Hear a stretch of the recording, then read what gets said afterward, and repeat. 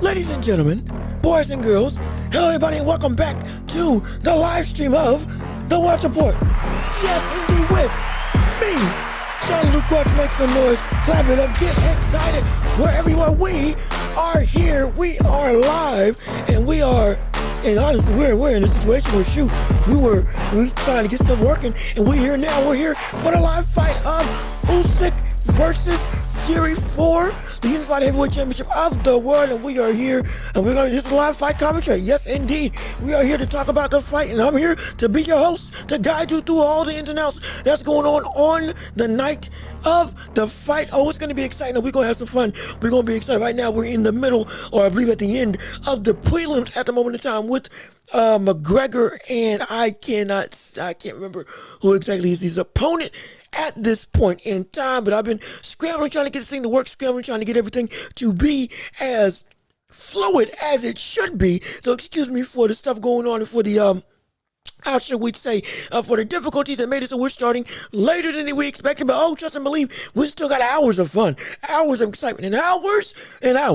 of opportunity to talk about whatever we want to talk about and discuss within the boxing segment and witness history all together as one. And as of right now, let me keep it frank, we're going to be calling the fight. Let me quickly do the intro, and then we're going to break down what's going on right now between McGregor and his opponent. But again, if you want to talk about what we got going on, leave your chat your thoughts, opinions, comments, debates, and more right here so we can talk about whatever you want to discuss, any questions, concerns, difficulties with the stream, even reactions to the fight in and of itself. Oh, yes, indeed. We're here to talk about it all. And I got my drink prepared. Oh, yes, indeed. Some nice, cool iced tea to take me through the night. Oh, yeah. Oh, yes. Hopefully I won't be using the bathroom. And this tea don't run right through. But everything else, oh, it's going to be great. It's going to be grand. We're going to have a time today, trust and believe. And please, while you're here on the stream, leave a like on the video, comment your thoughts and opinions. Hey, subscribe to the channel and share the show with everybody that you know so we keep on building up this empire of a community together. But again, we got fights to call. Let's jump right into the action, shall we? I actually currently got a fight going on between Lowe versus McGregor. Now, I will say, to be frank, let me make sure, I may be behind some people's streams, or maybe ahead of some people's streams, as it was with the Mike Tyson fight. So we're going to see where it is right now. Right now, I'm at 210, 211, or 209, rather, in the 8th round between Lowe and McGregor in this, I guess we could call this either the start of the main card or the last fight of prelims on this Usyk versus Fury mega event going on right now. Minute 15 left in Lowe versus McGregor. McGregor in the, I believe, blue and white trunks, and we got Lowe in the British flag on the side and white trunks as well. These two people, they have been going at it. It's been a dirty fight from what I can see up until this point. They've been grit and grind legitimately. Who's winning? I'm not really sure because I've been trying to get these technical difficulties set into place. But don't trust and believe. We're going to talk about what the action is going on right now. As we got a minute 25 left in round 8 between Lowe and McGregor, in fighting galore, with Lowe attacking the body, going and getting pushed to the ropes by McGregor. Hooks on the inside. This is a knockdown, drag out brawl. It's been like this about ever since round 1. Just about. It's been rough and tumble. Now the ref separates them. They're going up and they're going through, breaking in. A minute and 6 left in round 8 of Lowe versus McGregor. Excuse me if I'm behind or in front of your stream. Try to keep this as in time with real time. But if I'm off, I apologize. I'll adapt the best I can. But hey, Warlock, how you doing? Glad you're here. Thanks for joining in to the Welch Report live fight commentary. Oh yes, indeed. It's a show and it's a show and a play-by-play all in one. I'm a man of many talents. Trust and believe. You're going to love what we got to say about what we got going on this channel. Appreciate you coming in. Appreciate you taking time to see our stream and to watch the fight with me as we witness this historic event of Usyk versus Fury, the rematch of the generations. Oh, I can't wait to see it. But right now, we have 31 seconds left in round 8 between Lowe and McGregor. And they have, oh, good gosh, I tell you what, Lowe is throwing hooks left, right, and center on the inside, constantly getting broken up by the referee, getting pushed back to the center now. 20 seconds left in round 8. Lowe, is it Lowe? Yeah, excuse me, I'm sorry. McGregor pushing the pace, pushing McGregor back to the ropes.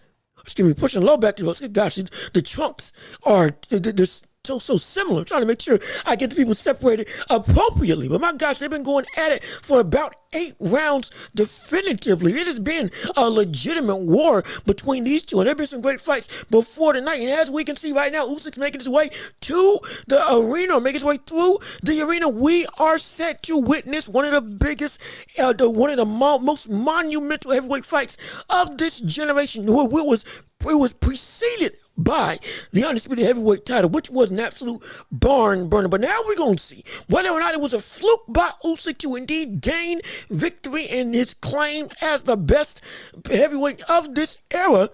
Now, what's solidified in that last fight, but will it get taken away? Will it get ripped away from him? Will it get essentially uprooted and forcefully stripped by the Gypsy King, where we see the Gypsy King gain his redemption and prove once and for all that this man is indeed the best of a generation? Or essentially, if Fury wins, let's be perfectly honest, that may not even solidify that he's the best heavyweight in the world, because they split 1-1.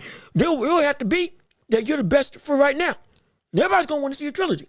I guarantee you, everybody's going to want to see a trilogy of that fight, especially if it lives up to the grandeur and the absolute insane, just outright action-packed event that it was the last time around. I can't wait to see it. But again, we're starting in round 9 of Lowe versus McGregor.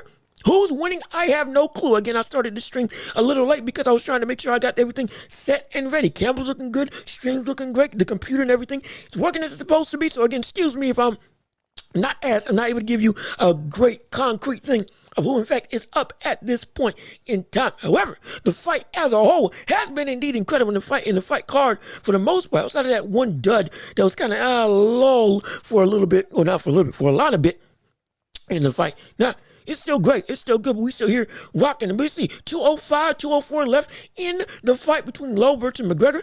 We're about round 9, round 10. This is essentially the championship rounds, even though I don't believe this is a championship fight. But we got Lowe throwing hooks left, right, and center, hooks, backing multiple hooks. Gosh, on the inside of McGregor, tussling and busting out. I mean, this is constantly heads clashing, going against each other, excuse me, shoulders moving into each other. It is a war. It is an absolute war. Minute 36 left in the round. It is Lowe hooks on the outside, or hooks to the body, another hook to the body, McGregor hook to the body, 4 hooks to the body by McGregor. I mean, it's tit for tat, trade for trade, punch for punch at this point in time. Big straight right by McGregor, hook by Lowe. Minute 16 left. They are just tussling. It is sloppy. It is visceral. This is a war. This is war. Oh yes, indeed, it's war. It's a great fight outright. If I may say so myself, this is great. It's a great entertainment, especially if it's leading up to, again, Johnny Fish coming up after this, and then we got USYK also coming up on this card. It's going to be an incredible affair. It's going to be a phenomenal event. It's going to be something to see. Mark my words, it's going to be a great show, and I can't wait for everybody to witness it together. Absolutely. And again, anybody can come and talk about what you want to say. Again, leave your chats in the comments, questions, concerns, whatever you want to say about what you witness and see right here. Leave right here on the stream. We will talk about it. Oh, yes, we will. I'll try to catch everybody I can. Hopefully, I ain't missing nobody. And anybody who comes in new, thank you for tuning in, and thank you for making your way to the Watch Report with me, Jean-Louis Welch. With 30 seconds left in round 9 of this fight. Again, hopefully, I'm not behind or ahead too far on you all's streams respectfully. But let's see, we got McGregor. Is it McGregor yet? No. Lowe, excuse me, again, forcing McGregor to the ropes, and McGregor clinching up, constantly having to be separated by the referee. Big right hand by McGregor. 19 seconds left in the round. Another hook by McGregor as he's trying to dart in and out of the ropes. Yes, indeed, these two people, I'm not going to say it's a blood feud, but brother, it's some animosity between these two. I believe Lowe is cut on his left, is it left eye? Right eye, excuse me, cut on his right eye. Oh man, a little bit of dirty framing by McGregor in this fight. And the mouthpiece comes out again. I think that's another time. Something's been going on with constant lead. Whenever they clinch up, or whenever they get into an infighting word, something gets spit out, gets ripped asunder, something gets pushed into place to where you gotta shoot, break it up. But they're gonna get back in the ring with each other and separate back in the ring and bleed 10 seconds up. And yep, that's it. Round over. Back, we are in the last round of McGregor versus Lowe. Appreciate you coming in and joining in on the stream. My pop, what's up? How you doing? Appreciate you joining in on the show. Glad you're here. Again, share the show with everybody that you know so we can keep on building up this empire together. Appreciate you coming in and for our stream. And hey, shields up for USYK. Let's see if USYK can indeed pull it out. That's who I got winning this fight. I got USYK winning, potentially in a more dominating fashion. Still, it'll be a close affair, but I got USYK winning. Some people may have a disagreement. Some people may see Tyson Fury as retooling and regrouping. We've never seen Tyson Fury after a hard fight, let alone after a loss, him not be able to recalibrate and fine-tune his ability to be even more dominant next time around. And this is what we could potentially see from Tyson Fury in this fight later on tonight with Tyson Fury always retooling. He could come in and actually maul and tire out USYK. He could come in as a completely different animal. There's a reason why he's hiding that physique of his under that jacket. That brother's hiding some real legitimate power potentially. And maybe he says forget trying to make it to the end of the round or the end of the fight. We're going to win this fight in the first half. That's what he may be thinking. No, he came in the heaviest he's ever come in for a fight ever since Deontay Wilder. He came heavier than what he came in for Deontay Wilder when Deontay Wilder was at his heaviest, at 236 pounds, 235, just about. He came in 272, 275, around that range. This fight, he weighed in 282. Now, granted, he had clothes on. He didn't strip down naked due to, again, the cold weather down in Saudi Arabia, at least at that point in time in the night, but even still, the weight is definitely there. USYK stayed about the same, so we could potentially see Tyson Fury. He's looking to make a legitimate run to end this within potentially the first half of the fight. And I can't wait to see what goes on. But again, comment your thoughts and opinions. Comment your predictions on what you think is going to transpire as this fight continues to draw nigh and get closer and closer. But again, now McGregor has been with the spitting out mouthpieces, with him constantly having issues. Now he gets the point deducted, and now he might be on the back burner, but he's looking and willing to go to war. Low has gotten a point deducted, and now he's looking to potentially, again, I don't know the specifics of who's winning this fight specifically, because we started the stream late, let me be perfectly frank, but even still, we're looking at a situation where McGregor, or Lowe rather, is continuing looking like fighting dirty. Looking like he's fighting a little bit more, or they're both fighting dirty. Let's be completely honest. They're both fighting and hustling and tussling inside the ring. Again, 1:35 left in round 10 of Lowe versus McGregor. Lowe's got him on the ropes. Caught 3 hooks back to back, 4 hooks back to back from Lowe on the inside, digging with hooks and uppercuts on the inside to the head, into the body. McGregor trying to fight off with framing of his own, choosing and slipping different head slots, trying to get better angles. Right now, it seems like Lowe's winning today, but now McGregor's starting to push back. Now McGregor's throwing uppercuts left, right, and center. Now McGregor's catching uppercuts on Lowe on the inside. They are pushing the pace. These people, again, the mouthpiece again slips out. That is what, the 5th time, the 4th time. The ref ain't stopping it this time, but they're keeping it going. Oh, he's not stopped. They're letting it go at this point. Hey, you put it out yourself. Now you got to stick with it. And now again, now McGregor's got Lowe backed up to the ropes. 52 seconds left in the round, at least on my stream video. It may be different on yours, but either way, these people, both of them, McGregor and Lowe, this is animosity incarnate. Yeah, they're going for broke. Yeah, they're going for it. Lowe's backing up McGregor. Lowe's working on the ropes of McGregor. McGregor clinches up again, separates by the referee. Lowe rushes back in on the inside. 3 hooks to the head constantly. McGregor is clinching up. McGregor's trying to survive. It looks like he might be trying to survive. And again, he's running the ropes, trying to escape. Low, good uppercut by McGregor, infighting by Lowe, and clinches up again by McGregor. Again, I have no clue who is winning this fight. Right now, I'm just calling the action as it is, because I couldn't see the first half of the fight because I was trying to make sure I got this stream together for you, the viewing and listening public. But now, 10 seconds left in the round, in the stream. McGregor's clinching, holding on for dear life, seemingly. Now, ref is letting it go at this point. Y'all been digging into each other all fight long. Hey, that's it. Bell rings. Fight's over. What in the bit? What a fight. Oh, boy. I'm winded. I'm tired. I'm trying to make up ground for trying to call what I missed in this fight. Shoot, my gosh. But it's still an incredible affair. I can't wait to see, again, what comes on in the main event. That's where we're all waiting, but that's the big kahuna. Again, this fight isn't as stacked as we saw with the likes of February 22nd, David with Better BF versus Bevo. But still, there are some gems in this card that I'm excited to see. But again, I would like to hear from you. What's your thoughts and predictions, your opinions on what's going to transpire, how this fight is going to go, and who, in fact, is going to win on this esteemed night of boxing with ramifications of pound for pound being and hanging in the balance and solidifying one's claim as the best of the generation? Or will we see, like with the likes of Tyson Fury, redemption that leads to a trilogy to fully encapsulate who is indeed the best in the world? Or even better, if it's a dominant display by Tyson Fury, it would prove that it was a fluke by USYK that the first win was in fact the victory. Let's see what happens. Let's see what transpires, even though I don't think it was a fluke. But now, whoo, boy, it is. Oh, I'm winded. Hold on. Let me get something to drink. Let me get something to drink. Let me get something inside my system so I ain't passing out on you all. Excuse me for 1 second. Oh.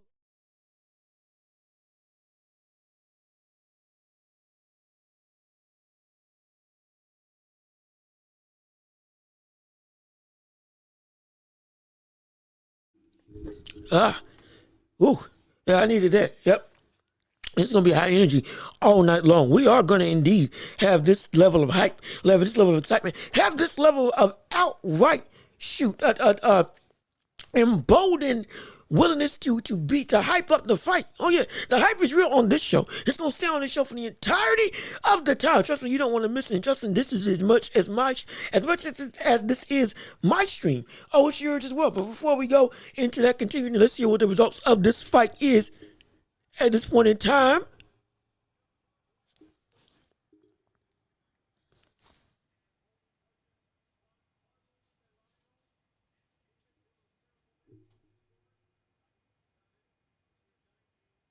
$97.91. Unanimous decision.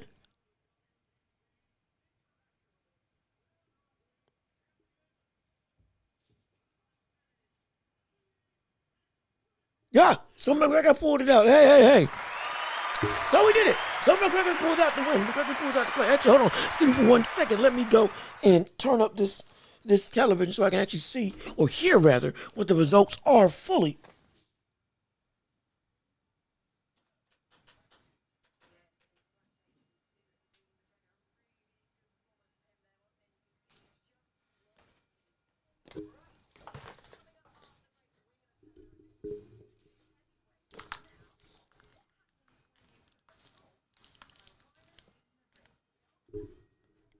All right, here we go. Yep, we're back now. And now we got, I believe, Johnny Fisher back up again. Yes, we've heard about him over in Europe, where heavyweight rising star, potentially heavyweight local sensation right now coming in. He's mega power. Absolutely.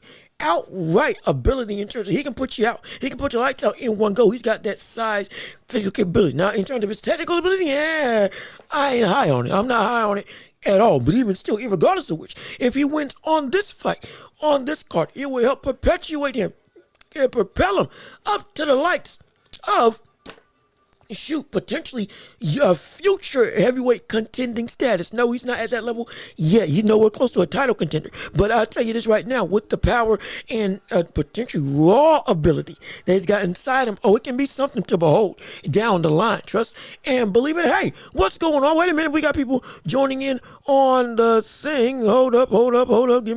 Give me 1 second. Give me 1 minute. Let me see what we got going on. Wait, is it there? Is it not there? I can't tell if we got a stream. We ain't got a stream. Here we go. Franklin, Baba, how you doing? What's going on, Franklin? Glad you're here. Glad you're live. Glad you're tuning in to the show. I appreciate you joining in on what we got going on. And hey, I don't know why I can't pull up I don't know why it ain't popping up on the thing. So for me to be able to click on it and pull it up on the screen to show your comment to the world. But either way, hey, I'm glad I'm here. I'm glad you're here. And hey, I'm doing this for you all. I'm doing this so we can support, so we can all have fun and have excitement on this community. This is going to be a fight for the ages. You're doggone right. It's going to be a fight for this. This is going to be a fight that we all are going to remember. Mark my words. This is going to be a fight that really shakes up the landscape of boxing as we know it. I guarantee you, we're gonna be looking at this fight potentially as either two of the best fights that we've seen in the heavyweight generation, or B, the start or the middle of one of the best trilogies we'll see in boxing history. Legitimately, at least in the modern era. I guarantee you that it's going to be a phenomenal, absolutely a spectacle. That's the best way I can call it. It's going to be a spectacle, a spectacle that I'm incredibly excited to witness. And I'm incredibly excited to see. And again, who do you have winning on the night? Who do you have winning on the fight? I would love to hear your thoughts and opinions on exactly what you deem as going to be the result of this night. Do you think we'll see Tyson Fury pull it out? Do you think we'll see USYK come through and again show his dominance, again show his power, and again show his outright ability to conquer the world? And again, solidify yet again his claim to fame as the baddest man on the planet. Oh, there's so much at stake for this fight, and I can't wait to see. But right now, we're preparing in the middle of fights for Johnny Fisher and his walk to the ring. And I tell you what, these fights, it's been back to back to back to back to back. There's almost no leeway. There's no ground given. There's no ability to take a chance to rest. I'll be completely honest. We gotta shoot. I'll tell you this, we gotta work. We gotta work. I gotta make sure I control my breathing. I gotta make sure I control my pacing in this show. Cause this is, my gosh, it's shoot. There's no ground given. It's been back to back to back to back to back. Unlike the last couple events when it's been lows. Some people don't even, I'll tell you what, some of the musical performances as well. I was like, they ain't need that now. Like, it's left, right, and center, back to back, fight after fight after fight. So, I love it.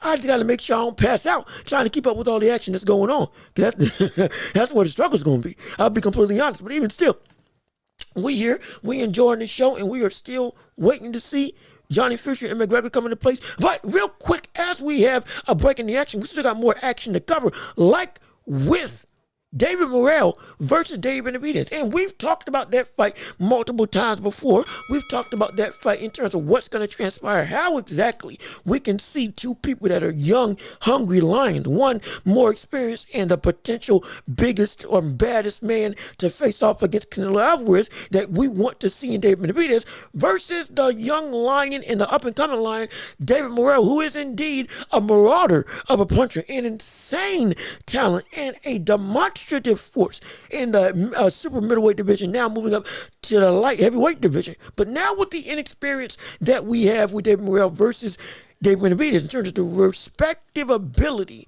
to have knowledge inside of the ring, it's just naturally understood that Benavidez has more. Yes, indeed, it's understood that Benavidez has a lot more experience to his name, has a lot more fire to his name, has a lot more essentially tools in his tool belt because he's trained and seen multiple different versions of multiple different people. He's gone through the gauntlet of the super middleweight division, so he's seen everything.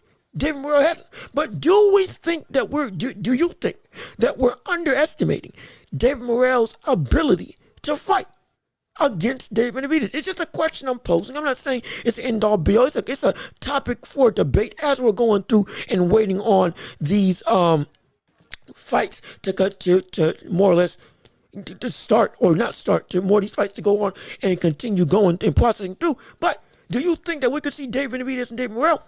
Is there going to be a situation where legitimately we're looking and saying maybe we're giving David Morrell not enough credit for what his ability can be when he steps in the ring with David Benavidez? Though we know Benavidez is a dangerous fighter and a better fighter outright, there is not any way that we couldn't see an upset. It is entirely possible that we can see an upset between David Benavidez and David Morrell. It is entirely possible. I'm not saying it's likely. I'm saying maybe we're putting it as, even though we already know it's unlikely, maybe we're giving it too much of a gap between impossibility and possibility. It may be a legitimate situation. Because let's say hypothetically, the all-out offense of David Morrell catches David Benavidez and hurts him in a way that we haven't seen him hurt before. It's possible. Because there's an argument that David Morrell is David Benavidez's biggest puncher to date outside of David Lemieux.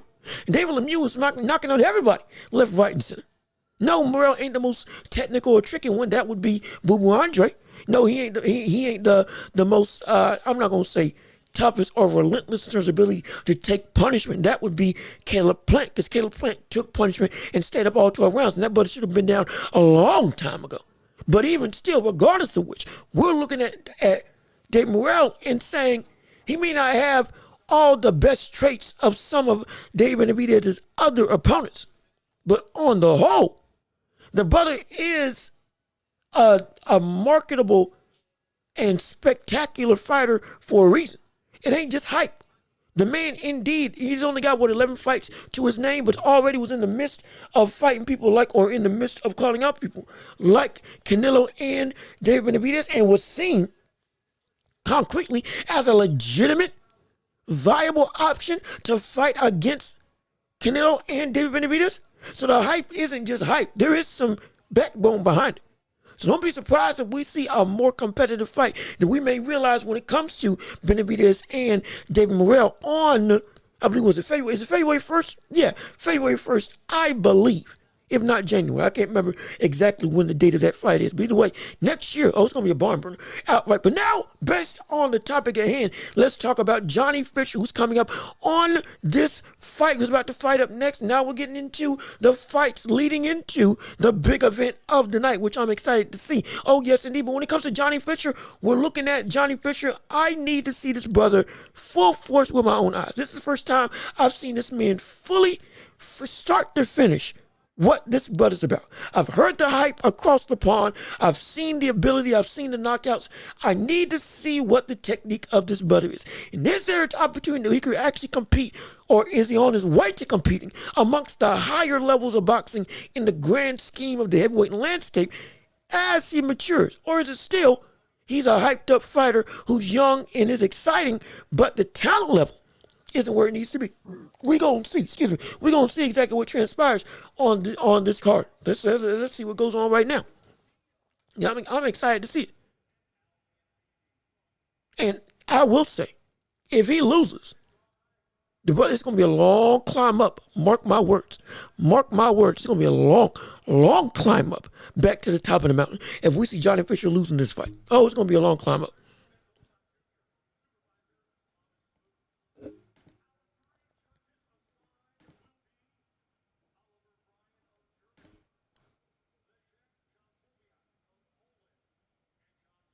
Thank you, man. I tell you what, though, I wish I was there. I'm going to get there. I'm going to get there somehow, some way. I'm going to get there. You're going to see me on TV some way or another, out in the stands, amongst the people, amongst the crowd. I'm going to be a fan favorite. Oh, yeah. I'm going to be, it's going to be when I show up. Oh, we shaking up the world. This whole community, we going to shake up the world. We are going to make it so that, not just in boxing, but in everything. Oh, we are going to indeed mess things up in the sports media landscape. Oh, yeah. Oh, yeah, I guarantee you that. I promise you that. I promise those who are with me now, stay with me. Because trust me when I say, when we get up there, oh, brother, people are going to be clawing to try to get into what we got going on. People are going to be clawing to try to get into what we have on this hallowed ground that is on this esteemed stage. That is the Welch Report. Oh, trust and believe. I promise you that. People are going to be looking and begging, praying and priming to get ready, to get with what we got right here on the Welch Report. But then, right now, they're calling the fight. They're putting it together. They are putting in the not even call out, shoot, the announcements for Johnny Fisher. Johnny Fisher, 12 fights, 12 wins, no defeats, 11 knockouts to his name. Let me see what this brother's about as a legitimate boxing talent. Does he have the ability to stand up and legitimately be great? Or is he all talk? We're gonna find out what the truth is right here, right now. And again, Please leave a like on the stream. Leave your comments in the chat. Debate with whatever you feel about whatever topic you want to talk about in the boxing regime. Trust and believe. We still have so much to say about what's going on. Trust me. You don't want to miss any action. We'll entertain anybody and everybody. Absolutely. We will entertain anybody and everybody when it comes to this boxing regime. Trust and believe, mark my words. You don't want to miss what we got going on right here. But there we go, round one of this fight going underway. And excuse me, from behind or ahead on your cards respectfully. But now, we're in on the action. Let's get it started. Johnny Fisher versus the White Rhino. Let's see how this is. My first crack at looking at Johnny Fisher specifically. Comes out round one on my stream. It is 2 minutes and 50. Was it 50? Come on, pull up the time. Well, whenever the time comes out, everybody gets the first 10 seconds of the fight right now. Johnny Fisher in the all-brown attire. White Rhino in the blue attire. Blue shorts, black gloves. Okay, Johnny Fisher got some good speed, good hook by Johnny Fisher. Constantly pulling out that jab, a relaxed stance. Not a lot of head movement at all. My gosh, that jab whizzed by Johnny Fisher, but Johnny Fisher gets caught by a jab again. Pawing, constantly working, trying to circle around. Let's see exactly how this goes about. Jab by Johnny Fisher, overhand right by Johnny Fisher. Good shot to the body. Good double hook to the body by Johnny Fisher. And again, another hook to the body. Johnny Fisher starting to turn up a little bit. Johnny Fisher starting to go. He's got some good speed on him. I'll give him that. You see the power and the leather that he's got at his disposal. Oh, he is indeed good. Oh, yeah. Or at least he's got some powerful talent about him. Still kind of got a lumbering away about him. Jab to the body, straight right to the body. Staying at the ground, pawing that jab, putting it in the face of Allen. Good 3-point combination to the body. Oh, good. Oh, big uppercut almost. Oh, Johnny Fisher's going for it now. Got him to the clinch, got him to the ropes. That is, oh boy. Oh man, it is. Johnny Fisher is an aggressive brother. I heard about him. I heard that Johnny Fisher was aggressive. I heard that brother uses his power and isn't afraid to go for broke when necessary, especially once he has you hurt. And once he lands a couple combinations, he will keep on pouring on that action. Good double hook to the body by Johnny Fisher. Again, he is deliberate. I'll give him that. He is deliberate. But let's see what you all got to see. My pie is Julio Cesar Chavez Is he overrated? Wow. I wouldn't say that. No. Again, we could say, you again, 89-0 at one point in time in his career, an incredible undefeated record. But again, even people that want to say it was padded. Well, after he went 89-0, he then went and fought against all the greats of his generation and still dominated everybody. A multi-time champion, multi-division champion, I believe, and solidified himself as one of the best, not one of the best, arguably the best Mexican boxer in history. The gold standard, him, Julio Cesar Chavez, as well. Not as well, they're the same person. Him, Salvador Sanchez, Juan Manuel Marquez, Carlos Monzon, he separated himself from all of them in a lot of the public eye. And so I think he deserves the praise that he was due. Truly, I do. But 10 seconds left in round one. Johnny Fisher, again, has won the round. Again, he's a little bit lumbering, but he's got good. He's a good combination puncher. Has good speed, deceptive speed. He's faster than what I realized with his hands, as well as he's got some good power. And is relentless when he thinks he has you hurt. Now, will that lead to him in the later rounds, especially as a big body as he is, stamina-wise? Will that be a problem? Well, we'll have to wait and see. But even still, it's a situation where if he may not need the later rounds. He hasn't been needing the later rounds because he's been knocking everybody out. So I'm liking somewhat what I'm seeing from Johnny Fisher, but again, it's on the first round. Time will tell. But when it comes to, again, Mapai, your answer, we're looking at a situation that, I don't think he's overrated. I think he's aptly rated as one of the greatest in history. Objective. He's one of the greatest pressure fighters we've ever seen in boxing history, period. His inside fighting, his ability to be relentless and constantly making sure that nobody has a chance to breathe. His left hook was lethal. One of the best left hooks to the body we've seen in boxing. And people try to emulate that because it was so damaging and so demoralizing. And his record, again, when everybody thought he was padded, once it got to legitimate elite status and contendership, he dominated everybody just the same. So now, I don't think he's overrated at all. But again, round two going underway with Johnny Fisher again winning round one. Johnny Fisher in the black trunks and black gloves. Allen, the white rhino, in blue trunks and black gloves. Again, the white rhino. White rhino is his nickname. 232 left in round two of this fight. Johnny Fisher again going to the body, jabbing to the head of Allen, jabbing again to Allen's head, consistently trying to work that length and strength, going to the body again with the hook, or more so of an uppercut to the body. Yeah, he's got some good speed. Now, he doesn't have any variable speed. It's not like a wavering speed, but it's a speed that is consistent. Now, if he was able to make it so that it was more deceptive by changing how fast that jab or shots come out. Ooh, good shot by Allen. Oh, wait a minute. Hold on. He got caught a little bit. Johnny Fisher got caught a little bit. He's a little more defensive. Now he's backing up a little bit more. No longer he's not throwing that jab anymore because he got countered by. Now throwing that jab again. Good shot to the body. Big straight right by Johnny Fisher. Again, trying to use that power and strength. Jab by Johnny Fisher again. Another jab, keeping distance, pawing and using that stiff arm of a lead hand to keep his opponent at bay. Three-punch combination by Allen that's mostly blocked. Jab by Allen that lands. Good 1-2 across the. Oh, that hurt Allen. Oh, that did some damage. That did some damage. Johnny Fisher landed clean. Johnny Fisher's on the rope. Oh, has got him on the ropes. Johnny Fisher's going to work now. As they separate 11 or 1:09 left in round two of this fight between Johnny Fisher and Allen.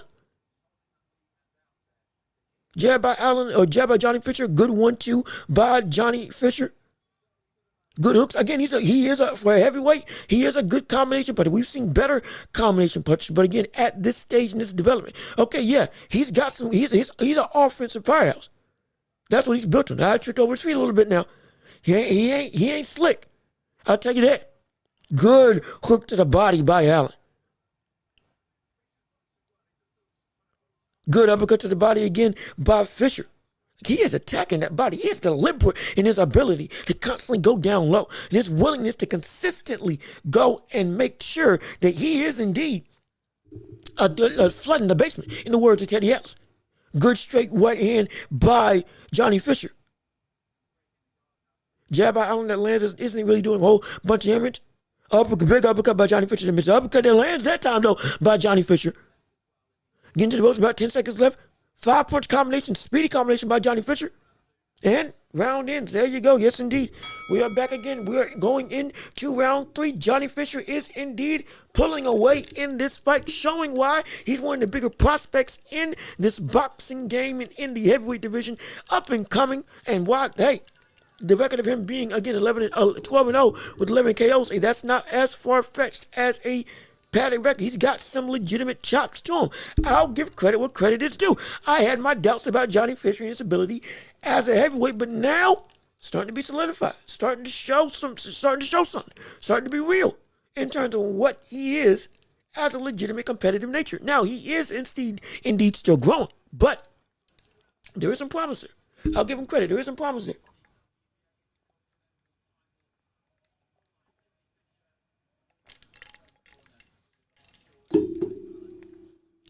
Excuse me while I was taking a drink, but even still walking into round three. Speaking of Julio Cesar Chavez, I wanted to ask if anybody in the chat would like to know, who do y'all would like to answer?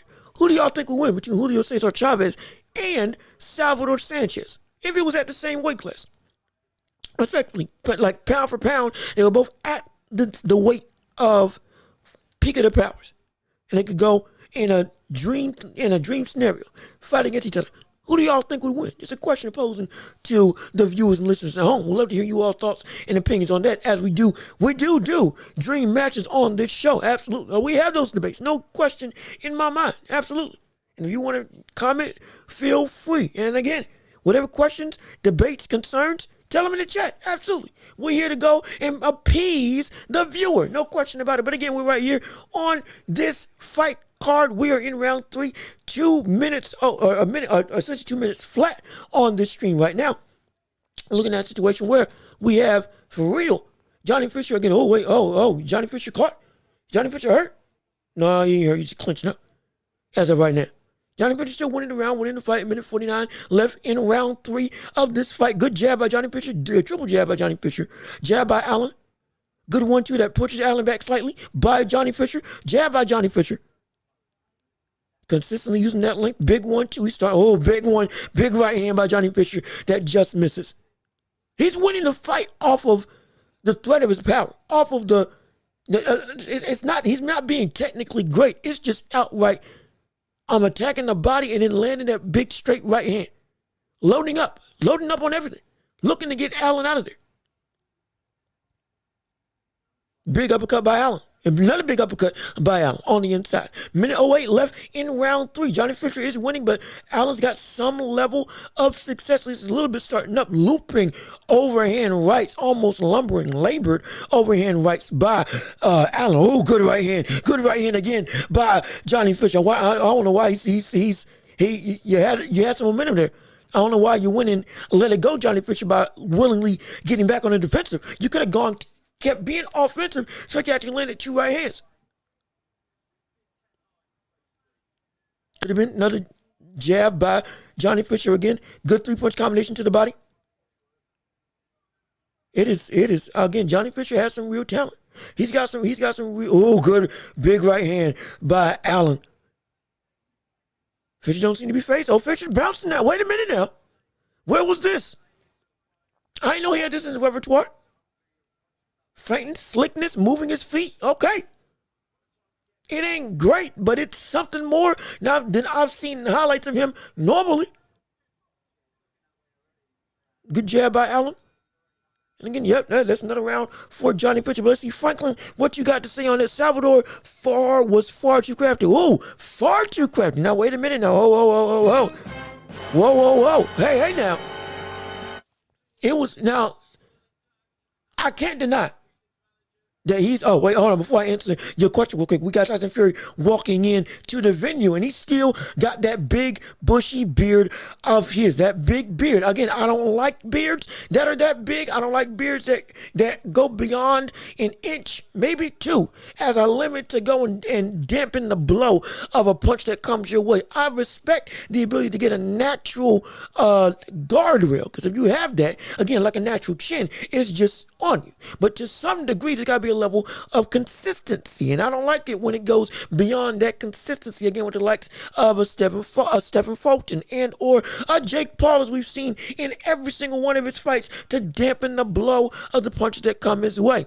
But hey, it is what it is. Trust and believe. He got that beard to make it so that he doesn't get caught again the same way he got caught again in the first fight by Alexander Usyk. Oh, mark my words. That's exactly why he grew it. I guarantee you. It ain't just because he's a madman. There's some method to the madness. But again, with Salvador Sanchez, and he was way too crafty. He was indeed. He was an incredible crafty fighter, incredibly powerful fighter. The brother, and if he was fighting to the level of his opponent, in the words of Mike Tyson, Salvador Sanchez, if you weren't that great, you're making it past the end of the fight. But if you were indeed elite, you're getting put out. You're getting knocked out.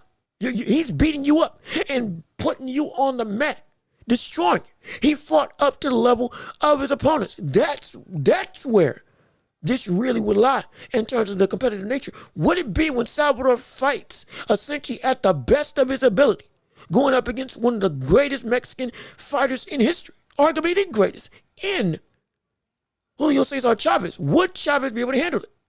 Would Chavez's constant pressure, constant infighting, and his ability to himself not only be crafty, but be relentless, and the perfectly placed body attacks, the ability to throw uppercuts and hooks while also being safe, the ability to work his way on the inside and never let you go. Also, when he was coming on the inside, he had great defense. He had, again, an iron chin. And as the fight would go on, he would get better and better and better. I tell you what, I don't know who exactly would win, but I tell you this: if anybody wasn't going to be able to beat him at his best, yeah, it would be somebody like a Salvador Sanchez. And I think if they fought against each other pound for pound, everything was the same, Salvador would have the power, in my opinion, to put that brother down. Power and the time to put him down. Of course, Julio Cesar Chavez at his best would have the same ability to be relentless and get him down. But I'm talking about the timing of Salvador, something that people don't talk about enough. Along with the footwork, along with the hand speed and the outright power as a whole. The defensive slickness, the ability to be deceptive from distance, the ability to control distance. He had everything. He had everything. And again, and Franklin, angles. I was getting ready to touch on it. The angles that Salvador used was insane. And it was insane. You see, I'm not comparing them in terms of talent level. I'm not comparing these people in terms of talent level. But in terms of, and again, it's 20 seconds left in round 4 of Johnny Pitcher versus Allen at this point in time on my stream. And so, again, he's winning the round outright. Johnny Pitcher is still dominating this fight. I'm looking for him to get a knockout, most likely within round 6. Big right hand, big hook to the body by Johnny Pitcher. Again, just controlling the fight with power and length, or rather power and volume more than anything else.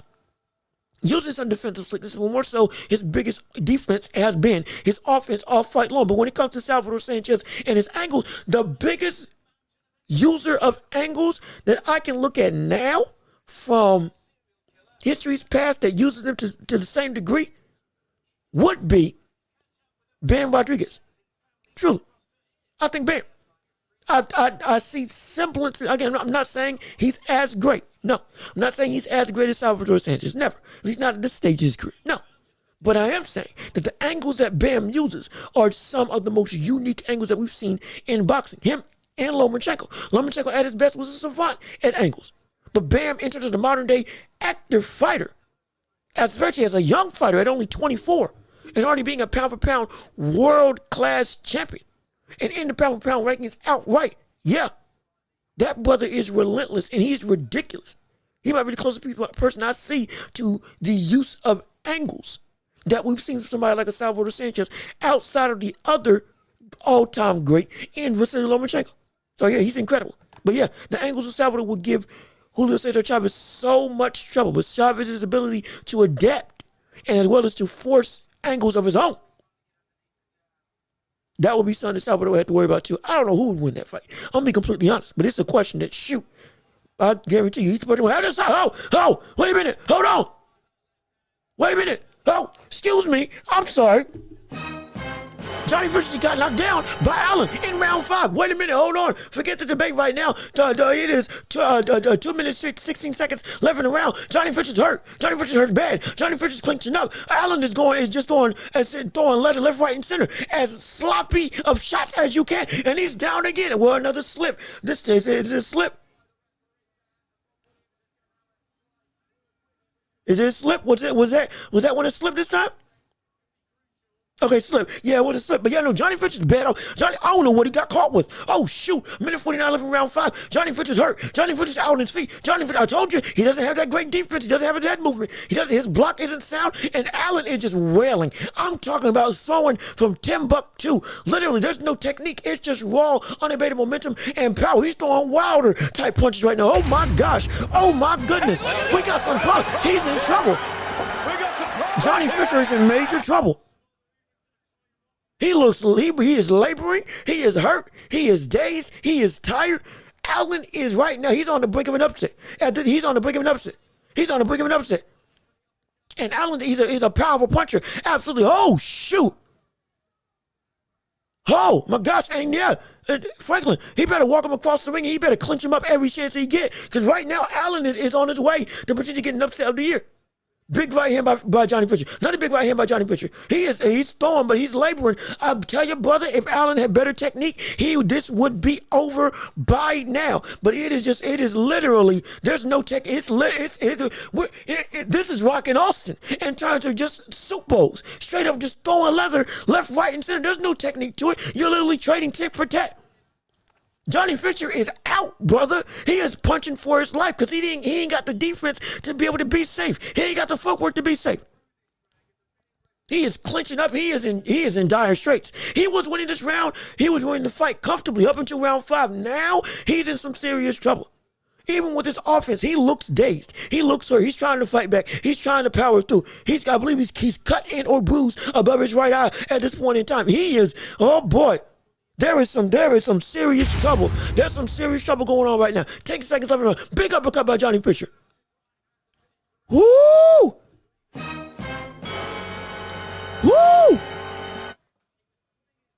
Johnny Fisher is cut. Johnny Fisher is bloodied. Johnny Fisher is in trouble. Allen just turned this fight from what looked to be an outright whitewash on the side of Johnny Fisher. Now it's a competitive affair. Now the very thing they did not just say before that Johnny Fisher potentially the stamina of him is going to be, I don't know if he's got great stamina, but I know he's going to look to end it by round 6. Well, now we see this brother. He is indeed in trouble because now the fatigue is gone. He had to throw that leather just to punch Allen off of him, but he is tired, he is woozy, he is hurt, he is fatigued, he ain't got the footwork, he ain't got the defense. They're both now slugging it out, and if you're slugging it out with, again, an outright slugger in Allen, there's no technique involved anymore. It's just straight up throwing leather and hoping something lands. We're looking at a potential dire situation on the side of Johnny Fisher. He's still tired. His legs still ain't recovered because the brother ain't moving. But they're moving. He's got to set. He's got to glue himself to the floor to throw these power punches. Now he's trying to push him off, and Allen's egging him on. Let's see. Oh, Allen's here. Allen wants him to throw. Oh yeah. Oh, this is what we want to see. This is what we want to see. This is what we want to see right here. Absolutely. This is what we're looking for. Come on. 232 left in round 6. Johnny Fisher looking to get back for the knockdown. He is stationary. Both of them are stationary. This is now a sloppy war. There is no question about it. Oh, big overhand right by Allen. Oh, Johnny Fisher, he's backing up again. Oh, Johnny Fisher, he's getting caught. That fatigue is taking him out, and that ability to go and legitimately take punishment. It is in concern now. It's in concern. Big right hands that are getting caught on the block of Allen. Consistently, Allen's walking forward. Another right hand missed by Johnny Fisher. They're going in. Big jab by Allen. Overhand right by Allen. Another overhand right by Allen. Just throwing leather. Just again, like a Deontay Wilder. Like a kid throwing a tantrum. Just throwing looping shots with no technique. It's all power at this point in time. And again, Franklin, this is why it is indeed the sweet science. Both of these fighters, this ain't, if you ain't got stamina and when your technique fails, they ain't have great technique in the first place. But now, Johnny Fisher's in a state that he ain't been in before. Big right hand. Big 1-2 by Johnny Fisher. Oh, yes, indeed. Hook to the body. Overhand right by Allen. Another overhand right behind that lands behind the head inside of the clinch. It's up for grabs right now. This round is up for grabs at this point in time. Big hook and a miss by Johnny Fisher. Oh my gosh. What's going on? And Fight Buzz, how you doing? Glad you're here. Welcome back. Welcome to the show. Absolutely. We're here live on the Watch Report for our live commentary of USYK versus Fury. Leave a like on the stream. Go on ahead. Well, right now, we're calling Johnny Fisher versus Allen. Right now, we're turning from a boring one-sided affair into an outright slugfest. Oh, Johnny Fisher's hurt again. Johnny Fisher just got caught with another big hook by Allen after landing a hook of his own by or on the head of Johnny Fisher. Again, we're calling action-packed stuff. It's left, right, and center. 3-punch combination by Johnny Fisher. Big right hand by Johnny Fisher. Looping left hand by Allen at this point in time. The White Rhino is here to make a name for himself. Allen, the White Rhino, that's his nickname. The brother is going for broke, and he right now, I tell you what, even though at this point in time we're seeing flashes of better technical boxing or technical punching in the small flurries that they can throw by Johnny Fisher, who's getting the better, who's looking like they're better equipped for the later half of the fight is in fact Allen.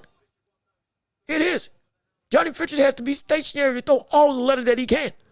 Allen, he doesn't have to be stationary. He can move and be sloppy and still be successful. That's what he's been doing. Like round 6 in, shoot, my gosh. What the world? My goodness. This turned into an incredible display real quick. This turned into a barn burner real quick. Oh my gosh. Great day in the morning. Shoot, we got comments left, right, and center. I'm so sorry. I'm not trying to miss you all. We're tapping in. We're tapping in. We're going through. But let's see what was got to say. Mapai, who has a better jab in the heavyweight in heavyweight?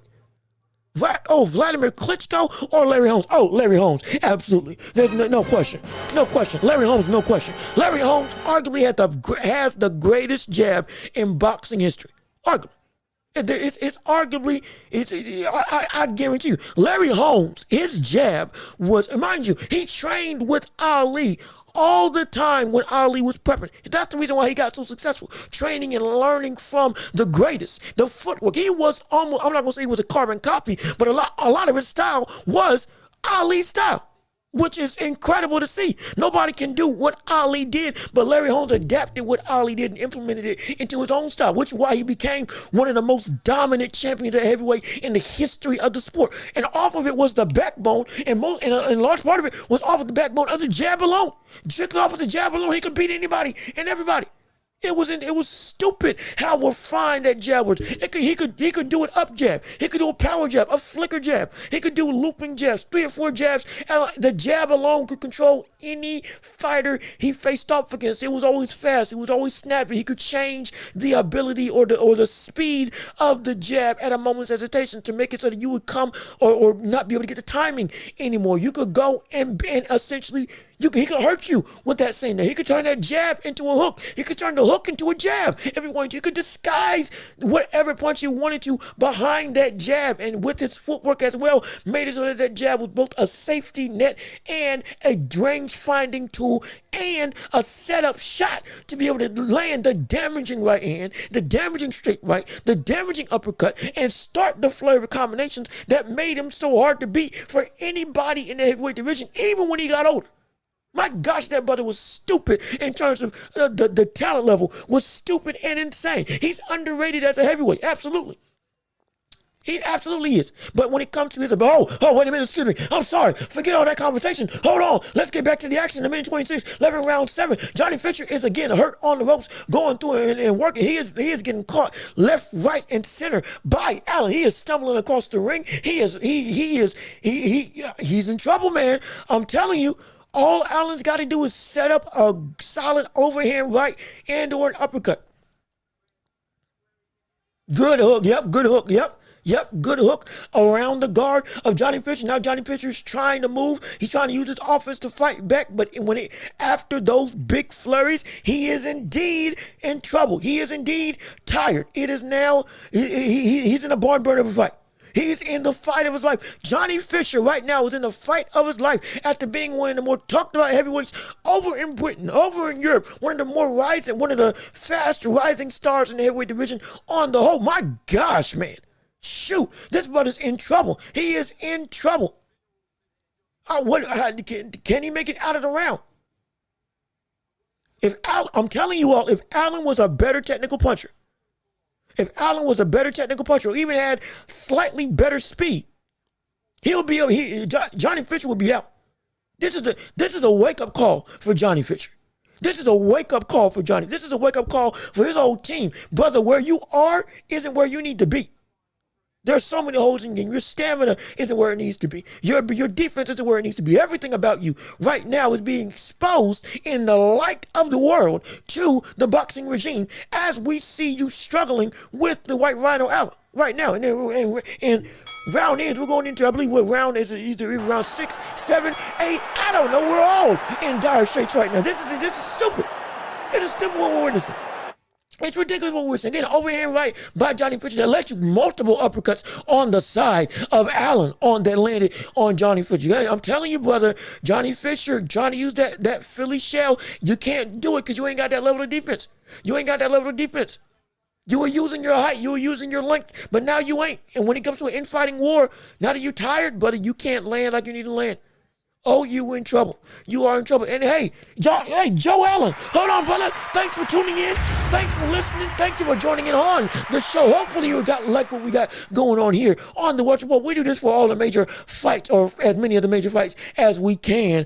We do live commentary as well as we're here every Tuesday and Thursday to do a live show and podcast where we interact, talk about the various things, not just in the boxing regime, but also in the world of the NBA and the NFL as well, more so in the NBA than boxing as well. But again, we'll do self-promotion later on. But we'll go through, right now we're in round 8 of this fight between Johnny Fisher and, between Fisher and Allen. Excuse me, I apologize. Got tongue-tied for a second. 2:26 left in round 8, and something just went wrong, and my stream just went out. Give me 1 second, ladies and gentlemen. Let me fix this right here, and I will be right back. And so, hey, my network needs to hire this guy. Oh, hey, wait a minute. Hey, what's going on? How you doing? Appreciate you saying I deserve to be and part of the commentary. And again, the commentary will be right back real quick. Give me 1 second. Something just happened with my stream. We'll be right back. Give me 30 seconds, and we'll be right back to call the fight. Just give me some time to fix it, because I don't want to miss any of the action. Oh, yeah. Let's see what we got going on here. What is...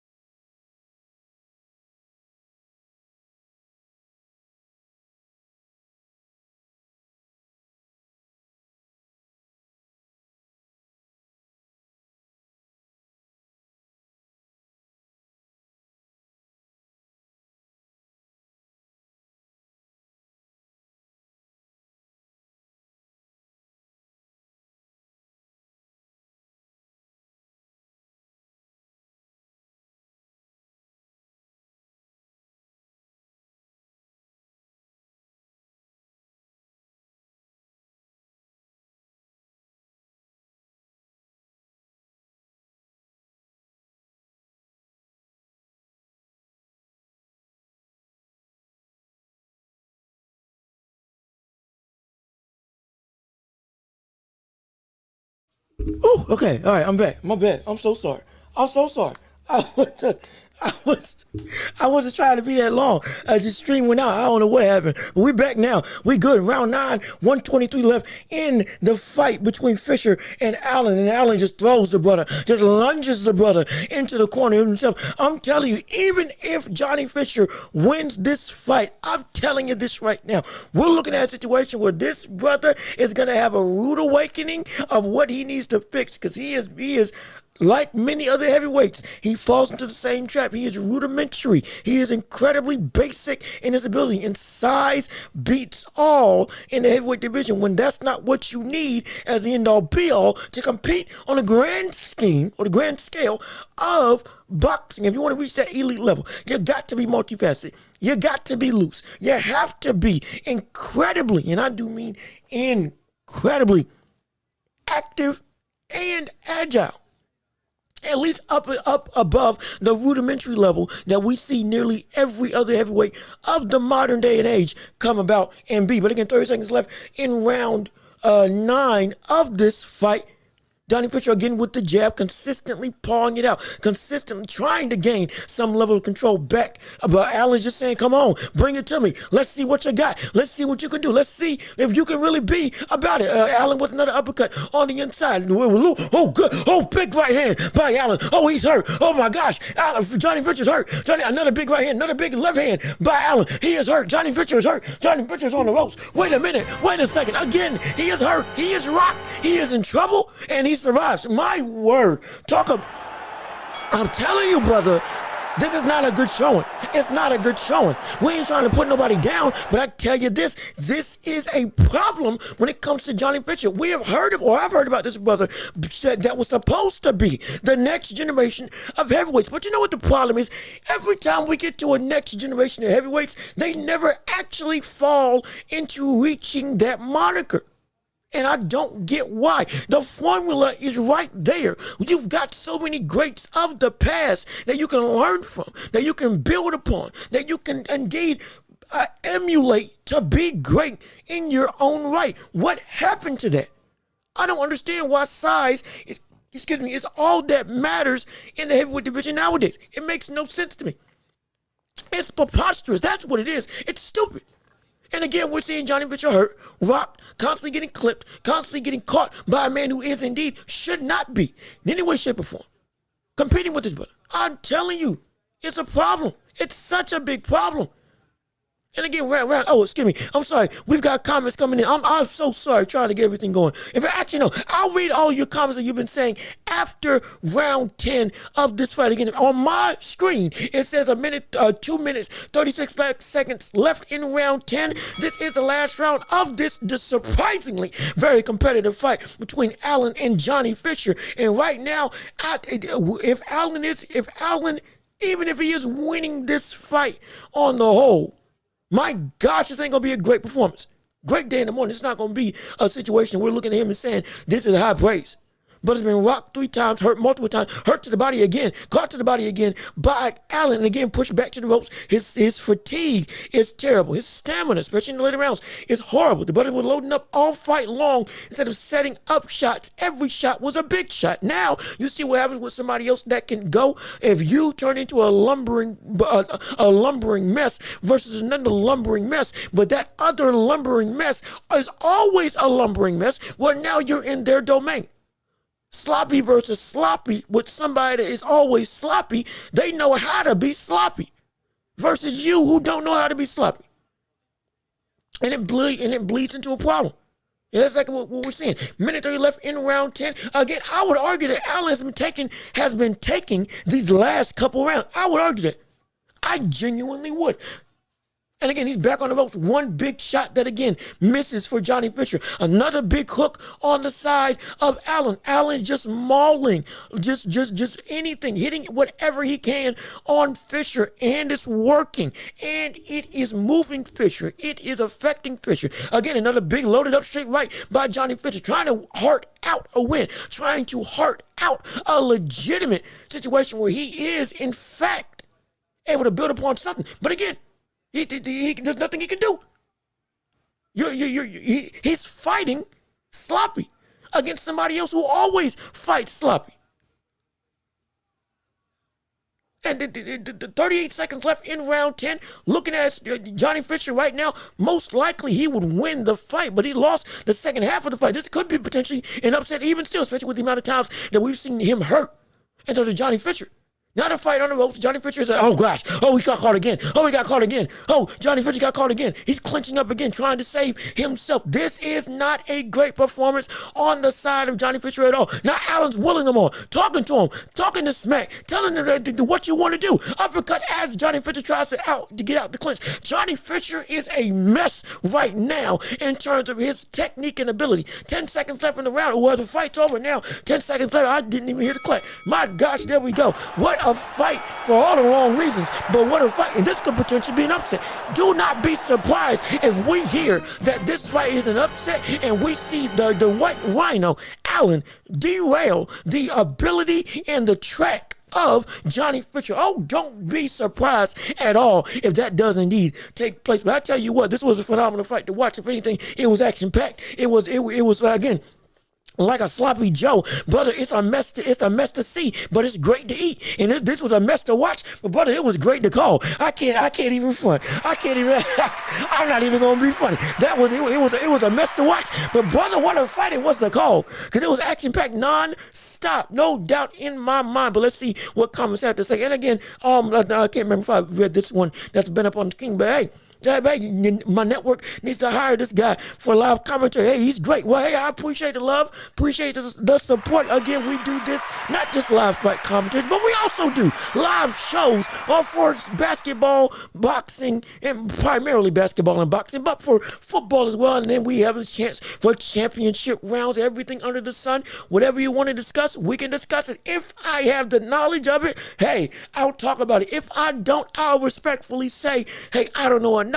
I'm not gonna feign smartness. But if I don't know something, plain and simple. But either way, we aim to entertain and make the masses enjoy everything that we got. Whether you know sports or not, whether you're a big fan of basketball or not, boxing or not, it ain't matter if you know. It's a matter if you're entertained. You can learn right here. You ain't gotta agree. You can disagree. It don't matter to me. What matters is that you enjoy the atmosphere that we bring you, because this is an empire. We're trying to build it up together. No question about it. And hey, Joe Allen, appreciate you coming in on the show. Hey, the commentary is great. I appreciate it. I appreciate the love. Again, we're small. I'm small. I'm just starting out. But we're trying to make it big, and we're going to make it big thanks to you and your support. And please, leave a like on the stream. If you would, comment whatever you want to comment. Just share this with other people. Everybody's going to want to see what we got going on right here on the Welch Report with me, Jean-Luc Welch, and you, the people. And again, let me make sure I'm able to hear what the results are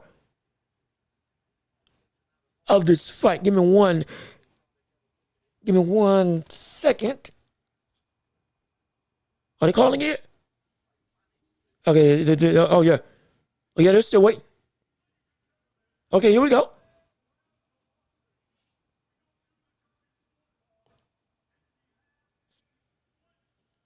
Oh, okay, we got a split decision. 95-94. 95-94, Johnny Fisher.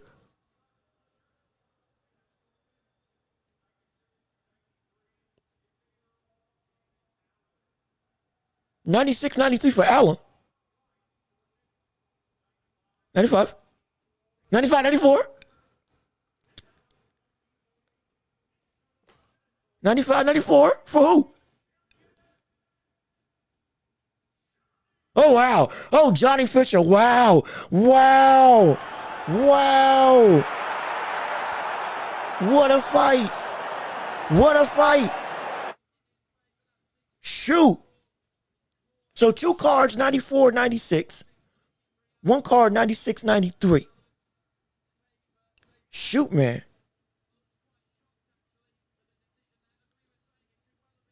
That's, again, it was a close fight. It was indeed a close fight. A lot outside of the outright damage that we were seeing Allen put on Johnny Fisher second half of the fight. A lot of his ability, or rather a lot of his success, came from dirty infighting. By dirty, I'm not saying he was elbows and knees and all that. I'm saying he was doing all that, but dirty as in it was sloppy work on the inside, hitting whatever is available, getting it to the point that whatever moves, that's what he touches. Looping shots just around the guard in the clinch just to land something, and a lot of them were landing. How much of credit did they get? Well, apparently it wasn't enough. But I'll tell you this right now: if anything, this was a wake up call for Johnny Fisher. His butt need to get back in the gym, and he need to get on a treadmill. This man needs to either shed some weight or be able to operate in a 10-round stamina capacity at the weight that he currently is right now, and stop throwing heat on every punch that he lands. He needs to stop. He's got to stop doing it. Set up shots to be successful and then land the big shot at the end of the combination. Not outright just starting out with a power jab into a power straight, into a power hook, into a power uppercut. You throw that by the time round 5 and 6 comes around, doggone it, yeah, you know when you got so many knockouts within the first 12 fights of your career because of the fact that you were able to survive or beat everybody to the point that they just couldn't succumb.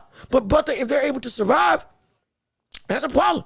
And it's a constant problem in the heavyweight division as a whole. We constantly see heavyweights that can't go the distance. That's the most basic of thing, which is having good stamina. We keep seeing people that don't do that. Jarrell Miller is 300 plus pounds, and that brother has great stamina at him. And he can punch literally for days. The whole reason why he was robbed of a decision by or against Ruiz was because of the fact that they called it a draw, but he outworked Ruiz in every capacity, in every facet of the fight, especially in the later half. His stamina, which is, I'm not saying everybody's going to be indeed a stamina-driven fighter. That's understandable. Cool. But it shouldn't be that by round 5, you're already falling off. Big Bang Jang, you can have an argument. The brother paces himself and he still gets tired. But that brother's 293 pounds. You understand?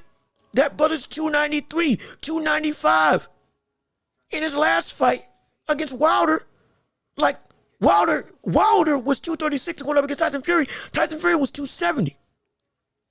But like, brother, he is at least Zhang's argument, he's nearly 300.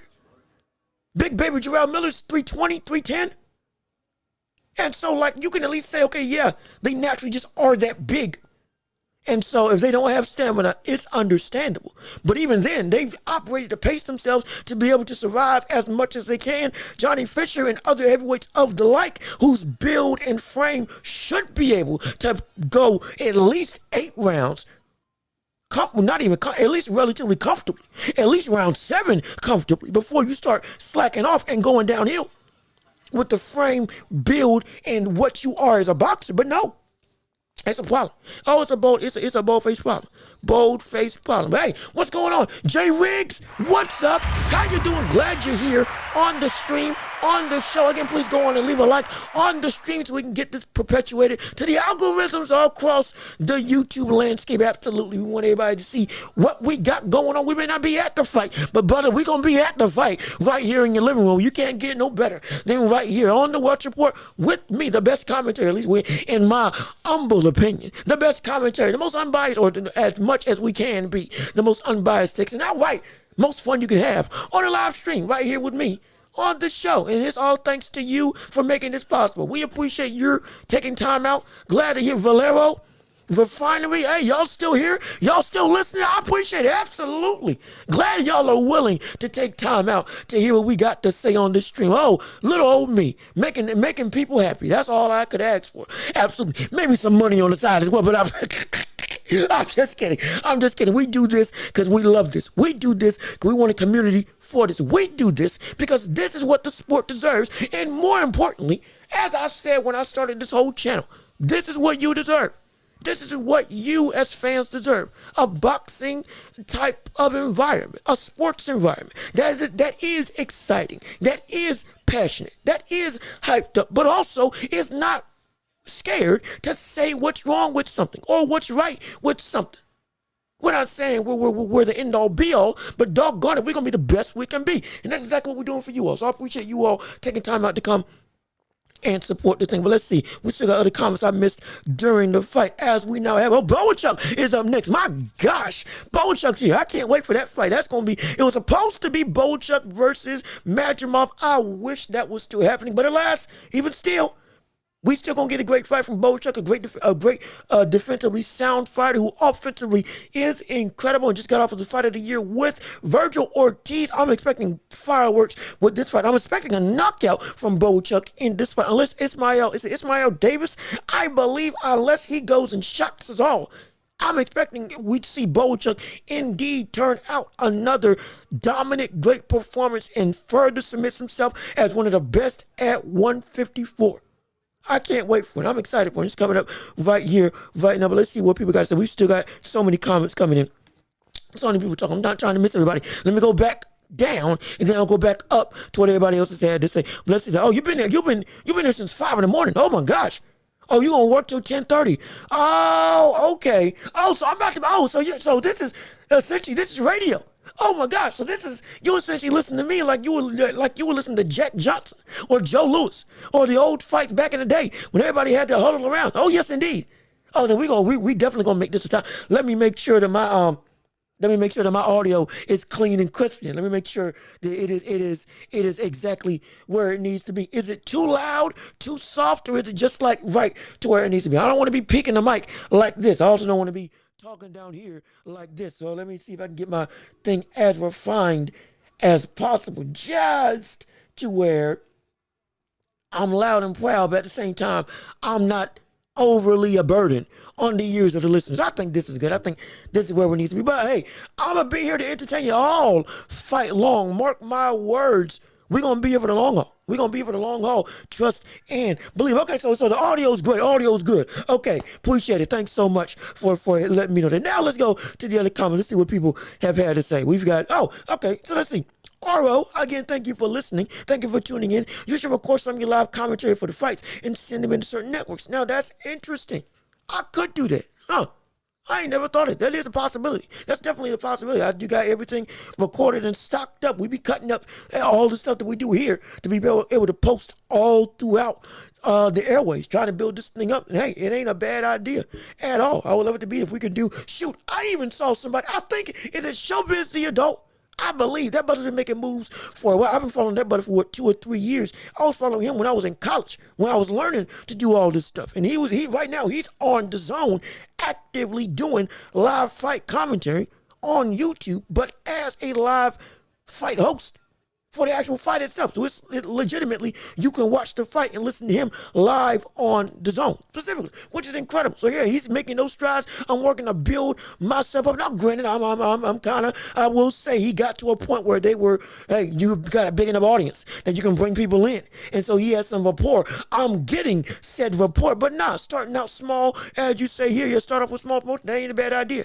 Ain't a bad idea. I got to make sure who's doing it in North Carolina. We can see what goes on here, or even across the globe. Who knows where this thing may go? I would love it to be if we can even build it up organically here to where it's just boom, boom, boom. We out and about. Hey, a fast track to success. Would love that, but nothing comes easy. And trust and believe, we working as hard as we can. But it's a great idea, nonetheless. But real quick, after we got Bowenchuk, well, good gosh, brother, how fast are they moving these fights along? I thought we had some leeway. At least give me a chance to breathe. Shoot. Dang it. Okay. I can't even digest what we just saw, but either way, okay. Let's get it going. They pushing the deadline. They pushing deadline right now. But let's see. We got Franklin. I ain't forget about you. You still. I'm gonna comment on what you got to say. I'm curious how you see Usyk and Fury adjust their game plan this time. Well, if you go real quickly and you can, again, normally I don't say do this, but in fact, pull up a different tab, mute this stream, and go listen to the other stream or the other live show that we had, breaking down the entire fight as a whole. But to give you a synopsis for Usyk, he needs to keep things exactly the same. And don't let Tyson Fury tire you out with this physicality. You got to. But if you keep everything just about as you've been doing, and if anything, you don't let Tyson Fury get control of those early rounds like he did in rounds 4, 5, and 6, though you took rounds 1, 2, and 3, then yeah, you be even more dominant so that you don't have to play the as close of, I don't want to call it a comeback game, but of separation Y'all are neck and neck, and now you're pulling away and said you could be somewhat ahead. So when you do pull away in the second half of the fight, okay, now it's even more assured that you got the victory.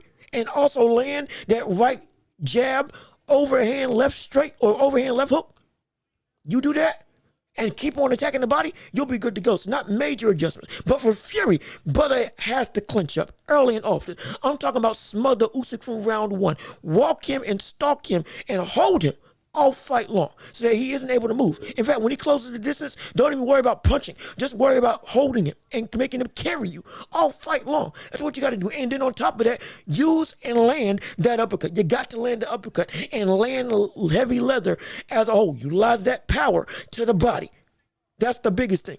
The uppercut on top of draining the stamina of Usyk by clenching up and going to the body to be able to take out Usyk's sixth gear, that second wind, that elevated atmosphere that he reaches that nobody else can reach. You take that away.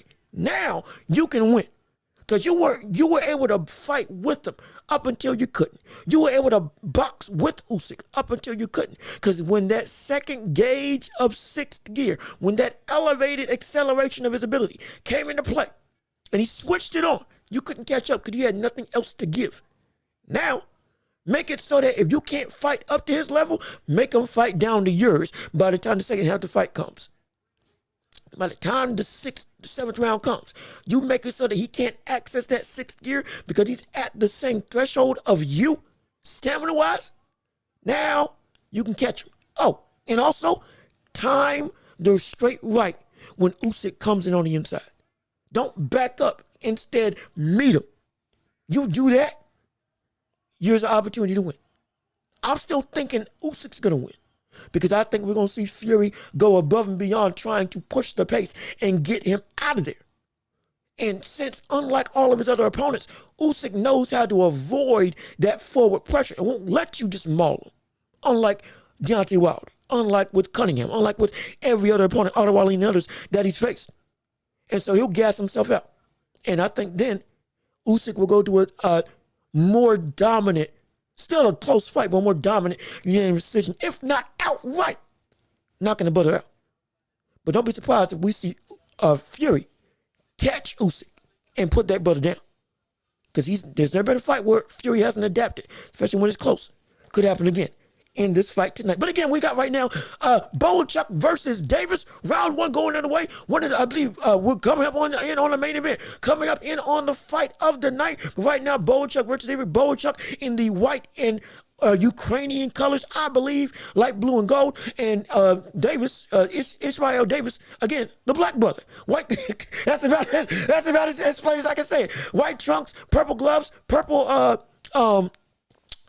stripes on the side, but ultimately the black guy is Israel Davis. And right now, Bochuk's coming out fast, coming out strong. Actually, Israel came out strong, but then Bochuk again quelled the aggression. Is now working his way to walk down Davis. Davis with some flurries on the inside to the body. Bochuk got his high guard up. Both of them got the high guard up right now. Bochuk feigning, walking, stalking, trying to cut off the ring. Right hand by Bochuk misses. Jab by I think that was a frame, by Davis to get out the way. Yes, there's some energy in this fight right now. Both of them are highly energetic, feinting, trying to use foot feints, trying to use hand feints. Quick jab by Bochuk, misses. Quick jab by Davis, misses. Jab by Davis, misses. Jab by Bochuk, misses. Oh, good three-punch combination by Davis. Two of those, I think, landed. One to the body and one to the head. 142 left in round one of this fight. Bochuk walking down Davis as of right now. Got to get him into the corner. Davis lunges in with essentially a modified uppercut to the body. Good big right hand by Davis to counter Bochuk coming on the inside. Good left hand by Davis. Two left hands by Davis to walk back Bochuk. Jab by Bochuk. Right hand by Bochuk misses. Right hand by Bochuk misses again. Jab by Davis, I think just got through the guard of Bochuk. Davis is explosive. I'll give him that. Jab to the body by Davis. Good 1-2 by Davis. Or rather, jab to the body, overhand right by Davis that lands. I think he's switching stances also in terms of Davis periodically in this fight.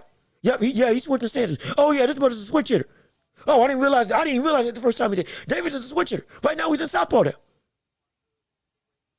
I think Davis is winning the fight right now.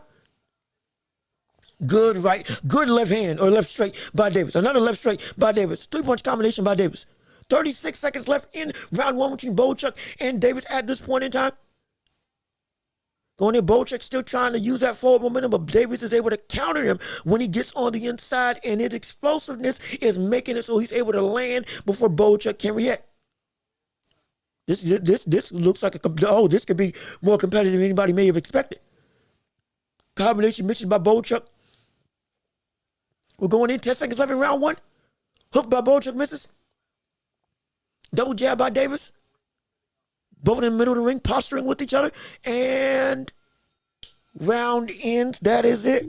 Round one's in the book for Davis versus Bochuk. Bochuk right now is down 1-0 with Davis being up on the cards at this point in time. Again, still early in the fight. But yeah, I got Ishmael Davis up right now. It is a situation where he is indeed his explosiveness and that speed, and he's timing Bochuk to where right when he lands, at least I think from what I'm saying, I could be wrong. What I'm saying, right when he lands, when he comes forward, he's punching.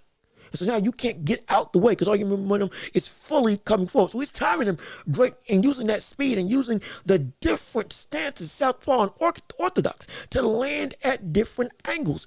When he's in orthodox, he throws that jab and again the straight right down the pipe. When he's in southpaw, however, he'll throw the looping right hand around and above the guard of Bochuk, and then also with the rear straight left hand. That'll be his power shot that he uses to break through the guard. And so he's got a plan for each specific stance. So it's working out right now. Round two is going in underway. Jab by Ishmael Davis starting the round. Jab by Bochuk that I think just misses. Jab by Bochuk working his way again, stalking, slowly walking in. Ishmael Davis straight left to the body. Again, now he's in southpaw, switching stances, straight left by Ishmael Davis. Jab by Bochuk lands as well. 2-punch combination to the body by Ishmael Davis, still boxing in the southpaw stance at this point in time. And it's going to be a puzzle for Bochuk to figure out. That speed of Ishmael Davis is making it hard for Bochuk to really get any offense out there because he just jumps on him. He jumps at him. He gets and beats him essentially to the spot. 2:13 left in round two of this fight. Situation where Bochuk, again, starting to close the gap. He's got him in the corner. But again, Ishmael Davis uses that looping right hand to get around the guard of Bochuk again and land scoring shot. Nothing's hurting, but he's controlling the fight at this point in time. Bochuk still walking him down. Ishmael Davis using that speed and coming off angle to hit Bochuk around the guard. But now Ishmael Davis looks like he's sticking to that southpaw stance right now. It would be smart of Bochuk to start, instead of trying to back up when Ishmael Davis comes in, maybe try to throw some leather to the body and meet him. You're going to take some damage, but you got to quell that gas tank. You got to at some point, because that speed right now is something that is so hard to overcome. And Ishmael Davis, he's a good fighter, but Bochuk is a good defensive fighter. So we need to see that defense take hold, and the adaptation has got to take effect at least within these first 5 rounds. So he wants to get a shot at turning this fight around. Now they're in the clinch, framing with each other, fighting in on the inside. Good 2-punch combination by Ishmael Davis. Again, the speed of him is giving Bochuk a lot of trouble. Beats him to the punch on the inside again with the hook on the inside. Straight right by Bochuk that just lands on Ishmael Davis. 50 seconds left in round 2 of this fight. 3-punch combination that misses by Bochuk. Good shot on the inside by Ishmael Davis. Davis is indeed hit. Good sharp right hand by Davis. He's down. Oh my gosh. He's down. Oh my goodness. Wait a minute. Davis is down. Bochuk hit Davis with a short right hand, or short left hand rather, and he's down. He's down. They were fighting on the inside in the clinch.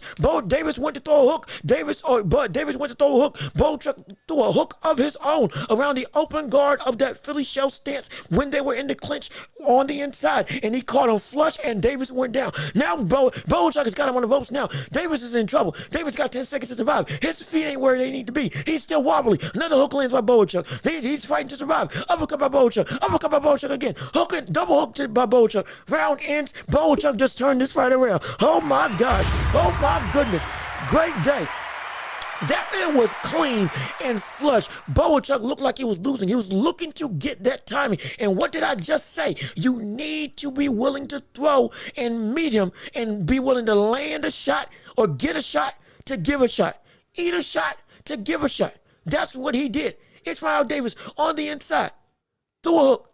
He was essentially trying to frame Boachuk off of him and trying to duck his shoulder. But on that open side of that high guard, when Davis was trying to throw his own hook on the inside, Boachuk landed with a short hook of his own. I mean, it was textbook, right on the button, and put that brother down, put him out. And now Boachuk is, after being beaten in the first round, brother, he's back on top. It's 2-1, or it's a 10-8 round for Boachuk, and he's leading on the cards right now. Shoot, my gosh. Great day. That's quick, and that's what makes him so elite. That power that he's got at his disposal. And I believe he's 25 wins, 24 KOs on his resume, only 2 losses. I forget who the first one was, but the second one was to Virgil Ortiz. Yeah, this brother is legit. There's a reason why he's one of the best in the world right now at 154, and he just proved his medal. Now the adaptation comes into play. Now Davis is worried about the power. Round 3 starts, 2:36 left in round 3. Boachuk now is more eager and active than ever. He is stalking down Davis. He is stalking and walking Davis now. He now knows he's willing to trade. He's willing to go. He'll eat one to give one, and Davis knows that now. So now Davis is even more defensive. Davis isn't throwing the letter like he used to. Big hook by Davis, or big hook by Boachuk, around the guard of Davis. Again, another hook. Davis clinches up. Davis is in trouble. This is exactly what Boachuk needed to do. Boachuk had to find a way to make Davis not only respect him, but be afraid to use his speed. The best way to beat an explosive fighter is to make them not want to be explosive and or use their explosion against him. And that's exactly what Boachuk is doing right now. He's made Davis afraid to be explosive because now he got caught. And now he doesn't want to get caught again, especially with momentum meeting momentum that leads to an incredible explosion that is damaging to him. Now Boachuk again. But Davis is still not okay. Davis is still trying to clinch up. He's trying to fight out of it. But brother, he is still hurt. Whoa, Davis catches Boachuk with his own hook in his own right. That wobbles him a little bit, but he gets back in the center. He's now working towards mauling Davis. Davis got him on the ropes. Boachuk, good 3-punch combination on the inside. Great right hand by Davis. 2-punch shot to the body. Good right hand by Davis on Boachuk. Boachuk, good hook on the inside to Davis. Good hook to the body by Boachuk. Hook on the inside by Boachuk. Hook around the guard to the body by Boachuk. Straight right hand by Boachuk lands. Ismail's clenching up. The pace is starting to uppercut by Boachuk lands. Oh yeah, he's getting caught. He's getting caught. The frenzied fire of Boachuk, the willingness to throw, is starting to get to Davis. Yes, indeed. It's starting to take his toll now. Right hand by Davis just misses. Right hook by Davis just misses. But Ishmael Davis is not in control of this fight. That brother is in trouble. That brother is working to regain some level of stability right now. Everything he's landing, Boachuk, it is hurting. It is damaging. Another left hook by Boachuk that lands and wobbles Davis slightly. Hooks on the inside and on the guard. Just manipulating the guard.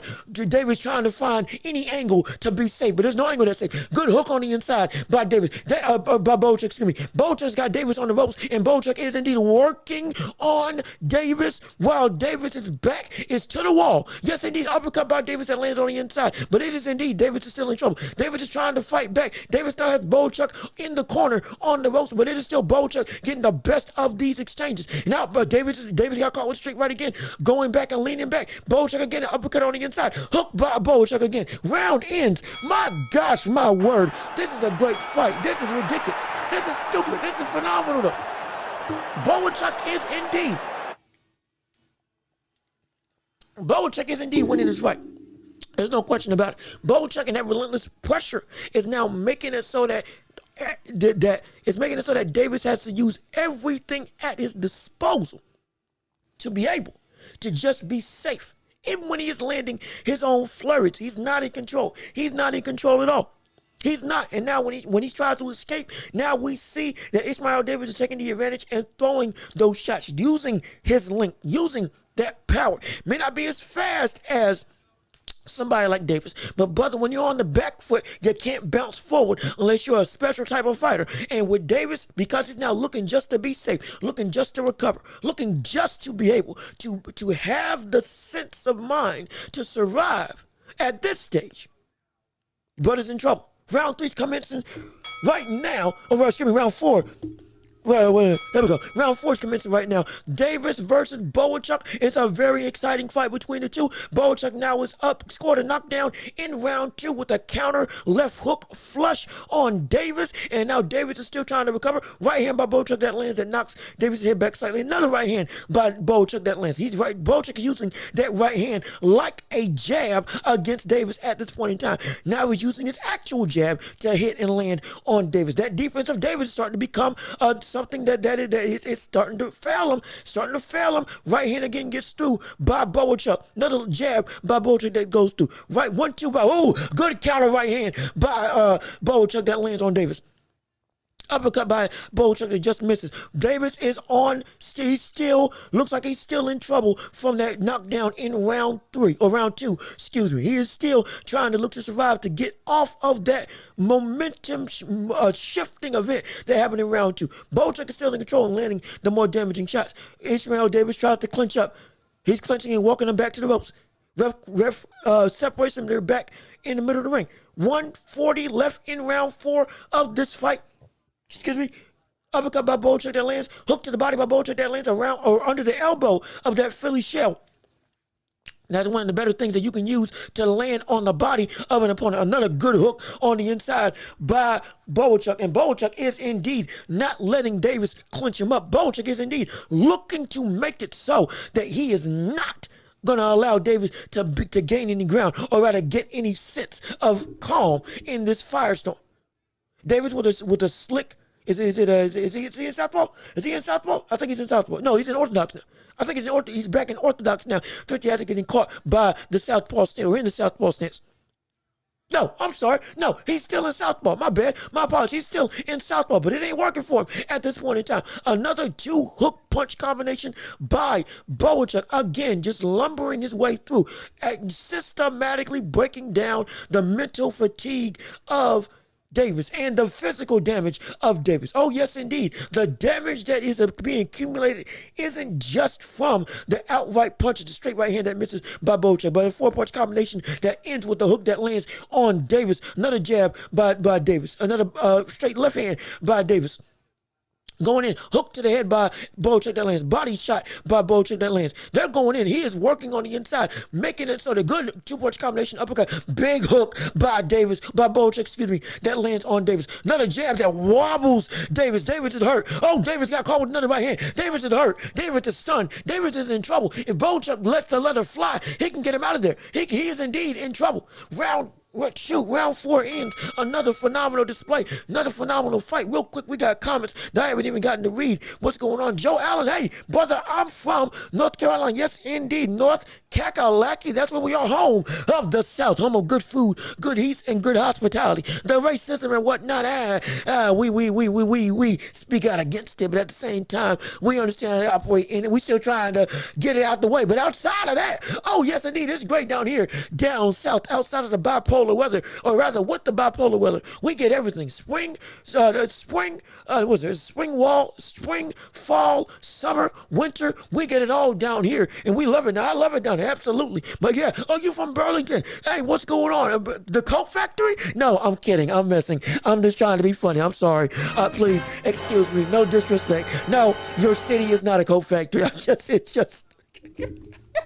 It's just a joke. We're just being funny, but hey, if you do gotta come from Burlington, hey, if you want to send it my way, hey, I'd love to take it, absolutely. And then maybe I'll go down to Burlington Coke Factory. Actually, I do need a Coke. To be frank with you, I actually got to get one. I need some to update my apparel. Absolutely, I want to be able to look fly and look fresh and clean at all times. But again, just being funny, but glad, all parts of the globe, glad that you are here listening to the show. Maybe we are a Coke Factory. Well, you know what? That's what you're most known for.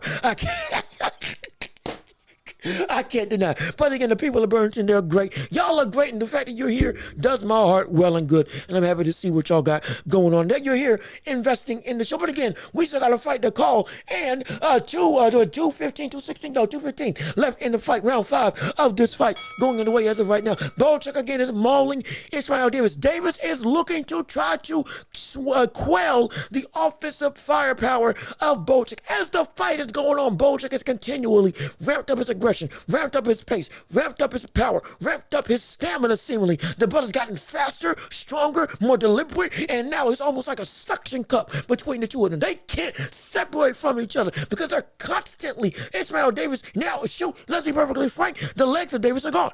Davis is now forced to do nothing but fight and meet Bochuk on the inside because the legs of him are gone. Good right hand good right hand by Davis as he's gotten some level of success. Big right hand, big right hook, by Bochuk. Another hook by Bochuk that's landed. It's been a barn burner now. Bochuk is in this element. Bochuk is it's looking like the Virgil Ortiz fight, but this is with Virgil Ortiz if he could not be able to match his offensive ability. Oh no. That's not the case this time.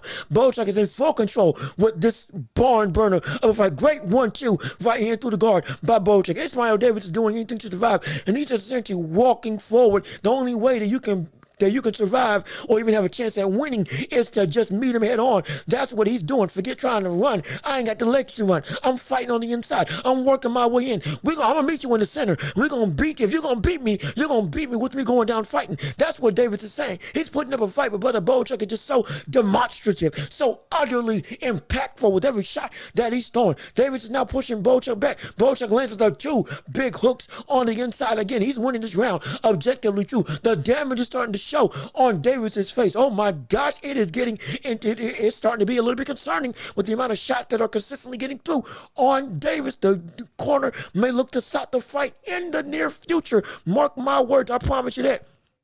But we're looking at a situation where, it's going to be another right hand by Bochuk, another right hook by Bochuk, another right hook on the inside by Bochuk, another 3 hooks, 4 hooks, hooks galore. He's a hooker. You can't hook with a hooker. And right now the hooker is landing, he is bloodying up Davis. He is working Davis. He is out muscling Davis. That brother is destroying Davis. Right, and this is looking eerily similar to a David Benavidez fight. If we're being completely frank, my gosh, you want to talk about destruction incarnate. This is ridiculous. This is insane. My word. It's oh gosh. What a fight. What a fight indeed. And we got some time. We can go back to see some of the comments that you all have been putting out as we got to see how I was laughing at the Cold Factory. I think I appreciate your sense of humor. And let's see, Jay Riggs, what you got to say. Usyk brings the power with him at every weight class that he stepped up to. That is true. And that's something that people haven't taken into respective account. Every time that Usyk has been moving up, and that's a brother that potentially going to fight Usyk later on down the line. I would love to see that rematch between Usyk and Daniel Dubois. That's a fight I want to see. I need to see that fight, especially now. Any of them between Davis or Dubois and Usyk or Dubois and Fury. Oh, I want to see it happen because I want to see the new and improved Dubois go up against the likes of the elite because now he's shown, especially with this knockout of AJ. Oh, he belongs there, no question about it. Absolutely. But Usyk has brought his power every time he comes up, and now that Tyson Fury knows that, is that going to be something that potentially makes it so that unlike Deontay Wilder, who you can beat power by coming forward, you can beat his power and pressure by meeting him head on, you might not be able to do that with Usyk because Usyk's such a great, slick fighter. AJ tried to do that and he got out-angled and out-countered all fight long, and then that forward pressure inevitably continued to turn into backwards pressure with unrelenting pressure on the side of Usyk, flipping the script every single time.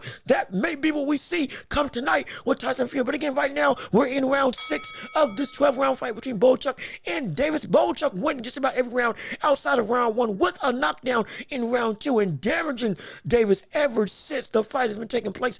Ever since the knockdown, he's just been dominating, and he's taking the legs away from Davis. Davis can't move. Davis can't run. The only thing Davis can do right now is meet Bochuk where he resides, which is on the inside, and right now he's losing that fight as valiantly as he's trying.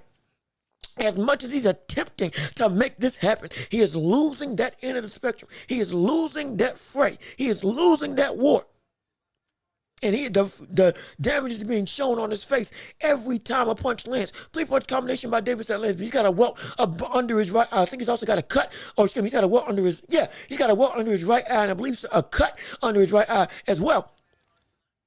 And so he's getting bloodied up. He's getting beat up to Kingdom Come. He is trying to survive, but there's no surviving the indomitable pressure that Bochuk is bringing to the table. Bojack still looks fresh as a daisy. Brother has still got all the stamina, got all the power, still doing the combinations. Straight with 1-2, 1-2 again through the guard. There's essentially a 4-punch combination, 2-1-2s right through the guard of Davis. And again on the inside, short shots and short uppercuts, damaging, big damage on the side of Bojack. That's just continually wearing down and weakening Davis every time they land. Davis has no answer. Davis has seemingly no way out. Davis constantly gets pushed to the corner. Davis's only action is to clinch up and attempt to be safe. But Bojack keeps fighting out of the clinch and continues to dominate with that forward pressure and with those short punch combinations. And then when he's within his peak range, which is the mid-range, then that brother goes in and throws those big looping combinations, those big shots that hurt you, those big shots that land you. That's what he's looking to do. Big uppercut on the inside by Bojack that lands again. It's another 1-2, another right hand that lands by Bojack, another right hand that lands by Bojack. It's just relenting. It's just the uppercut by Bojack that lands again at the end of the round. Oh boy, the corner might be looking to call it. I'm telling you, they're in trouble. Ref's in trouble. Ref's in trouble. Not the ref. Davis is in trouble. Davis is in major trouble. And as we see right now, the fight's getting closer and closer. They're putting the tape on each of their fighters, Tyson Fury and Usyk. They are preparing for the biggest fight of the year, or potentially one of the biggest fights of the year. Whether you want to argue the first fight was bigger or not, the point being, this is a fight for the ages. And are they going to stop the fight? Did they stop it?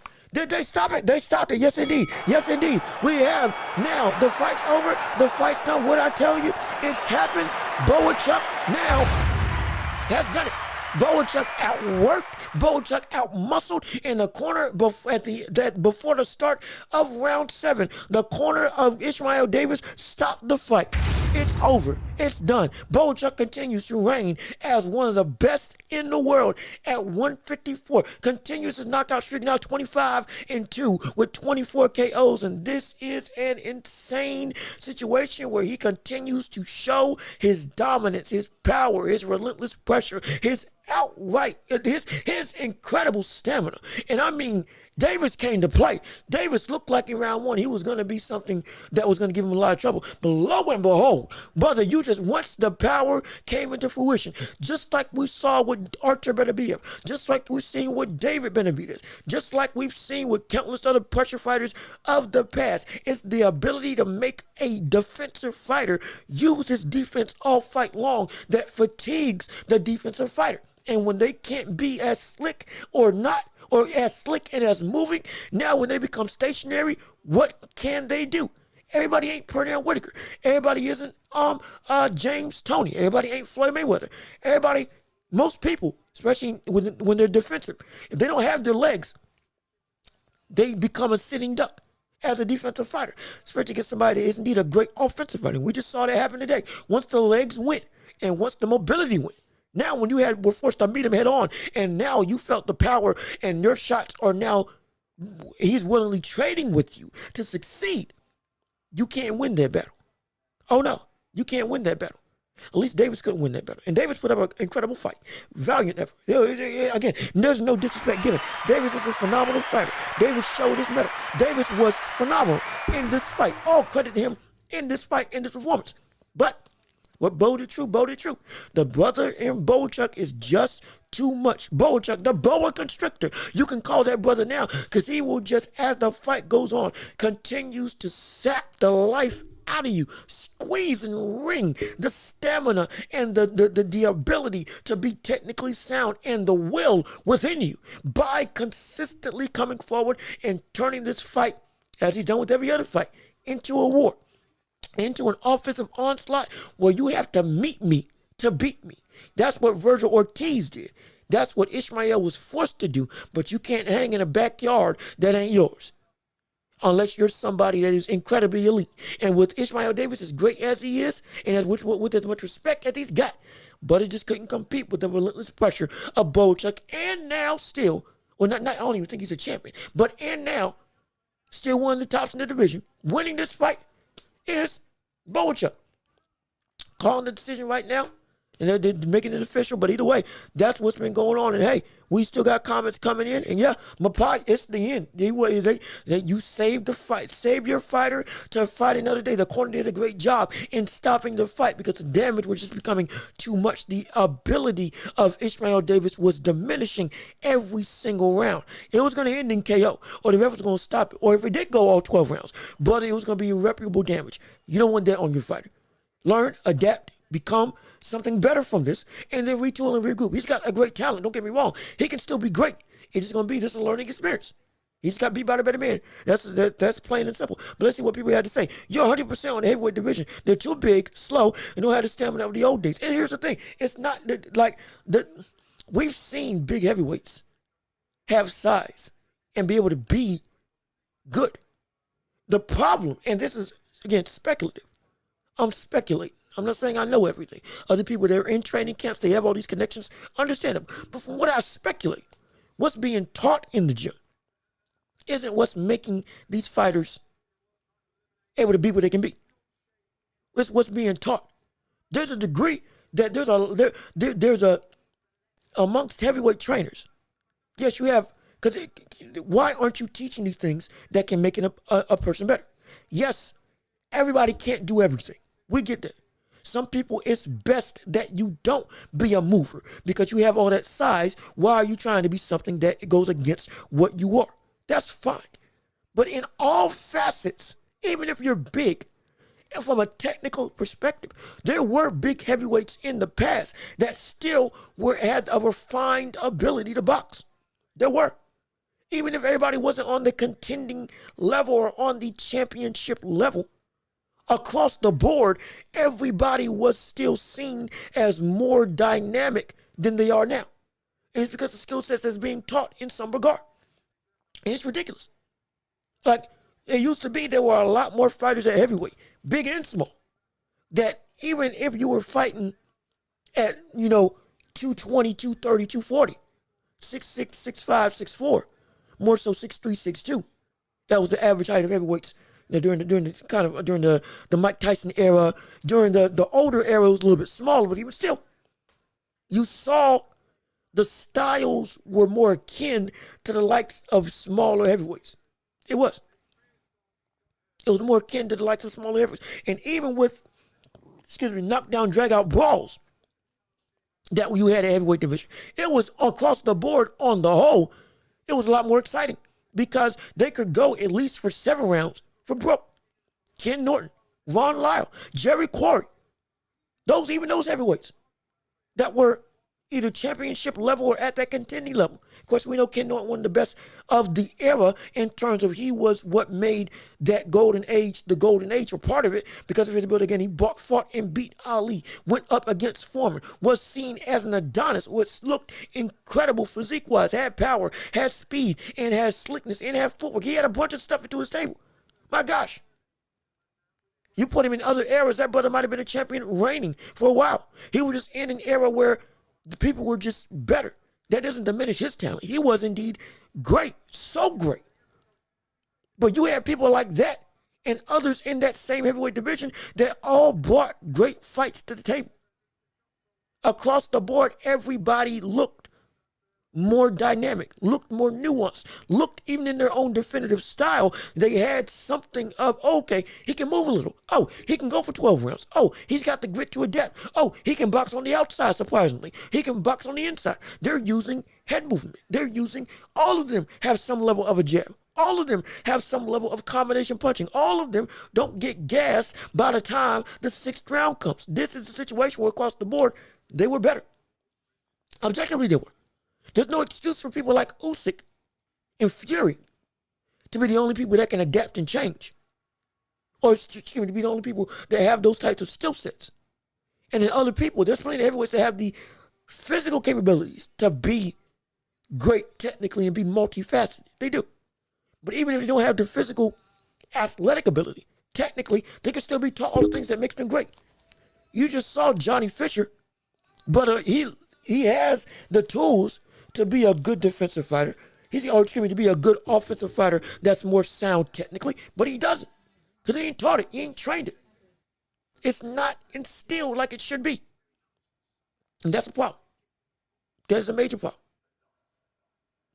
Big Bang Zhang, a great technical boxer. Yes, he has stamina issues like we talked about. But even still, within that stamina, what has he done? He's become a great puncher, a great nuance puncher, a phenomenal jab, a great counter puncher. He can come forward. On top of that, when it comes to defense, he's got great head movement. It's not exaggerated, but it's always timed and it is slick. The brother can come forward and still get out the way. His blocking is elite because he can catch punches. He's got that old school guard where he can go and essentially that rear guard of his where you use the palm of your glove and essentially the cross between a cross guard and a Philly shell of sorts and catch punches. He used to do that back in the day. He applies that to his own game. That's how he beat Joe Joyce twice. And so you've got people in today's game that show semblances of old styles of great technique in multifaceted dimensions. But on the whole, they don't do it. If they did it, especially with the amount of time, training, and legitimate ability, and with just the natural progression of boxing as a sport, with athletes being better, because objectively, there are better athletes. In terms of like size-wise, you got people that, my gosh, you would never thought somebody of Fury's height and weight, could be able to do what they could do. But they're doing what they can do. And so it's like, you see that there's a potential that we can still be, with these bigger heavyweights, still be great. Still have, not be as great as the old days, but you still see, okay, the greatness is still there. But now, it's not. Size is everything, and size is the only thing. And with Usyk being the dominant heavyweight today of this generation, hopefully that changes some things and helps people to see, wait a minute, maybe size ain't the only thing I need to be. Maybe size isn't what wins everything. Technique is what truly wins the day. Size with technique makes you hard to beat. Size with technique makes you incredible to beat. Size with technique should make you unstoppable. But because most people don't have size, it's a major problem. Yeah, they were better. They were objectively better. They were. And it's not me trying to bash and say, oh, I want the old days. No, I'm saying objectively it's true. Not because of bias, but because go watch a plethora of most old era heavyweight fights specifically. More than likely, they looked like light heavyweight and or super middleweight style fights, even 154 style fights, instead of what we see now, which is lumbering fights, lumbering big shot type situations. Heavyweight's a different scale. We get it. I'm not diminishing that. But what I am saying is the fact that heavyweight on the whole should be better than what it is now. And with Usyk, he's changing the game. Usyk is literally 6'3", 226 with 78-inch reach. Usyk's built like Muhammad Ali. Ali was a little lighter. Yes, he was. Especially in his prime. In his prime. Ali was lighter. But in terms of 6'3", 80-inch reach, and a fleet-footed fighter, again, being as generic as possible, Usyk's built in fights of that type of trait, of that type of ilk. Again, I'm not comparing him to Ali. I'm saying what he does and how he's built is like an Ali-type frame. They match up. 6'3", 220, 215.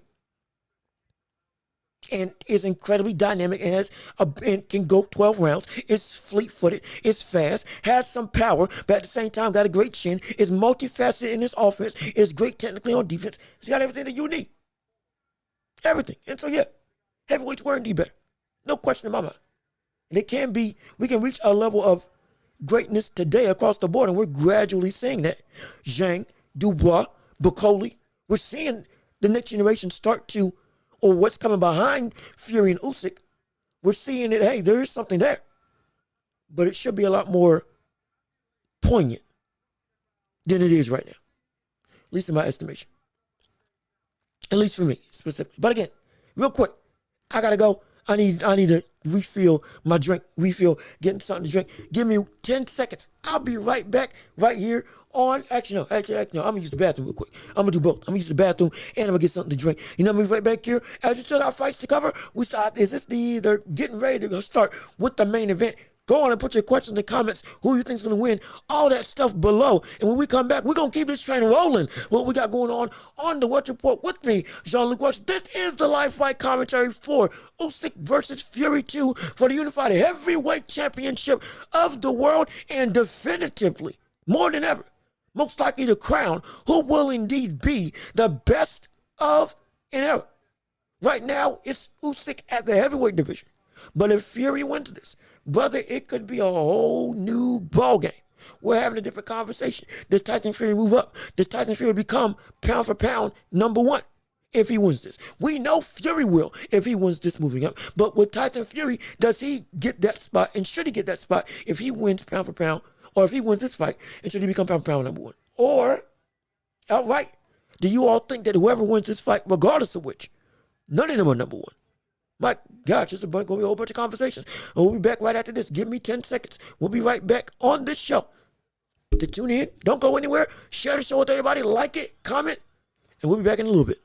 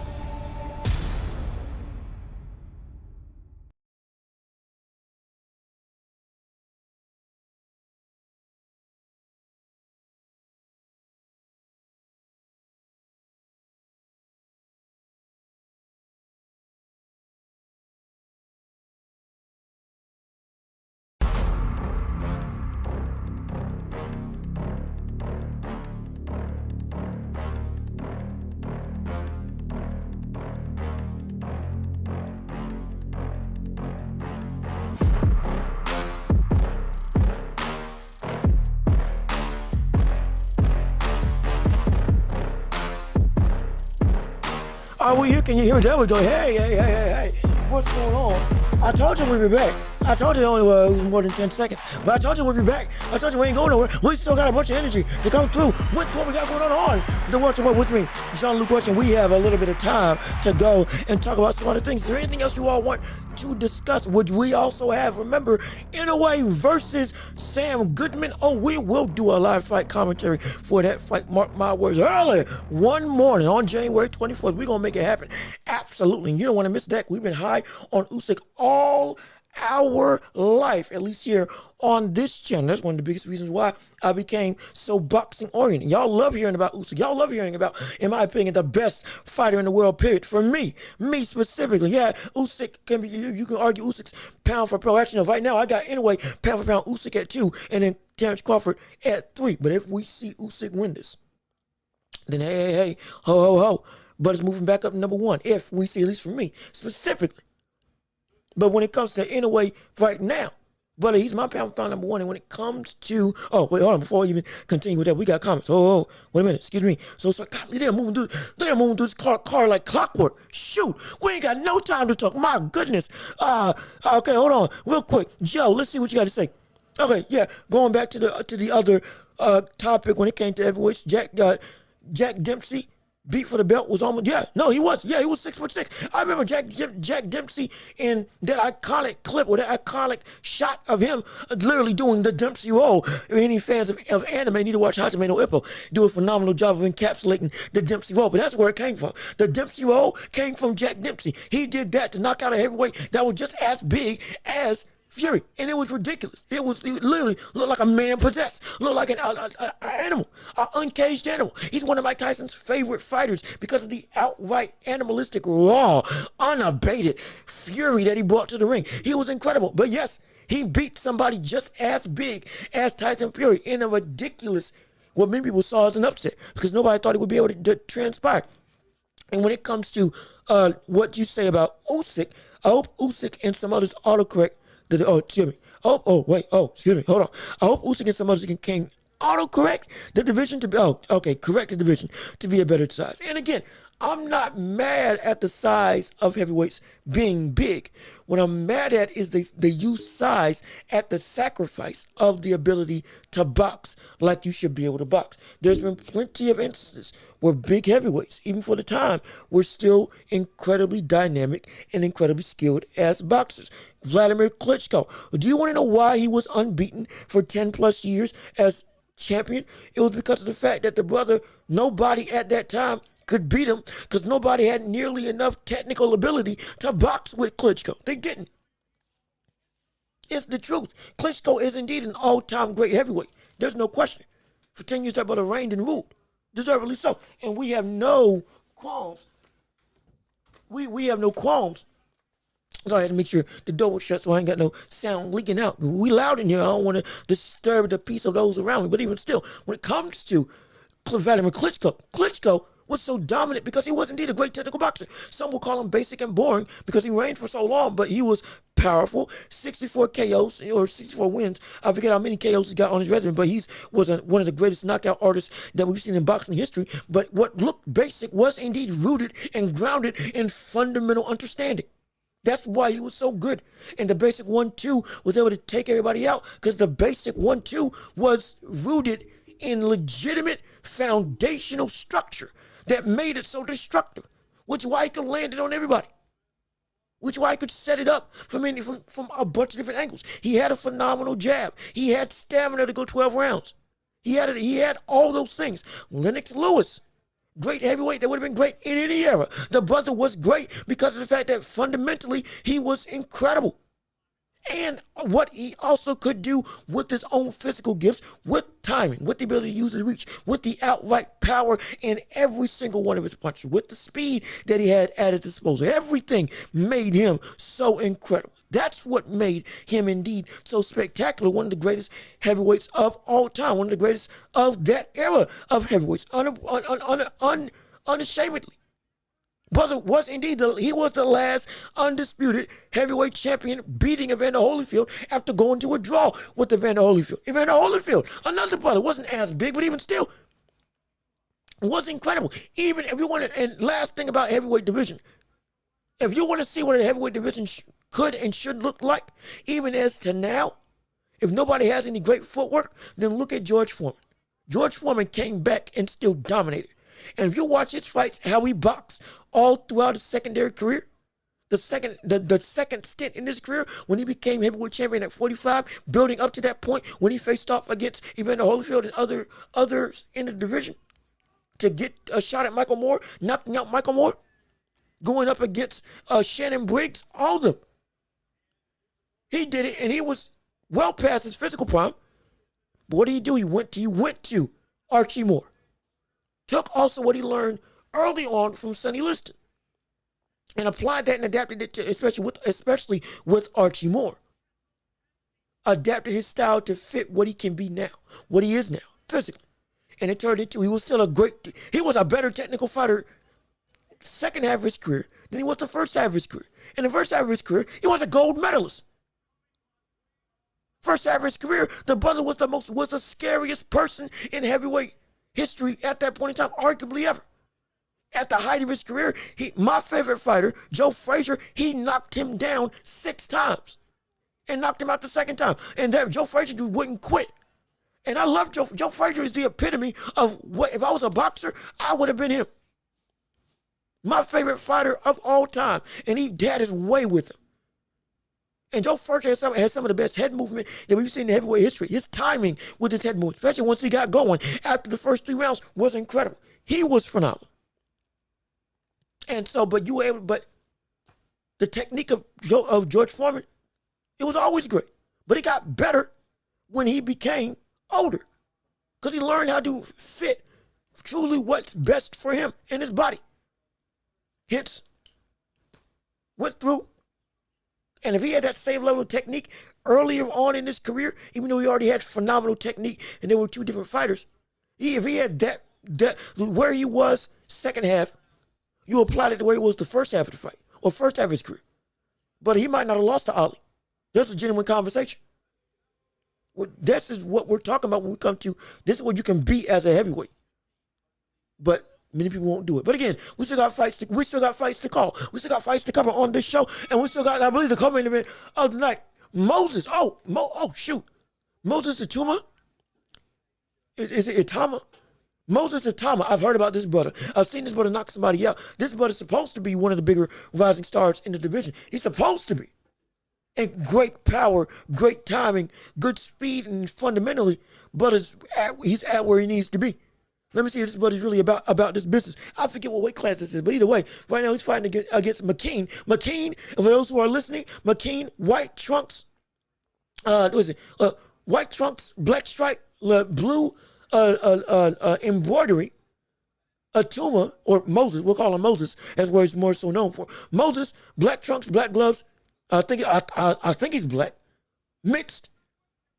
I think I'm not sure, but no, he's black. He's black or mixed, black. What's he black? The mixed brother versus the white brother in the white trunks with black stripes.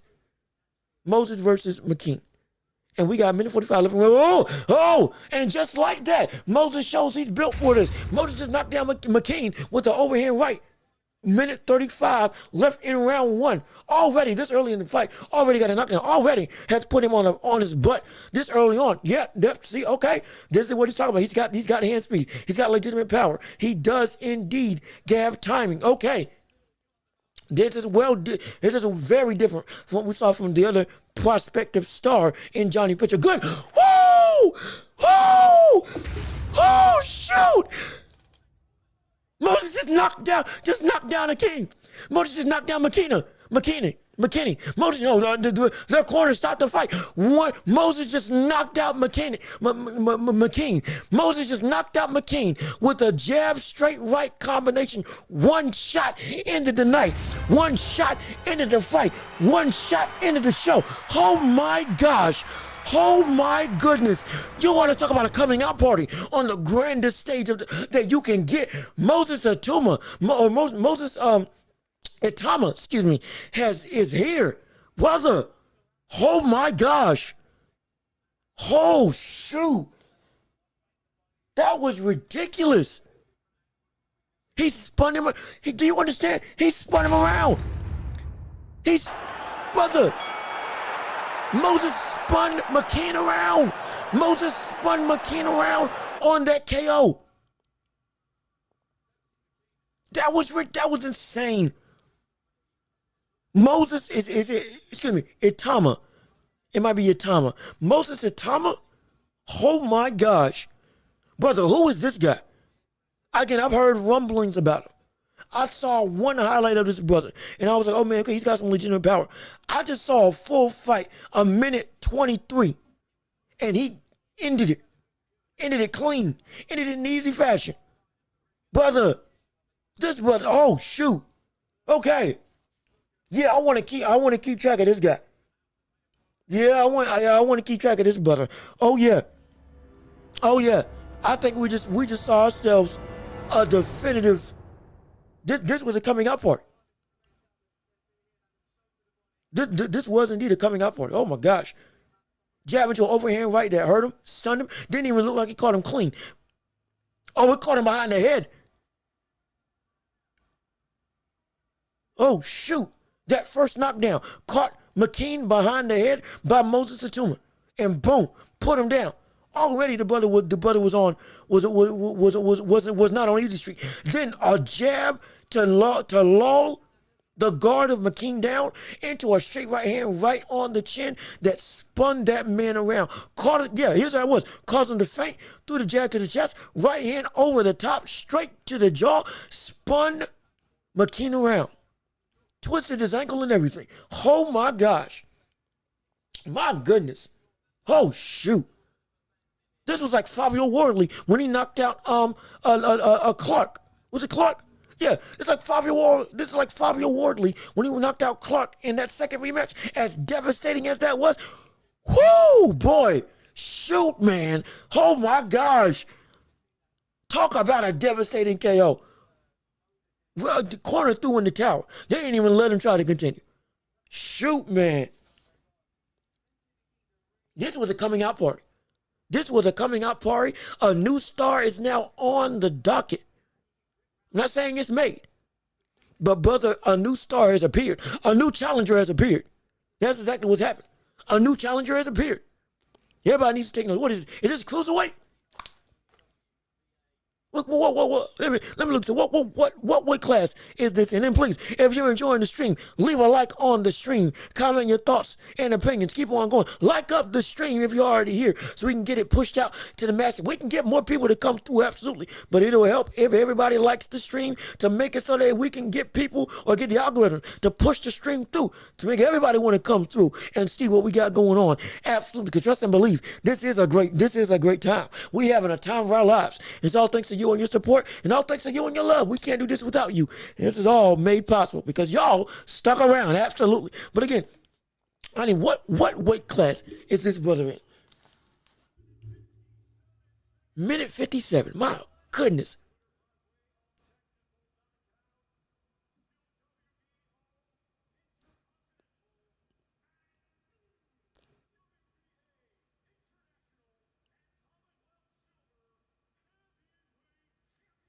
Oh. Wait a minute. Now, we were talking about prospects. Hold on a second. I didn't realize it. Oh, this brother's a heavyweight. Wait a minute now. Hold on a second. This cat's a heavyweight? He's a heavyweight? Fighting like this? That spry? That we were just talking about how the division was lacking agility, lacking size, being everything. But now, Moses is on my radar. At heavyweight now, you got 4 people that are the next generation are looking to indeed be able to shake up the boxing landscape and are up next. Dubois, who's arrived and reached at this point in time, has reached what his prime was projected to be when we thought he was going to fall flat. You have Bukoli, who just knocked out Jared Anderson, another rising prospect who was supposed to be the new face of heavyweight boxing, let alone boxing as a whole. And now, Moses, is it Moses Atama? Moses Atama. I think that's his name. Moses Atama. After this incredible KO, after this spectacular knockout at heavyweight, oh yes, he's up next. He's up next. This brother's up next. Oh shoot. Talk about, we just were saying that the division was light in action for young talent at minimum. My gosh. Again, it's one fight. We get it. Brother is still coming up into his own. But this is a major come up on a stage that we all, I do mean we all, would love to be on, to be able to show our talent. This brother showed our talent. Oh, shoot. My gosh. Great day. Oh. Brother, that's a perfect table setter. That's a perfect table setter. And with that happening, now I believe it's time. I believe we're here. Ladies and gentlemen, share this stream with everybody you know. Share with everybody. I don't care who, if they watch boxing or not. Get them invested. Because we are now in the midst of covering the heavyweight championship of the world. The unified heavyweight championship of the world. It is up next. The main event is here at 4:58 on the dot, let alone 5 o'clock on the dot. Brother, you want to talk about timeliness? They ain't messing around when it came to this boxing thing on this card. Ain't no lull period. Ain't no waiting. We are here at the biggest event of the night. USYK versus Fury for the unified heavyweight championship of the world. It's now time. We're now here And we've been waiting all year long. We've been speculating all year long. We've been looking all year long to see what exactly would transpire under the guise of fluke or legitimate outclassing. Everybody's been speculating about what's going to happen. Now we're here. And the winner of this fight will indeed will be cemented, most likely as the best heavyweight in the world. And pound for pound number one. Most likely. Actually, let me rephrase it. If Tyson Fury wins, would we put him as the best in the world? With Usyk, pound for pound number one, no problem. Objective. With what he did at cruiserweight, what he did at heavyweight, the names that he went up and checked off the list and beat and knocked out, banger after banger after banger after banger, consistently without question, and in a timely fashion. Yeah, all that with him beating Tyson Fury elevated him to number one outright. Tyson Fury, even as champion though, wasn't in the pound for pound top 5 for many people's eyes. So now we're here. If Tyson Fury wins this fight, should we put Tyson Fury as number one? Or should we not? Because for Usyk, for me, and you're right, Charles, what's going on? How you doing? Appreciate you coming in on the show. Glad you're here at this humble abode, joining in on the stream for the Welch Report with me, Jean-Luc Welch, on this live stream. We've been here calling all the fights, calling all the action, having debates left, right, and center. And if you would, leave a like while you're here to go on and help set the stage, set the table, get this shared to everybody that you can, because this is the show you don't want to miss out. Right, but now, when we look at this landscape of boxing, when it comes to the heavyweight division and Fury, if Fury did beat Usyk, would you put him as pound for pound number one? Or would you not? Because for me, if Usyk wins this fight, he gets back up to the number one. He gets back up to that number one situation. Usyk beating Fury the first time, with what he did all the other times, boom. Deservedly got him up there. Tyson Fury, however, was never in the pound for pound tops conversation in terms of top 5 and above. I never had him there. And so for me, if he beats Usyk, I would have to, wouldn't I? Well, no, I wouldn't, would I? Because in a way, it's objectively better. Like, in a way, in all factors, in a way, it's objectively better. There's no conversation for pound between them. In all factors, Terence Crawford is better. There's no conversation for them pound for pound. In all factors, Bam Rodriguez has accomplished more and done more, even in this short stint in his career. And Tyson Fury, for the past couple years, up until the Usyk fights, was avoiding competition. But if he beats Usyk, it's gonna be he beat Usyk. Oh gosh, shoot.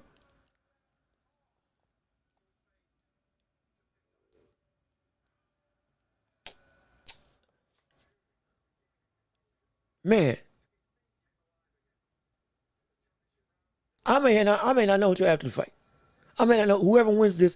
I don't know where to elevate them to pound for pound. Right now, I'm struggling. I'm struggling to think of where exactly they should be. But let's see. Charles, what you got to say? I'm not that old. I'm not that old that I got to see. Wait, hold on. I'm not that old that I got to see Ali Frazier. Wait a minute. I am that old that I got to see Ali Frazier. Wait a minute. Hold on a second. Excuse me? I'm sorry. No, this is incredible. So, please, yes or no in the chat. Are you telling me you got to witness Ali Frazier fight against each other in the ring at that point in time? If you did, my gosh, incredible. Phenomenal. Again, I'm 26, so I've been trying to steep myself as much as I can in this media world, in this sports regime, in this trying to be all I can be to help me be as knowledgeable as I can. But there's some stuff I just didn't live through. I had to go back and watch this stuff. But you were there. Oh my, so you're 64. My goodness, brother. Well, one, I'm glad that you're here. I'm so happy that you took out time to listen to what I got to say. Little old me and the community we got going on. It's hopefully we're doing you good and I'm doing you proud to make you deem that, yeah, this is worth your time listening to. But yo, are you kidding me? The fact that you got to witness the greatest rivalry in heavyweight history, nay, arguably the greatest trilogy, one of the greatest trilogies in boxing history, between two of the best of an era, it boggles my mind. What I wouldn't give to go and outside of the, how do we say, the racial ties that were of the past. Outside of that, what I and you know, some of the amenities that we got now, you know, I do enjoy that. But what I wouldn't give to be able to go back in time for that one point in time and witness in person the buildup, the with them going back and forth on TV, the fight that broke out in the midst of the studio, them going back and forth every single time, and out and about, the outright hype that fight brought about, the hundreds of thousands of people that were tuning in between all the fights combined. I think it was more than that tuned in for all those fights. 'Cause I think it was millions of people tuned in for that fight all around. It was stupid. What that was, in a good way, phenomenal. Like, you got to live that. Oh, that's insane. That's ridiculous, brother. That's incredible. That is phenomenal. That is stupendous. That we get to see somebody that was of that time, lived that time, and legitimately experienced what the golden age of heavyweight was. What it was like to bask in that type of domain, when not only was it one of the biggest sports in the world, along with football and baseball, but there was a point in time when boxing was indeed the best in the world at that point in time. And it was the sport of America. It was the sport of the globe. And shoot, man, that's incredible. That's phenomenal. My gosh, that is truly, I'm glad that you're here. And that type of experience, it's incredible. It's incredible. That is incredible. That's what I wouldn't give to do that. Oh my gosh, what I wouldn't give to be around for that time, for the fight. Everything else, man, you know, again, I like where I'm at right now. But to be able to go travel and see that, that's a testament in and of itself. My gosh, that's insane. That is insane. The champ is down. Yeah. The champ is down. The champ is down. Down goes Frazier. Oh, excuse me. Down goes Frazier. That was a Foreman. But down goes Ali. Champ is down. We couldn't believe it. Brother got touched. And in the second fight, that was insane. The Thriller in Manila, was that the third fight? I believe Thriller in Manila was the third fight. That fight, which is arguably the greatest heavyweight fight in history, objectively, which somehow topped the first and second one. It was, I mean, just living around that time is absolutely insane. Yeah, it's absolutely insane. Yeah, and yeah, Ali, yeah. Ali, he could talk great. He could back it up.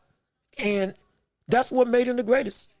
It wasn't just outside the ring that made him stupendous. The work that he put in, the impact that he had and did for people around the globe.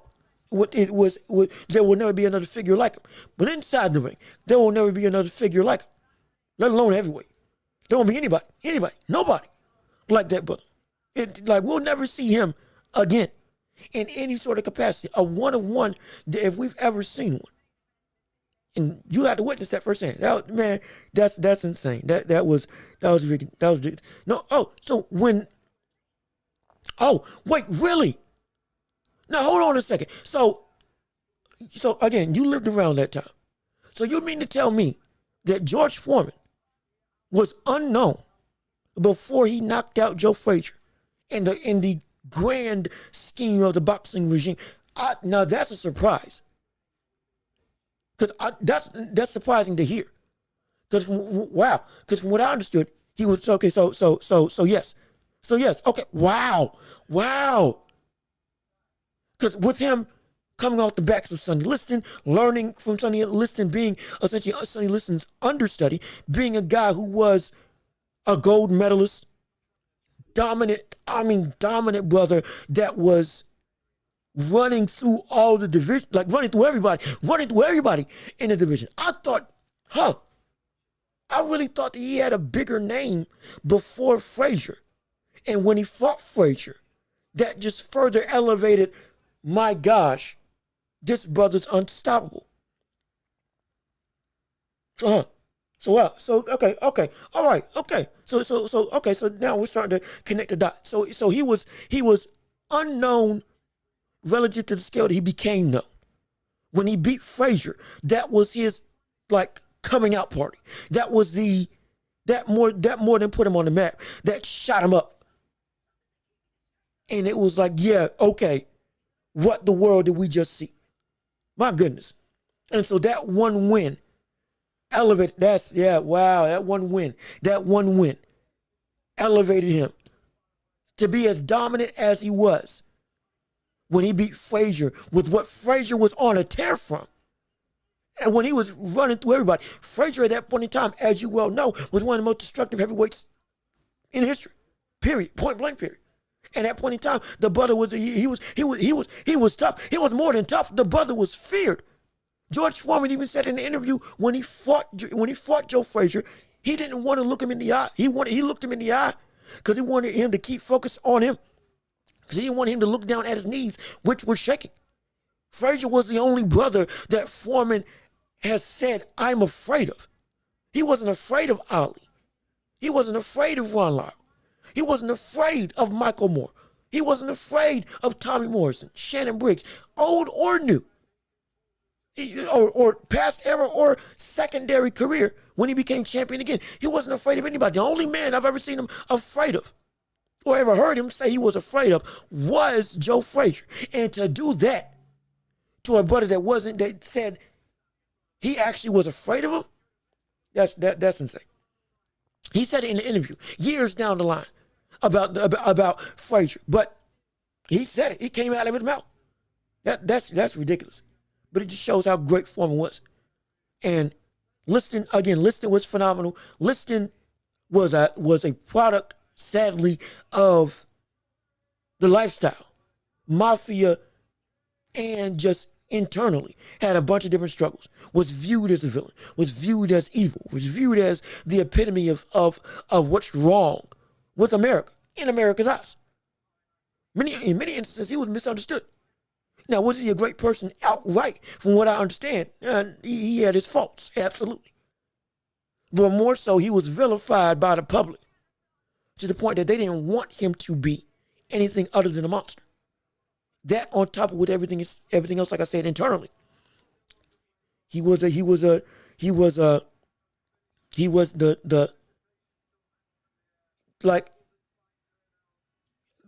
best way I can put it, he was a monster that to a degree almost didn't want to be.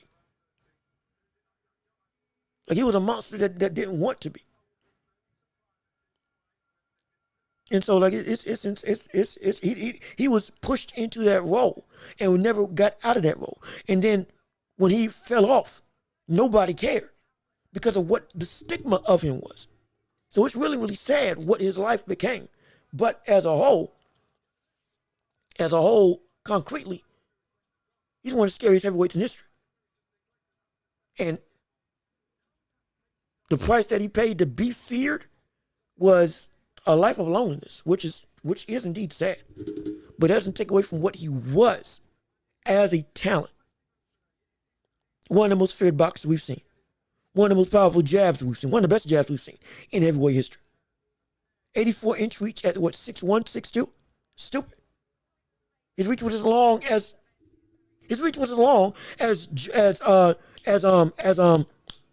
what's his name? John Jones or Tyson Fury. His reach was as long as them. But at 6'1", 6 feet flat, that's stupid. And he had power. He could reach you across the ring and take you out. Like, insane. Ridiculous.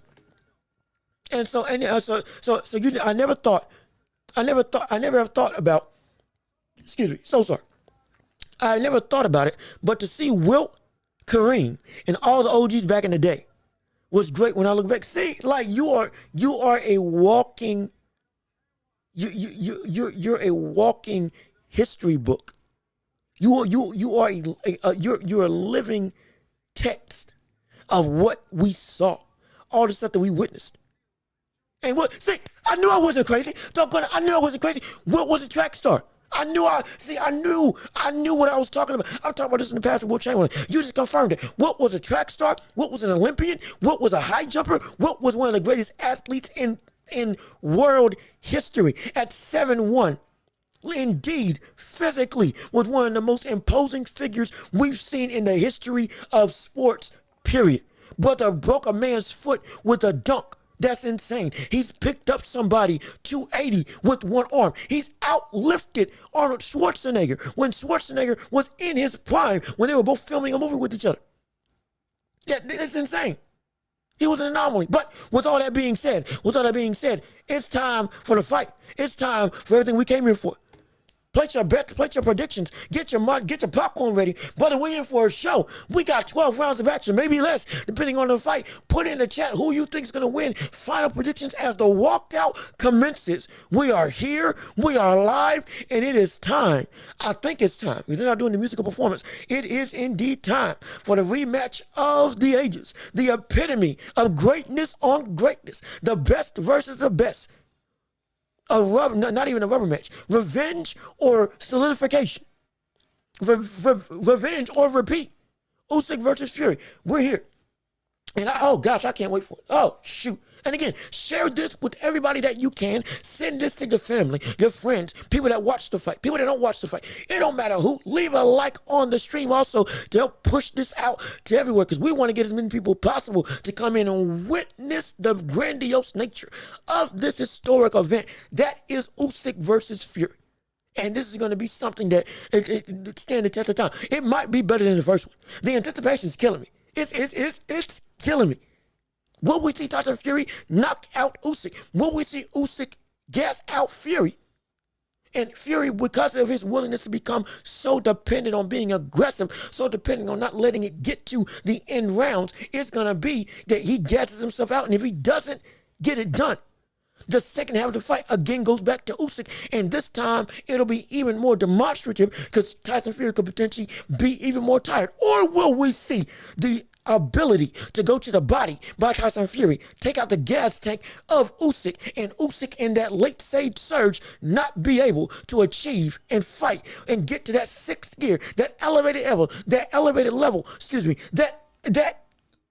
overarching atmosphere that makes it so that he's untouchable to the rest of the world? Will it be that will become inaccessible, be cut off from Usyk due to the stamina drain that Tyson Fury's going to try to use with the body attack, with the power shots, with clinching up, with making Usyk carry the weight? Will we see a more physical Tyson Fury? Will we see a more determined Tyson Fury? Or will the loss of the past still be in the back of Fury's mind? And will he not be able to adapt? Will he not be able to achieve? Will he not be able to pull the trigger as we've seen in other instances of rematches before? We don't know what to expect, but mark my words, it's going to be a fight for the ages. And again, please keep on liking and sharing this stream. And I promise you this, it's going to be a fight to remember. And for my prediction, before we get this started, I have Usyk winning this fight.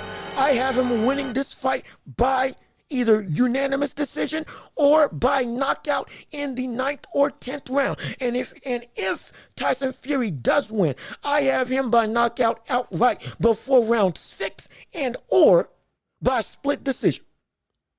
But it's gonna come down to that body attack.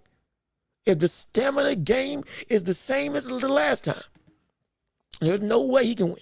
But if the stamina game is indeed on a different scale, and Fury makes Usyk have to come down to his level when the late stage of the fight comes, if the late stage comes outright for Usyk and Fury, now we're talking about a war of epic proportions. And we're talking about now we're in unknown territory. How deep can Usyk dig? Or will Tyson Fury have, like he's done every other time, adapted, figured out what to do, and completely dominate in the rematch? He did it with Wilder. He adapted to the first fight, mauled him in the second fight, mauled him again in the third fight. And the third fight was one of the greatest modern day heavyweight fights we've seen, and it capped off one of the greatest trilogies in modern day history. Plain and simple. That's what we're looking at. And with Tyson Fury, it's not out of the question that he can win. It's not out of the question that he can succeed. It's out of the question, though, whether age is finally caught up to him.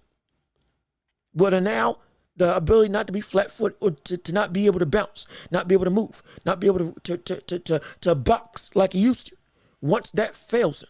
Like with Ali. When Ali got older, after Ali came back from his exile from boxing due to the wrongful banning of the war, or wrongful banning for him not going to war, which was indeed wrong. When he came back, he wasn't the same Ali. He could bounce, but he couldn't bounce for all 12 rounds. He had to pick and choose his spots, especially later on. but he still adapted and overcame. Will we see Tyson Fury adapt and overcome? But we're here. We're here, baby. We're here. I'm telling you, we're here. We are excited. This is it. If you're just tuning in, this is now time. It is now time for the undisputed, well, not the undisputed, excuse me, the unified heavyweight championship of the world between USYK and Fury. It is indeed time to go about and talk about, or rather witness history. And witness an event that we will all remember forever. And witness something that we didn't think was going to happen. Let's be perfectly honest. We didn't think this was going to transpire. We didn't think this was actually coming to fruition, let alone the first fight, let alone a rematch. We didn't think this would actually go through and happen because of what we had seen from boxing politics in the past. But now, it's here. We're here. And we're all witnesses to see what greatness is really about. My gosh, I can't wait for it. But now, I'm going to shut up. Let me turn on the TV real quick so I can hear what's going on.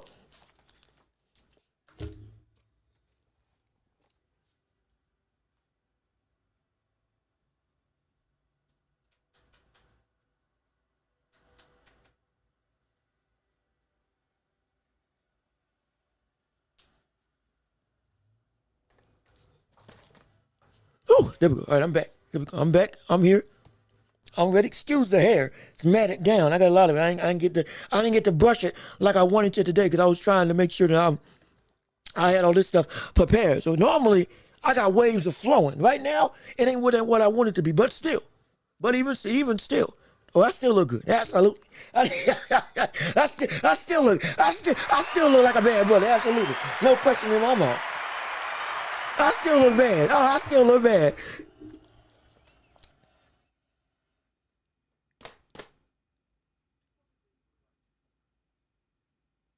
Ooh. And also, real quick, can we give credit to what they've done with hyping up this fight? Specifically with the promotional packages that they've done. Normally we see fights like this, they don't get the hype that they've deemed as due. Saw it with Don King. We saw it with other promoters of the past. Saw it somewhat in the early days of Bob Arum in the golden age and the diluted age of boxing as a whole as it trended down. But now, like, this feels big. This feels like a world event. This feels like something that I need to see.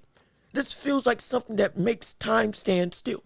This is what we want when it comes to the boxing regime. This is what we want when it comes to the sports as a whole. We want to feel like this is a can't miss event. It adds to the grandeur. It adds to the gravitas. It adds to the implications, the significance of it all. The fight is indeed all that matters. It is the fight that is the most important thing. Doesn't change the fact that we still want to feel excited for what we got going on. And this, when it comes to this, the promos, the video packages, all of that. This one with with Tyson Fury, Usyk, seeing each other everywhere they go, obsession. An inescapable need to right the wrongs or solidify the right. It's incredible. This is what should be done for all fights that are of this same grandeur. And grandeur of this magnitude should happen more often for fights that deserve it. Essentially, make the fights that we want to see all the time. We can be hyped up like this all the time. And thankfully with Turkey al-Sheikh in Saudi Arabia, they're making it happen. But here we go. Here we go. Michael Buffer. Yes, sir. Yes, sir. It's a big event when his brother's in town. $1 million to say, let's get ready to rumble. Oh, shoot. Wait a minute. Hold on now. I don't want to get sued. Let me make sure I don't get sued.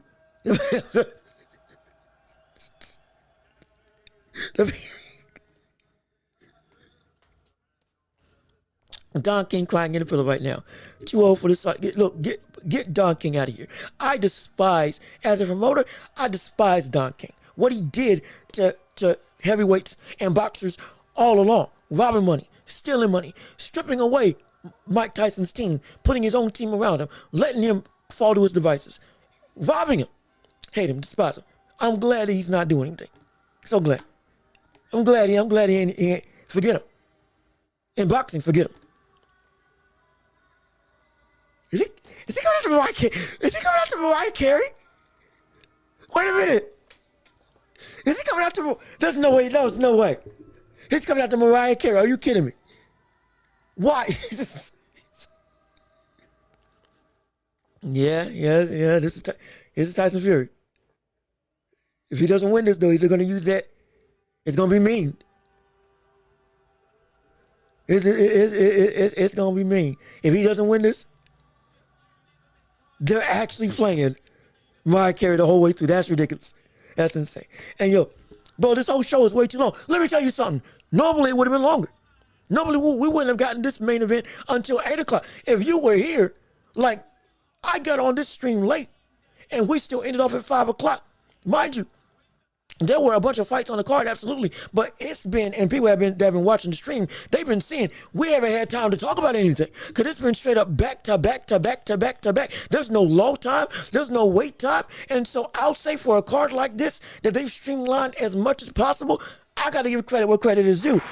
They did a job in keeping the fights going. Hey, with everything they're trying to achieve, with all as big of a card as they're trying to make it, brother, they are like, I gotta give credit. It's a long show, but it could have been, it would have normally been a whole lot longer. But I ain't had time to breathe, let alone go to the bathroom, because it's been always, every time a fight ends, we have 5 minutes, and then another fight came about. So I at least enjoy that. Maybe I would have liked a little bit longer of a break just to kind of digest, and so I can talk to you all a little bit more, but even still, I'm not upset, because a card like this that normally would have been up until 8 o'clock, 9 o'clock, 10 o'clock.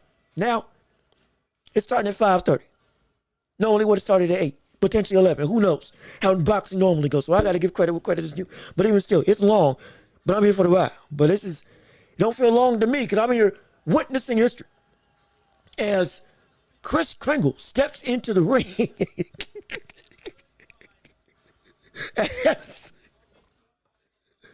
St. Nicholas himself is what it's looking like with Tyson Fury. Christmas themed robe and all. All he had to do was dye his beard white, and he could have had the full thing. But yeah, he's dressed up. He's dressed for the season. He's dressed for the season. I'll give him that. But is he going to get a present, or is he going to get cold? Literally, it's all on him. And I still don't know what his body looks like.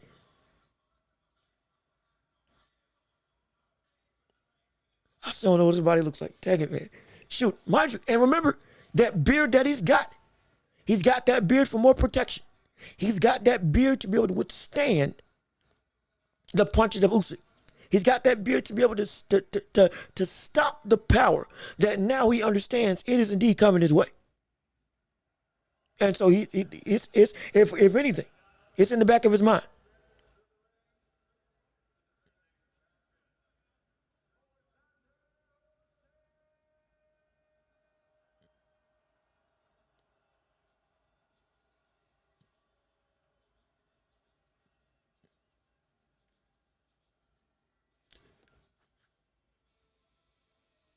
Oh, gosh, brother, look at this man. Like, what? Look at the determination. Look at it's a psychotic. It is a psychotic, what did I call it? A psychotic serenity. Look at this brother. Look at this one. It's a psychotic serenity that he's got at his disposal. It is an insane ability to seem in all instances so even keeled. I'm very feel. That is what Usyk is. He's always feel. He's always in control of himself. The moment never encapsulates him. He encapsulates the moment. Like, I'm sorry, but some people, they just got that it factor about him. He's got it about him. It's so unique, man. Like, this is, oh gosh, man. It's insane. He looks so determined. He looks so ready. Will that mean that he's gonna win? No clue. I picked him to win. I picked him to win either by KO or unanimous decision. KO in the 9th and or 10th round, or unanimous decision by the end of the fight. But even still, nothing is promised. Nothing is at a situation where anything can happen. But I'll tell you this right now, in terms of from who looks ready, brother, he looks so ready. He looks so ready, man.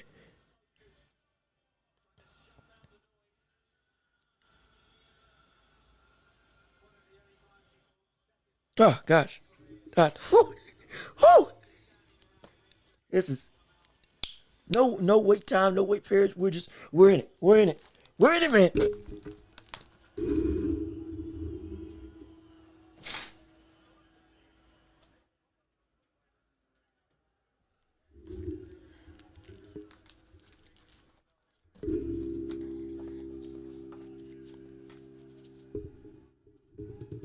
And again, if you haven't, please like the stream, leave a like and share with everybody that you know, so we can make sure that we see what's going on, or we can get people to tune in and keep on keeping on, jumping in onto this stream. Because trust me, everybody's gonna want to see what we got going on, because this is something you don't want to miss.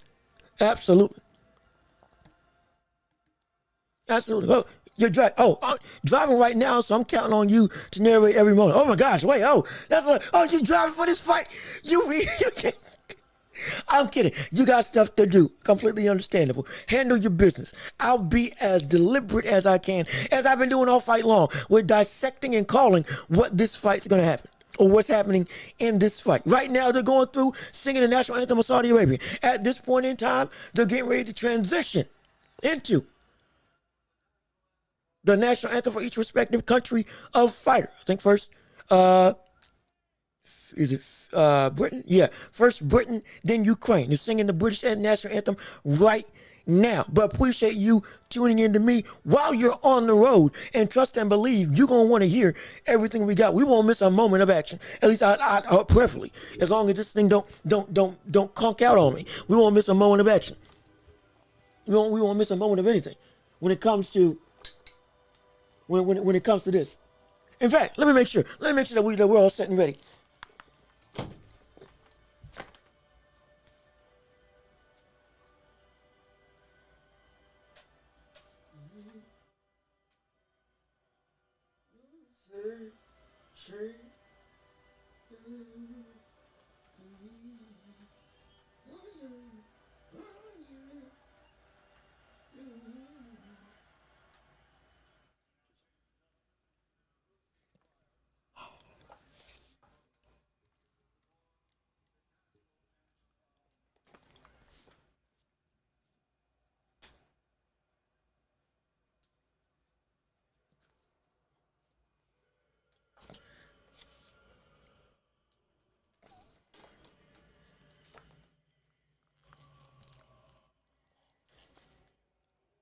All right, I've done everything I can.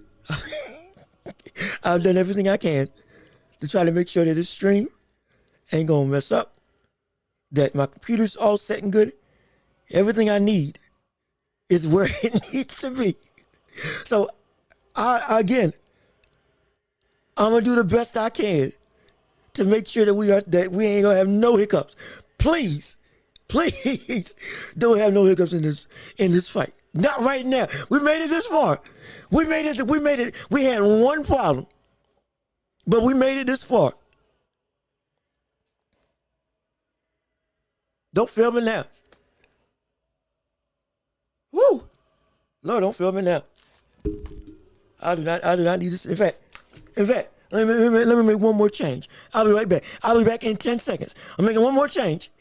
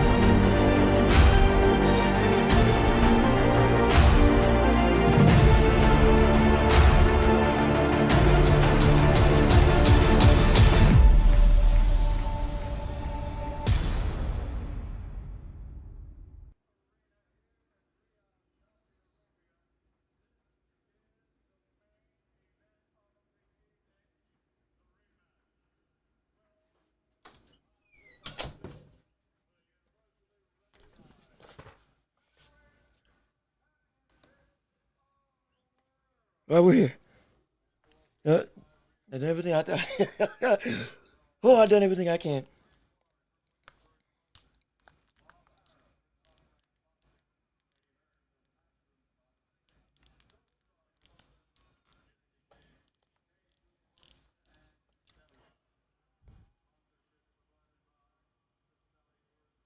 Here we go.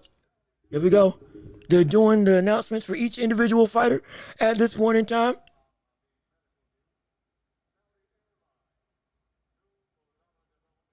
Going through the promoters or people that help make the event possible. Getting ready to go through the introductions of each individual fighter. Again, who do y'all think is going to win? Put it in the chat. Comment your thoughts. Debate. Get excited. Get mad at each other. Whatever the case may be.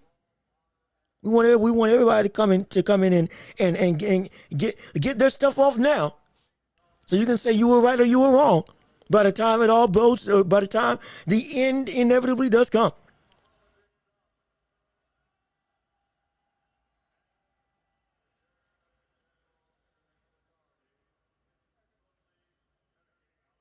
All right, yep. They introduced Turkey LIVESTREAM.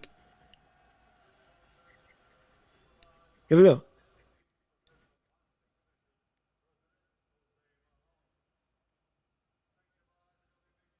Sanctioned by WBC. Oh, yeah, they're just running through. So we're going through the superlatives right now. We're going through the basic stuff.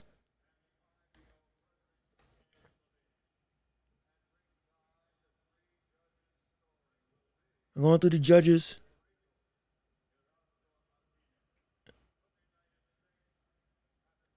I guarantee, brother, if the judges mess up this fight, let's talk about that.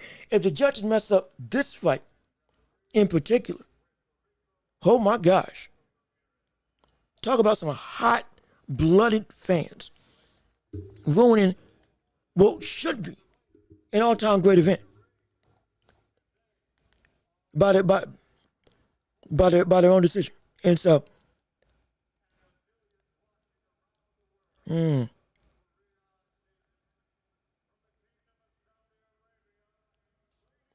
and gentlemen, here we go. Here we go. He said it. Let's get ready to rumble. Yes, indeed. Oh, yeah. Oh, yeah. Let's get it started. Michael Buffer just got paid not 100. Michael Buffer just got paid $1 million to say that one phrase. Training under Sugar Hill and now introducing Tyson Fury. For those who are listening only by ear. 36, let's see, 34. Yep, 34-1, 1-1. One loss, one draw, 24 KOs on his resume. Former lineal heavyweight champion and outright heavyweight champion. Not undisputed, but even still reigned for a while. Remember, beat Klitschko in an upset at that point in time of momentous magnitude, signifying a shift in the heavyweight division as we knew it at that point in time, shaking up the landscape forever. Seeming indomitable. Having his trilogy with Wilder. Been through wars. Is one of the greatest of today's era. Now he faces off against his biggest test who he failed to conquer. Standing across the ring. 226. 22 fights. 22 victories. 14 KOs. No defeats. Unified heavyweight champion of the world. And at this point in time, pound for pound, top 3. And if he does win, pound for pound, number 1, most likely. Reigning and defending, undefeated. Right now, recognized pound for pound, best heavyweight in the world. Alexander Usyk. I'm telling you, the Ukrainian assassin, the psychopathic. Relented. Give me 1 second. Yep, this is exactly what I was. This is exactly what I was afraid of. We're gonna get good. We're gonna get good. We're gonna be all right. You know what I'm saying? I already know what to do. Yeah, I was bracing for this very problem. Don't worry, ladies and gentlemen. We are still right here. If one don't work, we got two. Yep. Here we go. We're here. We're back. We're live like nothing ever happened. They're taking off the shirts, stripping down. Usyk looks clean. Fury looks big, bigger than ever. Standing in the middle of the ring. Oh, he's staring him right in the face. Bug-eyed, kissing at him. Fury's kissing at Usyk. Usyk, the psychopathic simplicity of the psychopathic serenity of Usyk, staring a hole into Fury's eyes. Fury talking, slightly talking, but staring directly into Usyk's eyes as well. They are not giving any ground. They know what this is about. Round 13 of the first fight for the unified heavyweight championship of the world. We're getting ready to get started. Let's get excited. We're here. We're going. We're going. Get ready. Tyson Fury's bouncing. Usyk's praying. We getting ready to get it started. Here we go for the unified heavyweight championship and for the best heavyweight in the world. They're here. We're here. Round 1 is underway of this fight. 2:52 left in the fight. Oh, Tyson Fury tried to grab Usyk when Usyk tried to lunge on the inside and land a shot to the body. Going and pawing. Usyk pawing, circling with that jab, circling with that lead hand, constantly dotting and darting. Lands a jab on Fury again. Fury again standing his ground, not necessarily fighting back as much anymore. Looks to be more flat-footed in this fight, more deliberate in this fight than the first fight. Fury with a jab, Usyk with a jab to the body again. Going and landing, going and punching. Oh, Fury with a jab, lunging at Usyk this time. Yeah, Fury, I told you all, we were right. Fury is looking to be more demonstrative, more flat-footed, more coming forward. Not going to let Usyk back him up. He's going to try to back up. He's going to try to back up Usyk instead. 2 minutes left in round 1 of this fight. We're going in. Fury jab to the body. Looks a little bit slower. Fury's off balance a little bit. Fury with multiple jabs coming forward. Again, right now he's winning the jabbing war at this point. Straight right, straight left hand by Usyk to the body again. Continuing the game plan from the first fight with him attacking what's available. Taking the real estate that is given to him.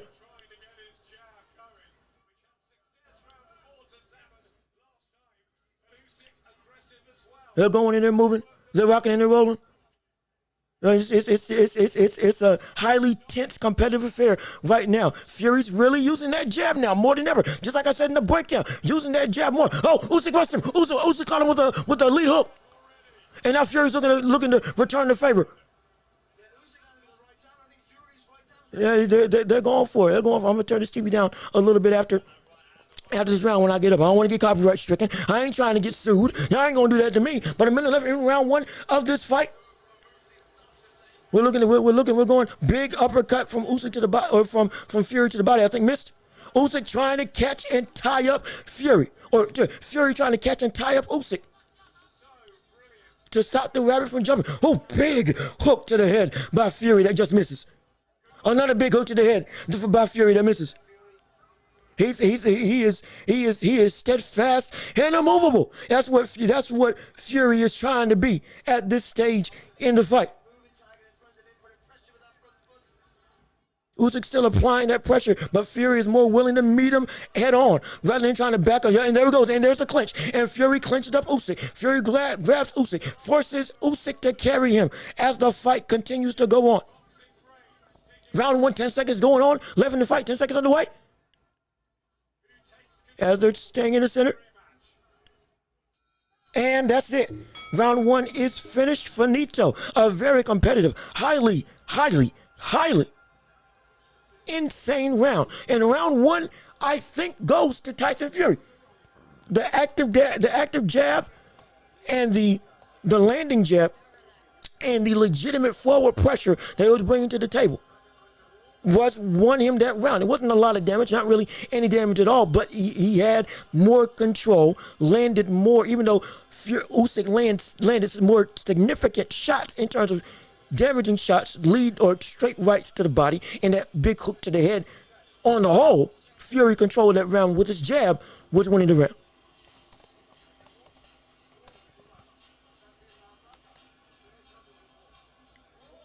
Yep, he is every time. Yep. Every time that Usyk tries to come in, Fury's going to try to grab him, hold him. And there we go, round 2 is underway. Here we go, of this championship fight. Oh, big right, big left hand by Usyk already. That one jab to the body, straight right to the head. Jab to the body by Usyk to Tyson Fury. Feinting and posturing. The explosiveness is still something that Fury cannot get away from. Jab by Usyk, but jab by Fury that lands. Jab by Fury that gets blocked. Jab to the body by Usyk that lands. They're going. Usyk still feigning, bobbing, weaving, moving. Jab hook combination misses by Fury.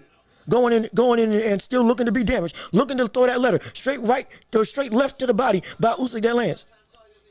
Playing the lead hand game, still being able to get on the inside. Forcing Fury to have to adapt to that awkward timing and explosiveness. Oh, big right hand that misses by Fury, but straight left by Usyk lands. Usyk right now, Usyk's winning this round. Clean. He's clearly winning this round right now. Be prepared for the uppercut, though. Be prepared for the uppercut that can still come at any moment in time by Tyson Fury. He's most likely still looking to set it up. I know he still saw the success from the first fight. He's looking to make that his MO as right now. Again, he's not moving. He's still playing like, there it was. There, just right there. Just right there. He tried to throw it. It missed, but Fury tried to throw the uppercut, but it missed on Usyk. But he's looking to go and use his physicality to win the day. He tried, off angle. Fury tripped over his own feet. Usyk landed a shot to the body again. The body worked just like, 1-2 by Usyk that lands. Jab to the body by Usyk that lands. He's winning this fight. 108 left in round 2 of this unified heavyweight championship fight. Jab again by Usyk that lands. Usyk is seemingly going out to a hotter start than he did the first time. Big straight right or big hook by Fury that misses. So here's the problem. Here's the problem. What did I say last time? I just wanted him to. In fact, actually, I'll say that before or after the round. But Fury is really throwing the leather. Usyk going to the body, taking the real estate, taking what's available, darting in and back out, being safe. Fury throws jab straight combination that misses. Another jab straight to the body by Usyk that lands. He is winning the fight. He's not backing Fury up.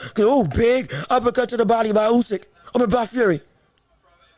On the midsection of Usyk.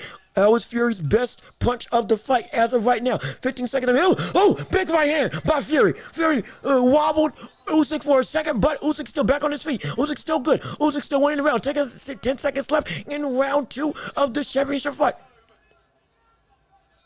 Yes, indeed. There we go. Round 2 is underway. Usyk is winning. Usyk won that round. It is now 1-1 on my scorecard of this fight. Tyson Fury is being flat-footed. Tyson Fury is throwing the heavy letter. Tyson Fury is indeed doing what I said he should do in the breakdown, which is throw the leather, go to the body, clinch up, be more. Push him back by using your power. Push him back by using your size. However, there is a caveat. Even though he's having success in terms of Tyson Fury, even though he is getting to the range where he wants to be, the issue is, will he tire himself out? Similar to Johnny Fisher early in the fight, and similar to what we saw with him versus Deontay Wilder. We're seeing Fury load up a lot on nearly everything. If that bodes true with him looking bigger than he's ever looked right now, the flab is indeed there more than it's ever been, more than it was in the last fight, significantly more. Now, is he going to tire himself out by that second round burst if he can't get him out of there like he's looking to do right now? Round 3 going underway. Usyk feigning with a jab that gets through the guard of Usyk. Hook to the head by, hook to the head by, I think Usyk that missed. It missed. Hook to the head by Usyk that missed. Big. Oh yeah, he's galloping towards him. Fury's galloping towards Usyk. Fury's got Usyk on the ropes. Got Usyk running back on the ropes. Usyk was complaining about a shot to the back of the head. Fury is looking to take the front foot definitively. He wants to be the man that pushes Usyk back. Double jab by Fury. One jab gets through. Jab right hand that gets blocked by Fury. Or blocked by Usyk. But it's still, right now, Fury's in control. Usyk is indeed bigger. Good straight left hand to the body by Usyk when Fury was coming in on the inside. Again, Usyk is a buddy who can counter you. Straight left hand by Usyk that gets blocked. But now he's got Fury backed up to the ropes. Fury is not looking to dance. Fury is looking to fight. Fury is looking to fight. Official scorecard, or the unofficial scorecard, Anthony Joshua scoring this fight. Also, for those who didn't know, Anthony Joshua got this fight 2 rounds for Fury, only 1 round for no rounds for Usyk, which is objectively wrong. Oh, they tied up. That Fury is still looking any chance he can get to get the clinch. 1 minute 25 left in round 2 of this fight. Left hand by Usyk misses. Another left hand by Usyk misses. Oh, good shot to the body by Fury after he slipped a shot from Usyk. Oh yeah, it's there for him. Usyk is indeed with a different Tyson Fury. He's more deliberate. He's more focused. He's more dependent on the power. That's what Tyson Fury's looking for. Attacking the body, jab to the body downstairs by Tyson Fury. Pawing and jabbing. Straight left hand by Usyk misses. Oh, straight left by Usyk misses again. But he's getting closer and closer. He's able to throw that more and more because he's starting to get within the range. Straight left to the body by Usyk. Straight 1-2 to the body by Usyk. Jab to the body by Fury. I think right now Fury's winning this round as of right now. Usyk's getting towards the end of the round. Usyk's starting to get some momentum and get some ability. Good shot to the body by Usyk. Good hook by Tyson Fury. Good shot to the body by Usyk.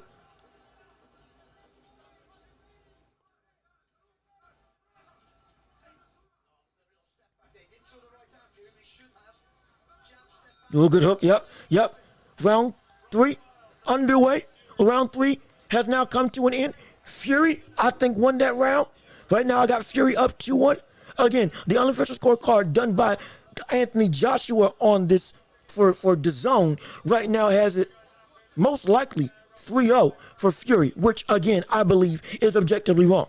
But right now I have it 2-1. Tyson Fury is up. Usyk has the best success to the body in the second round. Tyson Fury, though standing his ground, looking to land hooks and really sit down on the shots, is having the success. It's seemingly is not giving ground and giving control. And on top of that, attacking the body whenever available, he's making sure that he's sapping the energy of Usyk for when the later round does come. Now, you got to carry me. That's what he's looking for.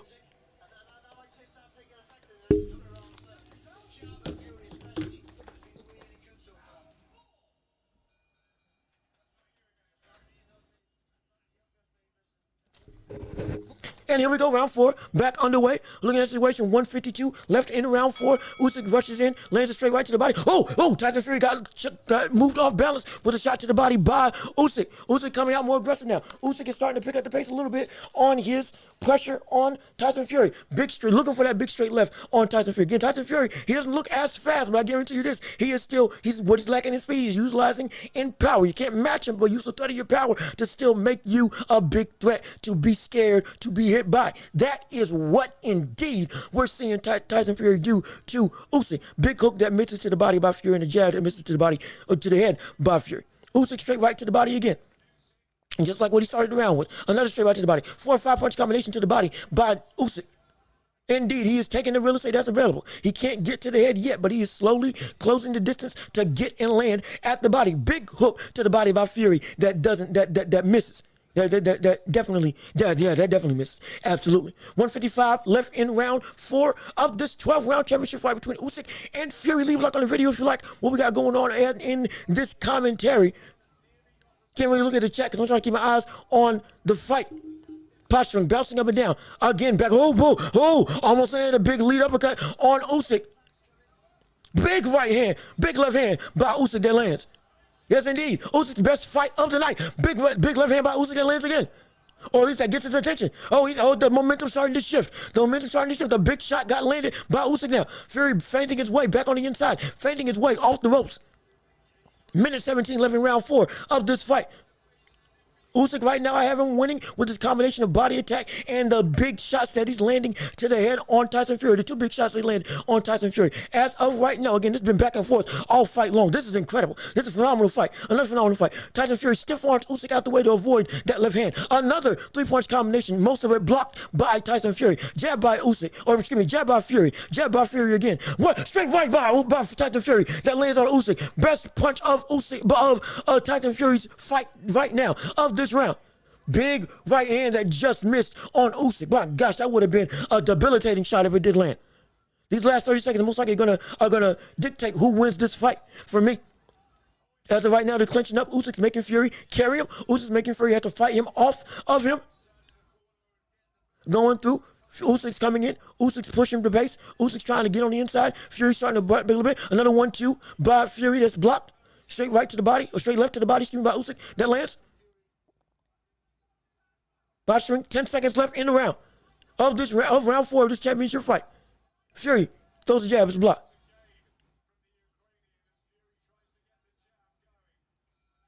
Woo! Woo! And here we go. I got Usyk winning that round 4. Again, the committed body attack on top of the ability to land the two best shots of the fight. Tyson Fury had the best shot overall with that straight right catching Usyk when he was coming in. But on the whole, Usyk, in my opinion, had the better body of work, had the more consistent work, and was being more deliberate and effective with his attack to the body and with his ability to both of them are still fighting for who has outright control of the round. But in terms of production specifically, excuse me, I think Usyk took this one. But I tell you what, this is a different Tyson Fury than we have seen before. This is a different Tyson Fury. This is the evolved Tyson Fury. This is the change we were talking about. This is what we were saying about Tyson Fury. Will he make the difference? Will he make the shift? Will he go and turn himself into a different animal when it comes time to be called upon? Is the fire back? And the fire is indeed back. There's no taunting. Oh, big right hand. Tyson Fury tried to grab Usyk and pull him into a right hand. It just barely misses. They're both meeting each other at the center of the ring. Round 5? Round 5 is finally going underway. 2:54 left in this fight, or 2:43, excuse me, left in this fight, left in the round. Rapid punches by Tyson Fury on the back of the head of Usyk. Usyk has been complaining about that all fight long a couple of times. Big swing by Tyson Fury. Tyson Fury is going for broke. Tyson Fury is looking to land the heavy leather on the inside. Now Tyson Fury is shelling up, no longer dancing or more so boxing. Now he's looking to walk Usyk down and land the heavy leather. Set up big shots to the body and big hooks to the head. That's what's going on. Right now, it's a situation where Usyk slips a jab. Usyk lands a jab. Usyk is going and fainting. Tyson Fury is walking his way forward. Tyson Fury is looking to go and push Usyk back to the floor. Big uppercut by Usyk, by Fury, excuse me, that just barely lands on Usyk. Oh, that's the best. That was the punch. That's the punch he's been looking for. That's the punch he wants. That's the punches that can potentially get Tyson Fury or get Usyk out of there and get Tyson Fury a TKO. Now they're clinching up. 149 left in round 5 of this championship fight. Right now going. Usyk right now is trying to use the ring, use his footwork to dance.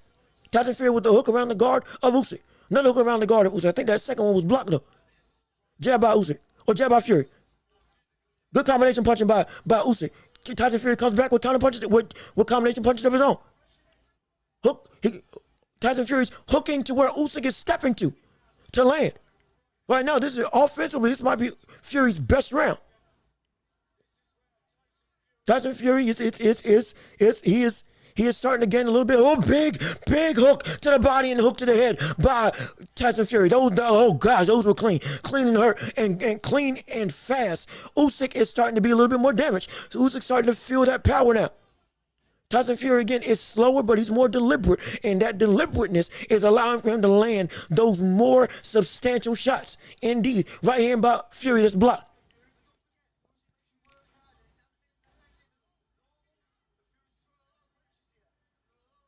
Yes, indeed. Jab. Another hook to the body by Tyson Fury. Tyson Fury is winning this round. Oh, yes, he is. He indeed is. 2 hooks to the body by Usyk. Combination punches by Usyk. A lot of them were blocked, though. Quick jab by... Oh, big shots to the body by Tyson Fury. Usyk flashes him a smile. Usyk with volume punching on Tyson Fury, but Tyson Fury is blocking the majority of it with that high guard. It's a loose guard, but it's still blocking the majority of his shots. Now, Fury's starting to step up the pace. Fury's starting to come and be more demonstrative. Fury is really landing that heavy leather. Two shots by Usyk that missed. Left hand by Usyk that doesn't land. In the round 5. And right now, that was Fury's best round. That was Fury's best round to date. Tyson Fury was going in and walking down Usyk, was throwing heavy leather. When Usyk would try to go and throw combinations, instead of leaning back, he would completely shell up in terms of Tyson Fury and then walk him back down. Go and attack the body with big looping shots, hooks to the body and following up with hooks to the head, throwing the hooks to where Usyk is stepping to catch him around the guard. Oh, he's got a game plan. Oh, they've adapted and changed. Hurt and pain is exactly what Usyk said he wants to bring to the table, and that's exactly what he's bringing. That's exactly what he's bringing right now. And so at this point in time, I got the card: round 1 Fury, round 2 Usyk, round 3 Fury, round 4 Usyk, round 5 Fury. They've been going tit for tat, back to back, ever since the fight's been starting. Right now it's Fury 3 rounds to 2 on my scorecard, and Fury has control, or looks like he's gaining control. He's eager and ready. Round 6 comes into play. This is where the end of Fury's momentum came and Usyk's momentum started in the last fight. Combination punch by Usyk. I think it was blocked for the majority of it. Jab by Tyson Fury. Tyson Fury now starting to bounce. Now starting to bounce forward. Now starting to use that footwork. Okay, wait a minute. Maybe he saved some of that bouncing energy for the later half of the fight. Now he's starting to using that jab to go on Paul. Using that jab to posture Usyk as well. Jab by Fury that misses, but jab that is gaining real estate. Jab that's gaining control. Usyk slips another jab by Tyson Fury. Going in, jab by Fury that's blocked. Going through Fury's flat-footed style. Big right hand by Fury that's partially blocked but landed still. Big left hand by Usyk that pushes Fury back, but it still doesn't land clean. Oh, it's getting competitive. I tell you what, it's getting close and competitive. Right now, Usyk is feinting and posturing, trying to get inside. Fury feints the uppercut and gets Usyk to react. Usyk with the jab, palm jab, straight left to the body straight left to the chest, by Usyk. Hook to the head on Fury by Usyk. Right hand by Fury that lands flush.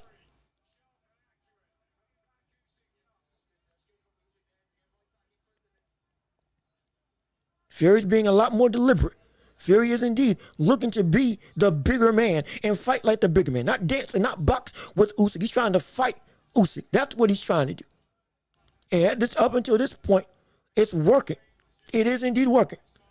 Standing his ground. Usyk misses a straight left hand. Combination punches by Usyk. Some got through, but a lot of it was blocked. Right hand by Fury misses, slipped by Usyk. Going through punching, going through waiting. Fury's jabbing. Usyk went down to the body. Right hand by Fury. Jab by Usyk that lands. Short right hand by Fury that lands. Gets through the guard. Oh, good uppercut by Fury, and then clinches up again on the inside, forcing Usyk to have to feel the weight of him on his shoulders. 30 seconds left in round 6 of this championship fight. Big left hand by Usyk. It had Tyson Fury on wobbly legs. It had Tyson Fury on shaky ground. Tyson Fury felt the power again, whether it was off balance or not. The power again, it was landed and is successful on Tyson Fury. Another left hand by Tyson Fury. This one is really effective. Tyson Fury is in trouble. Tyson Fury, there's something there. Something's there for Tyson Fury. Something's there in terms of the pain that Usyk is inflicting. It is landing. Another jab that lands that counter Fury. My gosh. Oh my goodness. Great day. Shoot. Hot. Woo! Like, are you kidding me? Are you kidding me? Right now, Tyson Fury won that round. But the later stages, again, what happened. The shift is starting to take place. Yes, indeed. Oh, yes, the shift is happening. A shift is happening. Fury won that round, but Usyk gained momentum. Fury won that round, but Usyk gained momentum. Fury won that round, but Usyk indeed gained momentum from that fight. Usyk from the punch, the lead left hand that did indeed rock Usyk. It did indeed hurt Usyk. It did indeed catch Usyk on the nose and had him wobbled, off balance, had him hurt. And the other left hand that landed back after that, again, had him wobbled, had him hurt. We're looking at this is where the turning point happens. This is where the shift happens. Just like in the last fight, Usyk turned it on at the end of the round 6 and at the start of round 7. We're at round 7 now. The start of round 7, and it's getting started. Usyk just threw a 3-punch combination to the body and up top to the head. Usyk, the 2-punch combination, hook to the head that lands by Usyk. Usyk is at this point in time being the more demonstrative fighter now. At the end of the 6th round into the 7th, he's gaining ground. Another left hand lands by Usyk. It's happening. The shift is changing. The shift is changing. A tide is turning. Tyson Fury looks a little more hesitant. Usyk looks a little more. There's something different. The shift, just like you see it in the ring, happened in the last fight. It looks like it's happening again in this fight. 2:19 left in round 7 of this fight. Another left hand by Usyk that lands. Fury's gotten a little bit more hesitant with his offense. Good hook by Fury that lands. Jab misses by Usyk. Jab to the body by Fury that lands. Usyk bouncing, Usyk posturing, Usyk looking to get an angle. Straight left to the body, lands or misses by Usyk. Straight left to the head, misses by Usyk. I'm telling you, I think this is what we were talking about. Usyk still had enough to up the gas tank, up the pressure. And now Fury isn't throwing as much. Fury ain't throwing as much. Fury, the offense and the Fury's starting to walk backwards. Fury's back is on the ropes. Great right hand by Fury. Usyk's still winning the round as of right now. It's still close enough that Fury can take it. 1:20 left in round 7 of this championship fight. Jab by Fury. Big left straight misses by Usyk. My gosh, you want to talk about a fight that looks completely different, but it looks exactly the same. Then when I'm looking at this, jab by Fury that is blocked. Jab by Fury that's blocked. Going through 57 seconds left in round 7. Usyk had the early success in the round. Big left hand by Usyk again. That lands. Has Fury reacting. Has Fury wincing. Here we go. The motor is hit. The 6 gears being caught. Fury's output is getting lower. Usyk's output is starting to pick up some more. The energy that Fury doled out in the first half of the fight, did it take precedent because you couldn't get him out of it? And is it now taking a hold? Now your arms are down instead of holding it up. Your guard isn't as tight as it normally was when you first fought. Now both your arms are down by your side. Yep, 10 seconds left in round 7 of this fight. Fury's walking on the back foot. Fury's essentially running away. Another big left hand by Usyk. Hasn't really turned southpaw at the last second of the fight. Oh yes. Round 7 ends. Usyk won that round. It's turning, y'all. What did I tell you? It is turning. It's turning. The shift is changing again. The tide is changing again. The shift is turning again. The wherewithal of what's being produced inside the ring. The 6th gear is again being reached by Usyk and Fury at this point in time. Doesn't look like he can top it. Now Usyk does have a welt under his is it left eye? I think under his left eye. But it's still, the shift is changing and Usyk is starting to gain some momentum. And from what I see, and thank you, Baker, Uncle Buddy, how you doing, brother? Thanks for tuning in. Thanks for joining in on the show. Glad you're tuning in. Hopefully you leave the like on the stream and shared it with everybody. We're trying to make this a thing that everybody can witness and see. Absolutely. But thank you for your support. But again, we're going into round 8 of this championship fight. Oh, Usyk comes out swinging. Usyk comes out big. 255 left in round 8 of this fight for the unified heavyweight championship of the world. Jab to the body by Usyk going in again, upping that pressure, upping that intensity, upping the deliberate punching power that he's bringing to the table. Now, Fury in the last round was starting to wane in his punching output. Will that stay true in this fight? 1-2 by Fury. Left straight to the body by Usyk that lands. The 1-2 that was thrown by Fury was blocked. Another 1-2. Fury's now starting to bounce, but he's bouncing backwards. A hard jab by Usyk that lands after he slipped a shot from Fury. It's turning. 2:17 left in round 8. Uppercut that gets through the guard slightly of Usyk, but a big overhand left by Usyk that lands on Fury. It's a close round that right now I think Usyk is up on at this point in time. Grazing hook by Fury versus a landing shot by Usyk. Usyk pushes Fury into the corner, shoves him off, not allowing for him to clinch. Fury, hook to the body, Usyk straight to the head. Or Usyk straight to the body. Trading body shots, essentially. Combination punches to Usyk. Oh, head, clash of heads. Clash of heads at a minute 37. Time is called. And they're back into the action. Minute 36 left in round 8. Straight to the body by Usyk. It's been ebbs and flows all fight long. Straight right that misses by Fury. Uppercut by Usyk and a flurry of body shots by Usyk that land on the inside. Another clash of heads or near clash of heads that goes through back in. Roughly less than a minute left in round 7 or in round 8, excuse me. Usyk starting them all. Fury clinches him. Fury holds him. Minute 3 left in round 8, excuse me. Straight left in a hook by Usyk that lands. Now Tyson Fury's holding him. Tyson Fury's holding him. Tyson Fury's clinching him up. Tyson Fury's looking to impose his body on Usyk. Uppercut to the body misses by Fury. It's going. I'm wide-eyed. I'll tell you what. Excuse me if I'm too close to the camera. I apologize. But I'm just in it. Big hooks by Fury. Usyk saying, come on. Usyk saying, come on. Let's see what you got. Let's see what you can do. Big jab by Usyk that lands. Oh, I tell you what, this is just as good as the first fight that we saw. Big combination punching and a shot to the body by Usyk. The shot to the body lands. Hook, a flailing hook that lands by Usyk. Tyson Fury again clinches up. Roughly 10 seconds left in round 8 of this championship fight. Usyk is starting to jab by Tyson Fury. Goes through. A combination punches by Usyk. Round 8 ends, and I'll tell you what right now. Oh my gosh. Usyk is pulling away. Usyk is pulling away.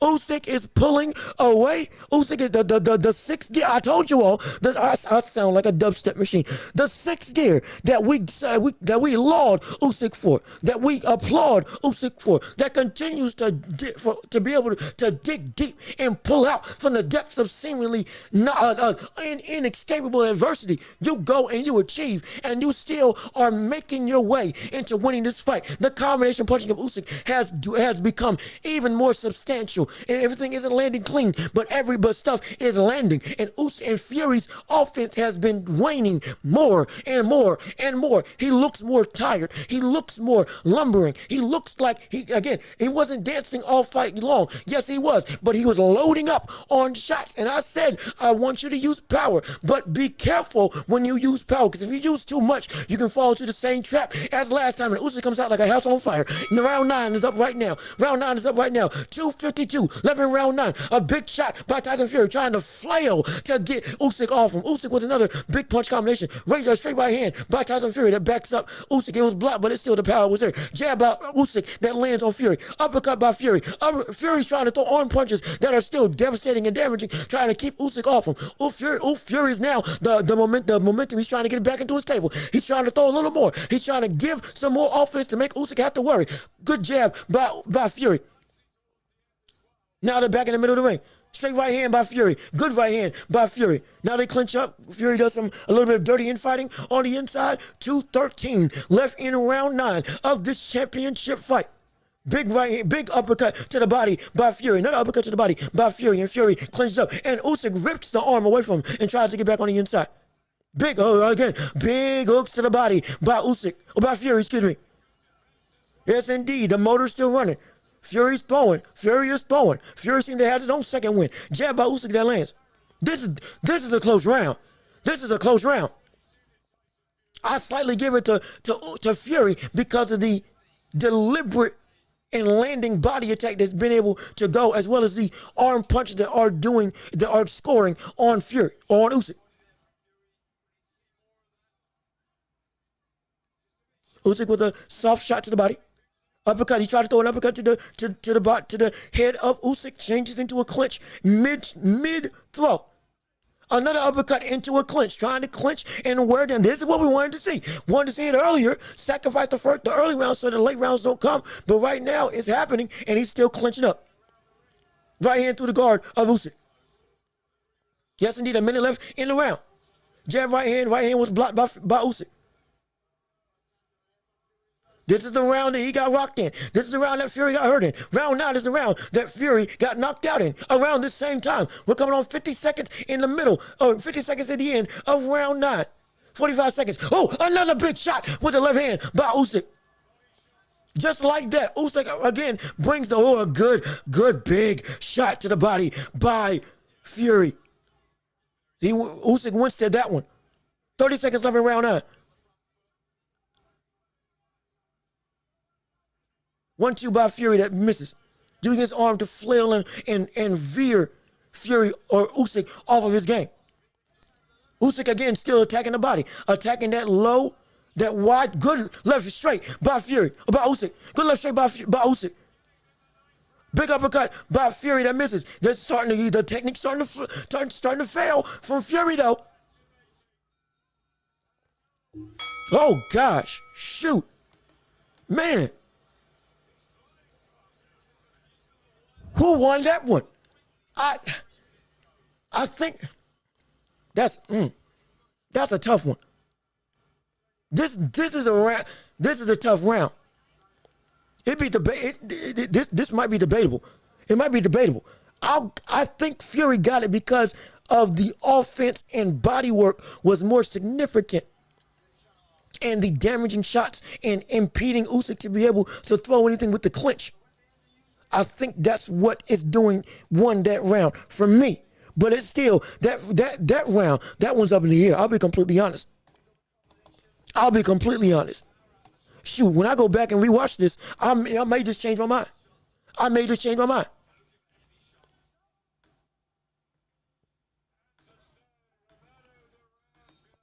All the stars are here, and we're here for round 10.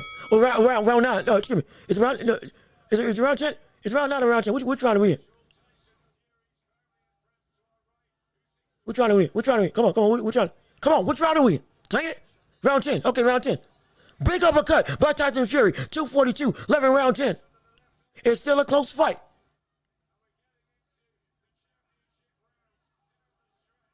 Round 10 is a close fight. Fury's throwing that uppercut now. Fury seemingly got a second win. Fury is really he's going for it.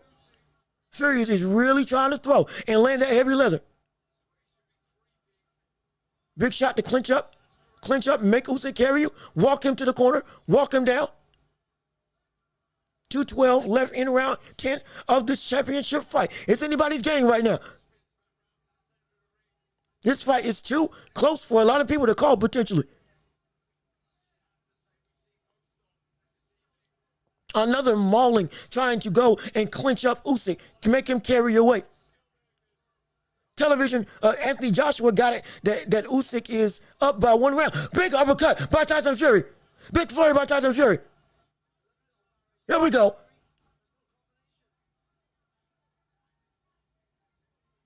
This is the moment. This is Tyson Fury's moment.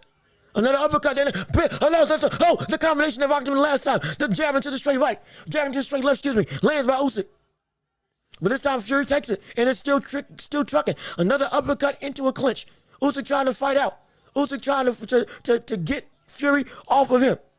Another big hook, big left hand by Fury that lands when Usyk tries to come in on the inside. Stops his momentum entirely. Usyk going in. Usyk used a shoulder to try to bump Fury off of him. Bump in the head. Yep, Fury is now mauling. Fury is now really mauling. Fury, big hook on the inside by Fury.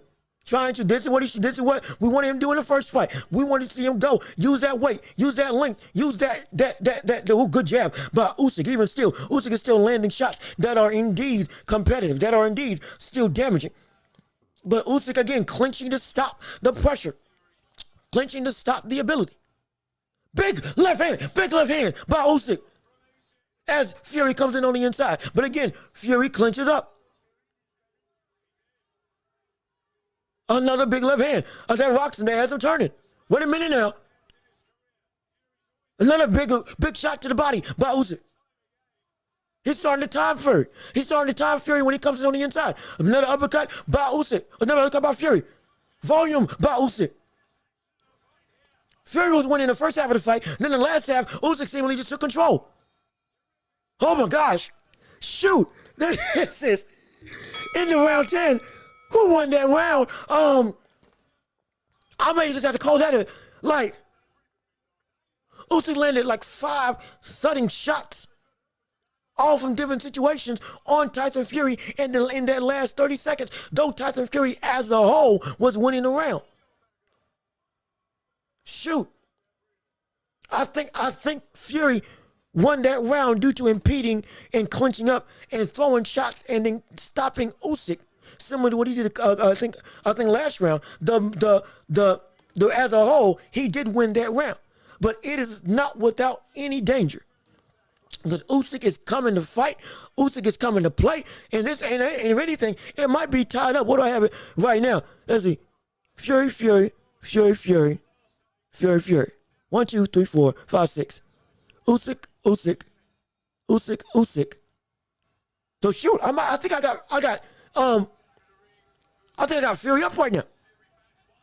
I think I got Fury up right now, with round 9 being the biggest contention. If it's Fury is up by 1, if it's Usyk, Usyk's tied up. If round 9 is Usyk, then Usyk is tied. If round 9 is indeed Fury, then Fury's up. We are in round 11. Right now, round 11's begun. 2:30 left in round 11. Right now, these are the championship rounds. Big uppercut goes to a counter jab by Usyk. Jab to the body by Usyk. This is a close. This is anybody's game. This is going to be decided in this fight. In this round. Big uppercut that misses by Fury. Shot with the left hand by Usyk that lands. 2 minutes left in round 11. It is highly contested. This is living up to everything we wanted to see from a championship fight. Absolutely. Going in and going. Usyk jabs. Usyk with a 4-punch combination to the body of Fury. Right now, I think Usyk's got control of the round. Slightly. Another combination by Usyk that lands, some don't. Got Fury on the back foot. Got Fury moving back. 3-punch combination that lands with the ends with another left hook by Usyk. Usyk is gaining control in round 11. Yes, indeed. Both people have landed their best shot, and both people have been able to stand up. Big jab into a right straight by Usyk on Tyson Fury. 1 minute, 10 seconds left in round 11. Another big left hand by Usyk. Usyk is on Usyk ain't moving. Usyk doesn't look good. Usyk trying to clinch up. Usyk is trying to not let Fury clinch him up. Fury doesn't look great. Fury is battling. Fury is trying. Usyk is smiling. Usyk with that sadistic serenity continually is walking towards Fury. Fury is now shelling up. Usyk is now starting to gain control. A 3-punch combination. Usyk hurts him again with a shot to the head with a left hand, with a left straight. That same left straight. Usyk is in control. Fury looks like he's in trouble. Fury is posturing. Fury is standing in the ground. Fury ain't moving. Another straight left hand that counters and times Fury again. Usyk is gaining control. Usyk has reached a new level. Usyk has gotten to a new gear. Usyk has gotten to a new dimension. He just shifted again. My gosh. Another straight left hand. Leading him back to the ropes. 10 seconds left in round 11. My gosh, what a fight. What a war. Uppercut missed by Fury. That's it. Round 11 ends. What the world? Usyk won that round, and now we're here. We're here. We are here. My shoot, man. Oh my gosh. It literally all comes down to this. It all comes down to this. I guarantee, let me tell you, ladies and gentlemen, I kid you not. This fight comes down to round 12. We couldn't ask for a better championship fight. We couldn't ask for a better rematch. We couldn't ask for a better war than what we're getting right now. Usyk and Fury, if I got my stats correct, either it's tied up or Usyk is up by 1. Irregardless of which, it comes down to this. It comes down to this. It comes down to this. Either they're tied up or Usyk is up by 1 round. At worst, we'll say it's tied outright, just for the sake of having fun and getting animosity up. Because round 9 for me is in contention. But right now, round 10 or round 12, excuse me, is here. The championship round is here, and we are a go. It's time to fight. This is it. For all the marbles, 249 left in round 12 of this championship affair. Big hook, big shot by I think by Fury. They're both going for it right now. 2 minutes, 36 seconds left in round 12 of this fight. Fury's coming forward. Usyk's walking backwards. Usyk's looking to counter Fury. Fury's looking to land a heavy leather. A big jab and 3-punch combination by Usyk. That lands. 221 left in the round. Big looping hook that misses by Tyson Fury. What is it? I'm telling y'all, ladies and gentlemen, this is it. We're here. A big punch combination. They're both throwing leather. Fury to the body and Usyk to the head. Usyk, they both get tied up in an exchange trying to throw. 2 minutes left in this championship fight. Meeting in the center of the ring. Big hook by Fury that misses. Oh, big hook by Fury. Shoot, it's been a back and forth round. Usyk's had control. Fury's had control. Big uppercut to the body by Fury, excuse me. Right now, Anthony Joshua has it. Usyk is up by a round. Going into round 12. Again, Fury misses an uppercut. Straight right, straight left hand by Usyk. 129 left in the round. 129 left in round 12. 129 left in round 12, excuse me, of this championship fight. 1-2 by Fury. Now I think it's blocked. I can't see because of the camera angle. Everybody's on their feet. Everybody's got excited. We don't know what's going to happen. It's going to be decided with this. Big shots missed by Fury. Big shots to the body. Big hook by Fury. Another straight left hand by Usyk. 1 minute left. Big left hand by Usyk. Great combination again by Usyk. Fury trying to maul. Fury trying to clinch up on the inside. What do the judges value more? Fury's attack to the body or Usyk's attack to the head? Another combination that lands by Usyk to the head. Another straight left hand that lands. Another jab that lands by Usyk. 35 seconds left in round 12 of this championship fight. It's going to come down to this. Fury clinches up with Usyk. Ref separator. Get him up. Come on now. Shoot. This is it. 10 seconds, 17 seconds left. This last flurry probably going to be the thing that wins the round in the eyes of the judges. 9, 8, 7, 6, 5, 4, 3, 2, 1. Is this it? Oh, big left hand by Usyk. And that's it. Oh my gosh. Oh my goodness. Oh my gosh. What the world? Shoot. Shoot. Talk about this was a fight for the ages. This was a monumental, absolutely stupendous rematch to an already incredible, dominant, incredible rivalry that these two have brought alongside each other. This is insane. And I don't know who the judges are going to choose. I don't know what's going to happen. I don't know who's going to be chosen as the winner of this fight. Again, the biggest thing in this fight is what did they say about round 9 and round 12? Because Usyk and Fury both had their moments in round 9. Usyk and Fury both had their moments in round 12. And with round 12 happening, there's a legit, there's an argument. What do the judges value more? The body or to the head?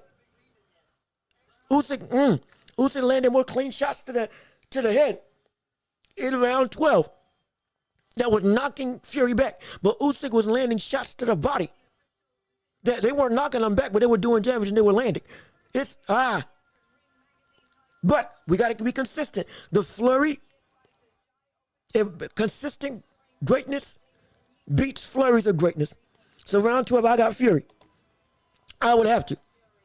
Fury, or you can call it a draw round if you want to, without with as competitive as it was. But I got Fury for round 12. So right now, Fury, let's see. I got it. 1, 2, 3, 4, 5, 6. 6 rounds Fury. And 1, 2, 3, 4, 5. Shoot, 6. Is it 6 rounds Fury and 6 rounds Usyk?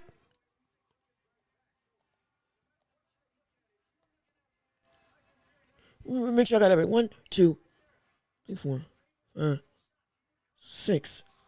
Dang it. Versus 1, 2, 3, 4, 5. 1, 2, 3, 4,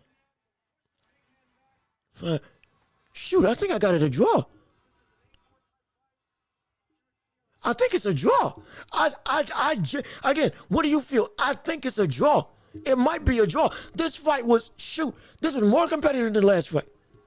This was more competitive. This was closer. I don't know who won. Oh my gosh. Who had the better rounds? Fury Usyk had the better rounds. But who won the rounds as a whole on the night? I really don't know. I really don't know. Unless I didn't give Usyk a round that he should have gotten. And I don't think I did. Shoot. Right now, I got it a draw.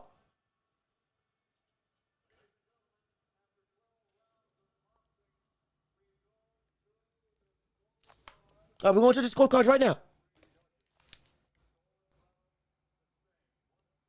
It's unanimous. 116, 112. Winner by unanimous decision. Still undefeated. Oh! Wow! Still undefeated. Still unified. Alexander Usyk has been deemed the winner of the fight. Alexander Usyk has been deemed the winner of this rematch. And Usyk is now 2-0 against Tyson Fury. 116, 112 is the result. Wow. Wow, wow, wow. Oh my gosh. You got it. Well, wait a minute. Hey, look at this. Hold on now. We got some problems here. Hold on. Now, the guy that I picked to win won. Great. Hoorah. But I'll tell you this right now. I don't think it was that far apart. I thought if Usyk won, it should have been by 1 round. For me. If not a draw outright. Because I had it a draw. I had it a draw. Because I could not pick between who won round 9 specifically. And then round 12, it's like I thought Fury had the more consistent success. Or rather, actually, no. Let me think about it.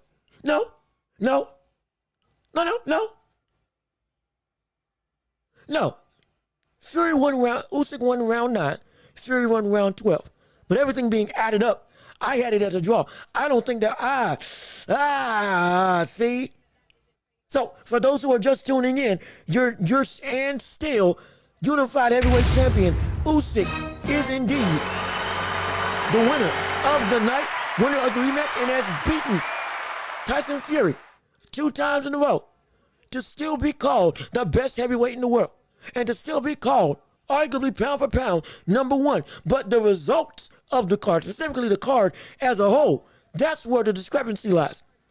If you have Usyk winning, have him winning by 1 round. If you have Tyson Fury winning, it would have been by 1 round. But for me, it should have been a draw. I thought it was a draw. Somebody had it 118, 112. Apparently, these people don't value body work, do they? Ain't that something, huh? Apparently, they don't value body work and the value of going downstairs. Because Usyk's best success was his ability to go downstairs. It was. And Fury made every adjustment necessary. Fury did everything he needed to do. Usyk got to an even higher level than he got to in the first fight. He adjusted to Tyson Fury's adjustment and adjusted again. He went from trying to beat him on the inside to trying to go and when he got mauled to then use more volume. So then Usyk evolved again and started countering Fury before he could even get the punch off. So it was insane what we witnessed from Usyk constantly evolving. And Usyk landed arguably the more damaging punches on the night with his straight left hand all night long. But that doesn't change the fact that the consistent work that we saw Fury doing, the uppercuts that he was landing, the body work that he was indeed achieving and was working. It's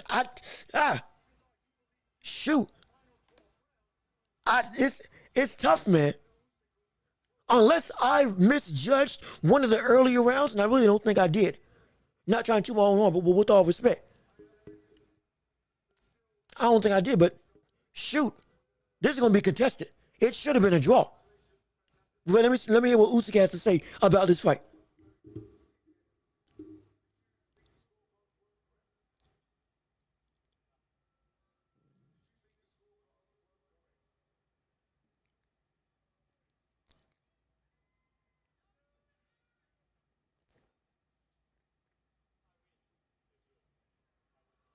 Oh no! Oh no!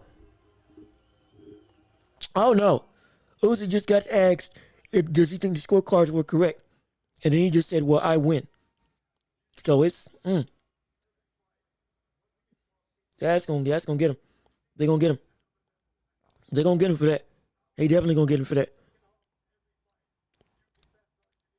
But I tell you, he adapted. The brother adapted. He continued to adapt and change. As the fight went on, he adapted to a level I didn't think he was gonna be able to. He went from outworking and voluming Fury to going in and outright timing him. Like, Tyson Fury couldn't get a feint off without getting caught. He couldn't get his jab off without getting caught. He couldn't attempt to clinch without getting caught with the left hand or with the jab. But shoot, man, I could see it on Usyk's face when he won. I could see it on Usyk's face when he immediately got the call, when he got the decision. Oh, wait a minute. Oh, Daniel Dubois. Oh, shoot. Hey, look at this. He wants his revenge. Oh, my gosh. Well, Daniel Dubois just stepped to the plate. I told y'all this is a different Dubois. He just took the mic and said, yo, I want my rematch. Give it to me. He's looking for fight. Yeah, this is a bigger, bolder, more dominant. This is I told y'all, Jarrell Miller changed that, brother. Daniel Dubois changed. And Usyk said, make the fight. Make the fight. Make it happen. Oh, gosh.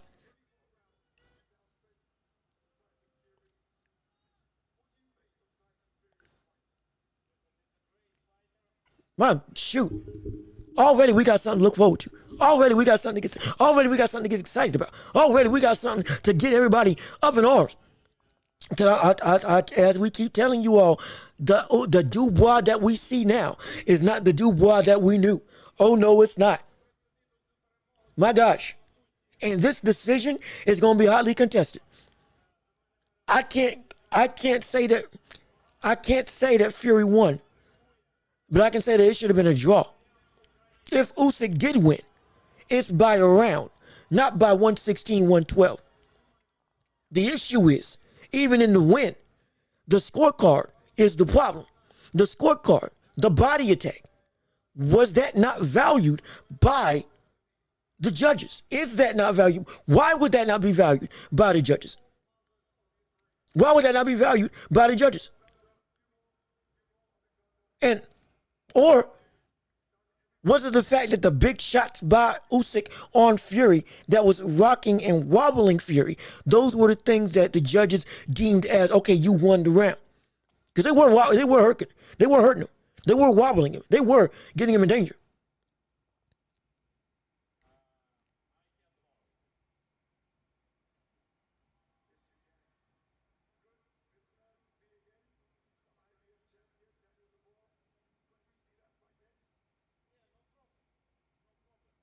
Yep. And Usyk said he's ready for Daniel Dubois. And Dubois standing across the ring. That brother is, he wants it. He's hungry. He's driven. He's fired. The brother's been waiting on this opportunity. I told y'all it's a different Daniel Dubois than we have seen before. But I tell you what, Frank Warren, you better say it's a draw. You can't say Fury won outright, but you can definitely concretely say it should have been a draw.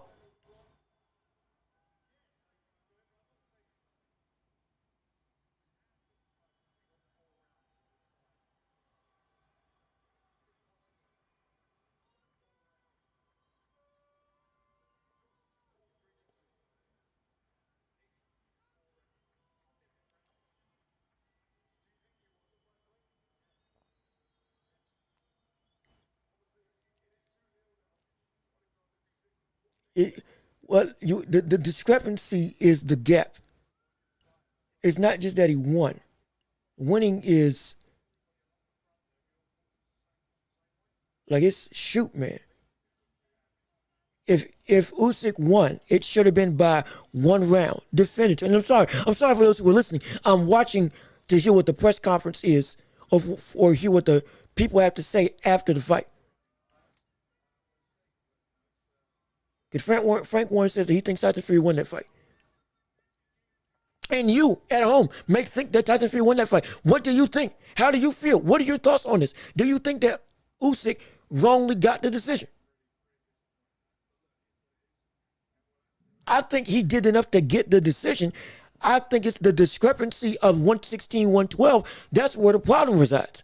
I don't think it was like that. I don't think it was like that. I don't think it was the situation where Fury should have gotten only, again, 116 only got 112. I don't think that should happen at all. Like, but the fight itself was better than the first one. Yes, it was.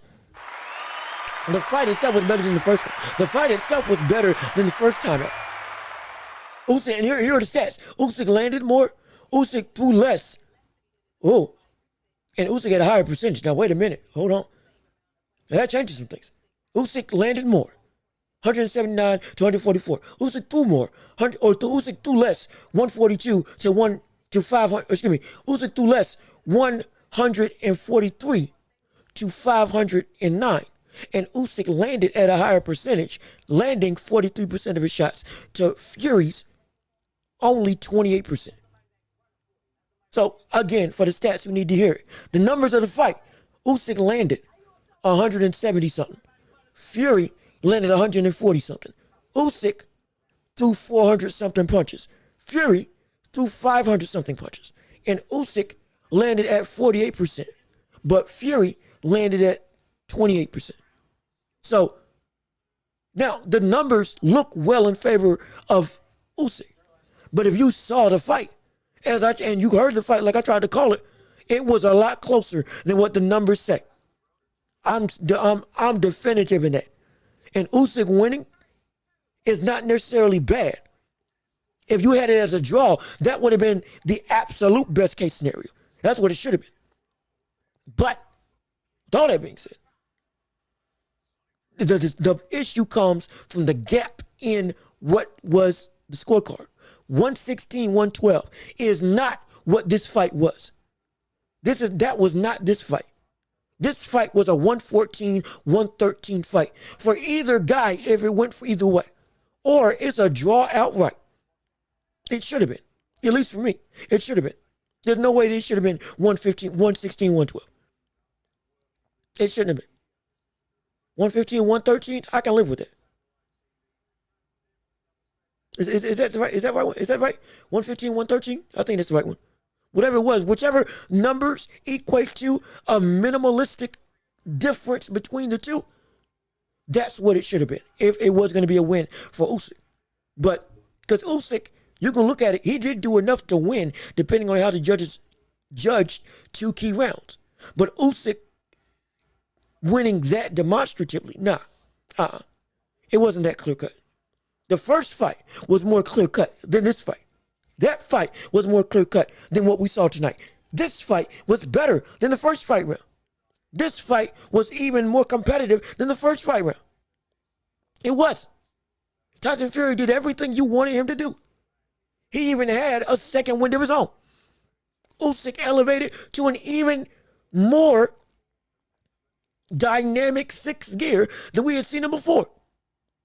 He literally adapted again he adapted. Tyson Fury adapted, and then he adapted again to Fury's adaptation. And then at the end of the round, it became, shoot, who wants him more? But on the whole, it was like, I think that he should have won. But it shouldn't have been that much of a discrepancy of a loss. It shouldn't have been 116, 112. It should have been a one round difference, if not a outright draw. And 116, 112 is not the scorecard that need to happen, from what I can see. But outside of that, we're going to rewatch this fight again. I'm going to rewatch it again. I guarantee you, I'm going to do my best to see it. Hopefully, maybe they'll post it on YouTube like Turkey LIVESTREAM always does on his channel. And I'm going to somehow find a way to watch this again. And when I do, trust and believe, we're going to figure out exactly what the definitive cause of this should be. But I will say this. I got it right. Oh, yeah.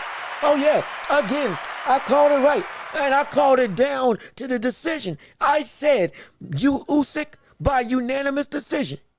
It was going to be that he won. And he won. Now, am I happy that it happened? No, because I don't think it deserved to happen for this specific fight. This fight, no, it shouldn't have been split. It should have been split, and it should have been a draw at the best of cases, which is what it should have been in my estimation. But if anybody was going to win, I would have picked Usyk based on what I saw in this fight, and I think he did win. But, my gosh, like, he worked, like, and that's the thing. And Fury, let me tell you something. Fury did exactly what we knew he could do. And he achieved exactly what he could achieve. There is no love lost on Fury. Fury, you worked your butt off. Fury, you went and you away from your wife, away from your family, and it showed in this fight. You gave Usyk the hardest fight of his career. He did. He indeed did. Better than the first fight he had in the career. He did. There's no question about it.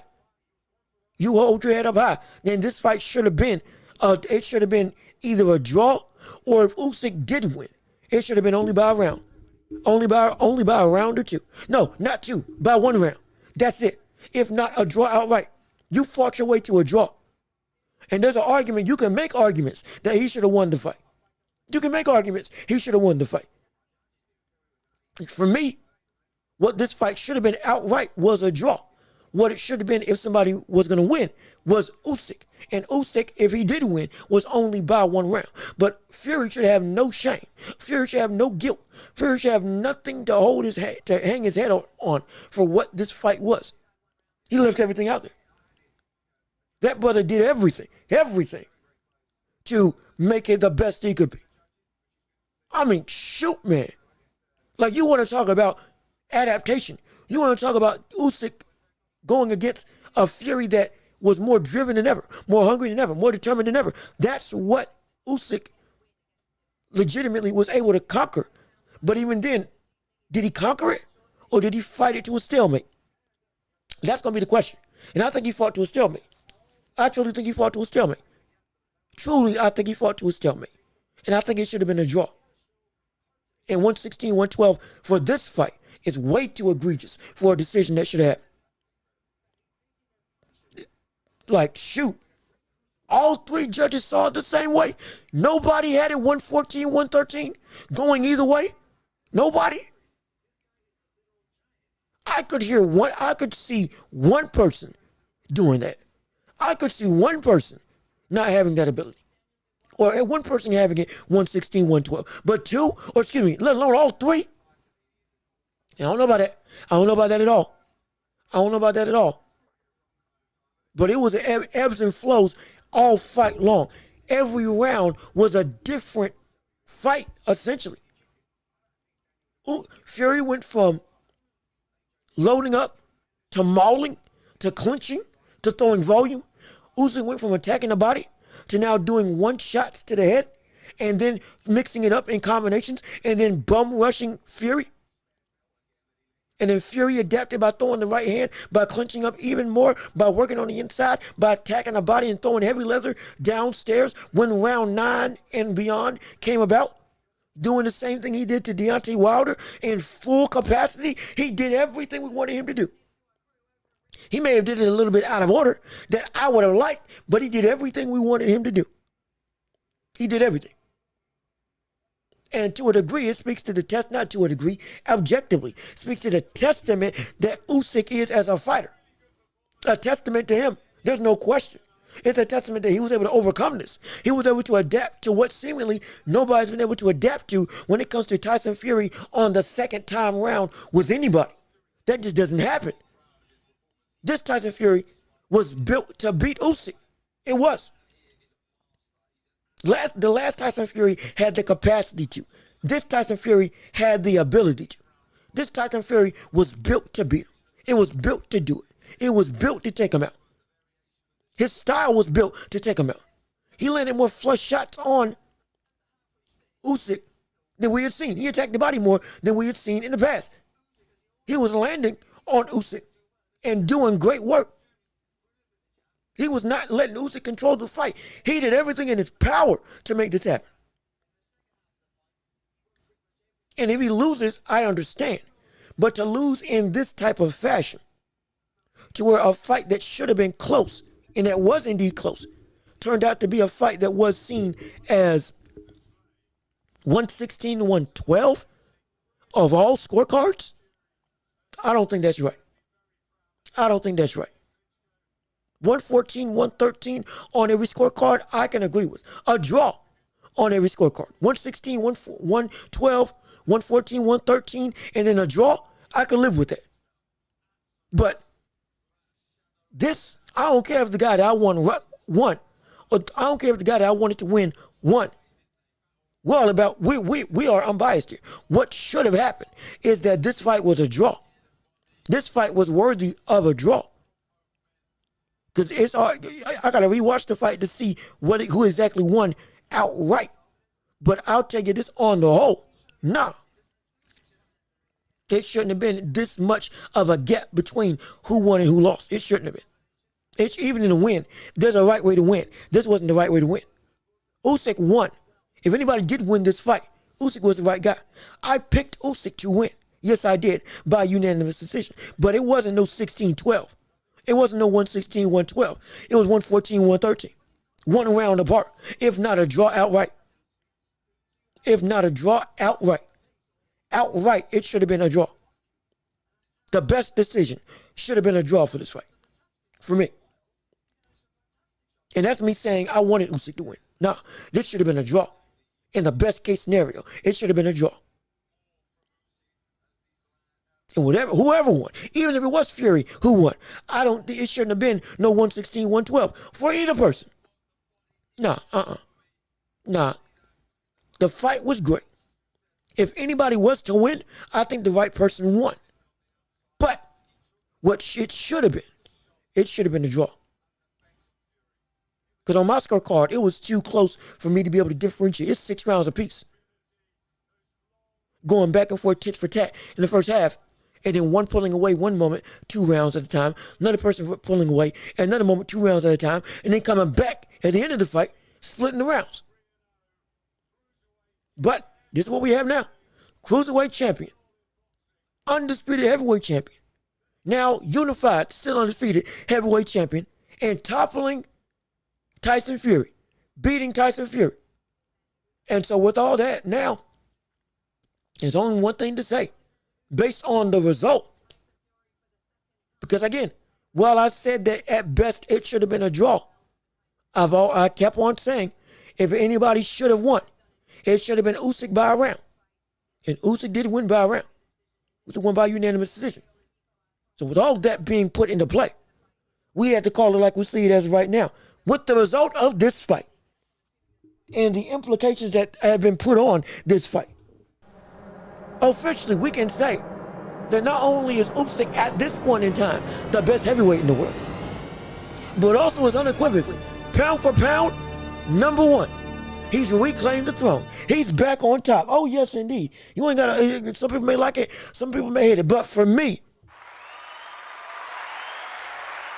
beating this Tyson Fury, he's back on top. He's back at the best of the best. He's back at the pound for pound, #1 in the world. In my new rankings for pound in the top 5 fashion, or top 3 fashion, because we can do top 5 later on, but top 3 fashion, #1, Usyk, as of right now. With what he just accomplished, with what he just did, especially beating Tyson Fury the first time, and then beating Tyson Fury the second time, a Tyson Fury that brought a better fight to him than the first time around. He beat him, deserved to be #1, in my estimation. Then #2, Naoya Inoue, that's right, the monster in and of itself, the monster through and through, is indeed #2 as of right now. Objectively, as a talent, he is still the best in the world for me. But in terms of what he brings and everything involved in pound for pound rankings that we have routinely said and gone through on this show as the credentials for that, he's #2. Absolutely, he's #2. He can reclaim the #1 spot by next year after Sam Goodman. If he beats Sam Goodman, because nothing's unknown. But after he beats Sam Goodman, based on who he fights and how often he fights and the competition that he faces and how dominant he goes in outclassing said competition, he can get #1 in a heartbeat at the drop of a hat. Absolutely. And then at 3, we have the incomparable, former undisputed super welterweight champion. Welterweight champion. Now undisputed in 2 weight classes. First man to do it, and also now champion at 154, looking to get all the belts at 154, beating Israel Madrimov. Now, Terrence Crawford. Yes, indeed. Terrence Crawford is my 3rd best boxer pound for pound in the world, outright, at least for me. Where the list goes from there, we can have a conversation later on the show, later on in talks, later on with different situations, absolutely. But as of right now, those are my 3. Terrence Crawford at 3. Terrence Crawford at 3. Inoue at 2. Naoya Inoue at #2. And then Alexander Usyk, unified heavyweight champion, undefeated, undisputed at cruiserweight and at heavyweight, toppling Tyson Fury twice in a year. Gotta put him at the top. I have to. With all respect in the credentials I've been saying. You have to put him at the top. You have to put him there. At least for me, you got to put him there. But I tell you what, I wouldn't be mad if we got another fight. I would not be mad if we got another crack. But will we get another crack at all? Or could this be Tyson Fury's last hurrah? It indeed could be. Could this be Tyson Fury's last hurrah? Was this it? Because like I said, I have been saying, if he loses against Usyk again, this could be the last time we saw the Gypsy King. This could be the last time we see Usyk in a ring. Indeed, he's accomplished everything. And he did everything. And he fought everybody outside of AJ. And now, the only way that he can get back to a title, potentially, will be fighting AJ. To fight Daniel Dubois. To fight Usyk again. That's what can happen. I'm so serious.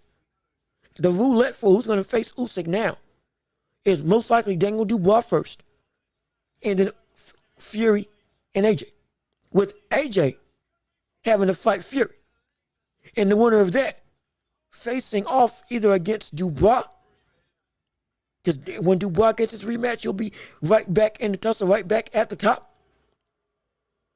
or winner of that faced off against Usyk outright. I don't know. I truly don't. What I do know is right now, that's the big 3 rotation. With the likes of Bakoli, Zhang, Joseph Parker, all also deserving their shot at the title. Joseph Parker specifically. All of them deserve a shot at the title right now. So the roulette wheel is turning. Fury, AJ, Dubois, Zhang, Bakoli. All of them. And not only that, with Moses, also that we just saw as the star was born on the night with that first round KO. We got cavalcades of talent. Brother, the heavyweight division is looking exciting. Old dogs are still reigning, and new dogs are showing that they're evolving. Everybody wants to see what's going on. And I promise you this, we're going to be here to track it all right here on the Welch Report. With all that being said, this has been another episode of The Welch Report with me, Jean-Luc Welch. Thank you so much for tuning in and listening to this show. Hopefully you enjoyed this live fight commentary 4 hours and 27 minutes of outright unabated boxing action, debate, talk, and oh so much more. Hopefully I did you proud. Hopefully you enjoyed the ride. Hopefully if you bet, I ain't condoning betting, but if you did bet and you used what I said to go with your bet, you made some money. And if you did, send me some restitution, if you know what I mean. But with all that being said, I've been Jean-Luc Welch. Y'all been wonderful. Y'all have been wonderful. What a fight. What a night. What a main event. History was made. Usyk reigns. What will happen with Tyson Fury? What will happen with the landscape of boxing? Everything's going to be talked about on Tuesday. Don't want to miss what we got going on. We're going to have our talks and reactions, but we have had a great show. I've enjoyed all of you. Thank you all for taking time out to tune in with us. Leave a like before you go on the stream. Share the stream with other people and say, hey, you got to rewatch this, brother. This brother's exciting. This is incredible. This is stupendous. We've had 229 people come through, and we've had on average 5 to 7 people stay. Had 10 people at a time. At one point, we are growing, we are evolving, we are changing. And we may be small, but brother, we are mighty, and we're going to build up on this regime as time goes on. But thank you for tuning in. Thank you for listening to little old me talk about the landscape of boxing and calling this historic moment with you all in a fight and a rematch between Usyk and Fury that did live up to expectations. But I've been Jean-Luc Welch. Y'all have been wonderful. Peace and love. Catch you all on Tuesday, and we are out of here. Catch y'all next week. Appreciate y'all staying around. This was great. This was phenomenal. Hey, Amina, what's going on? Thank you for tuning in. I'm glad that you were here. I wish we had chatted something earlier. I could have said what's up before the end of the show. Absolutely, but no, I'm just kidding. I'm just messing. You chat whenever you can. We appreciate all your support, and I'm glad that you came out and showed up. And again, am I saying your name right? So I want to make sure I get people's names correctly. It is. Is it Amina? Is it Amina? If it is, thankfully. If it's not, please.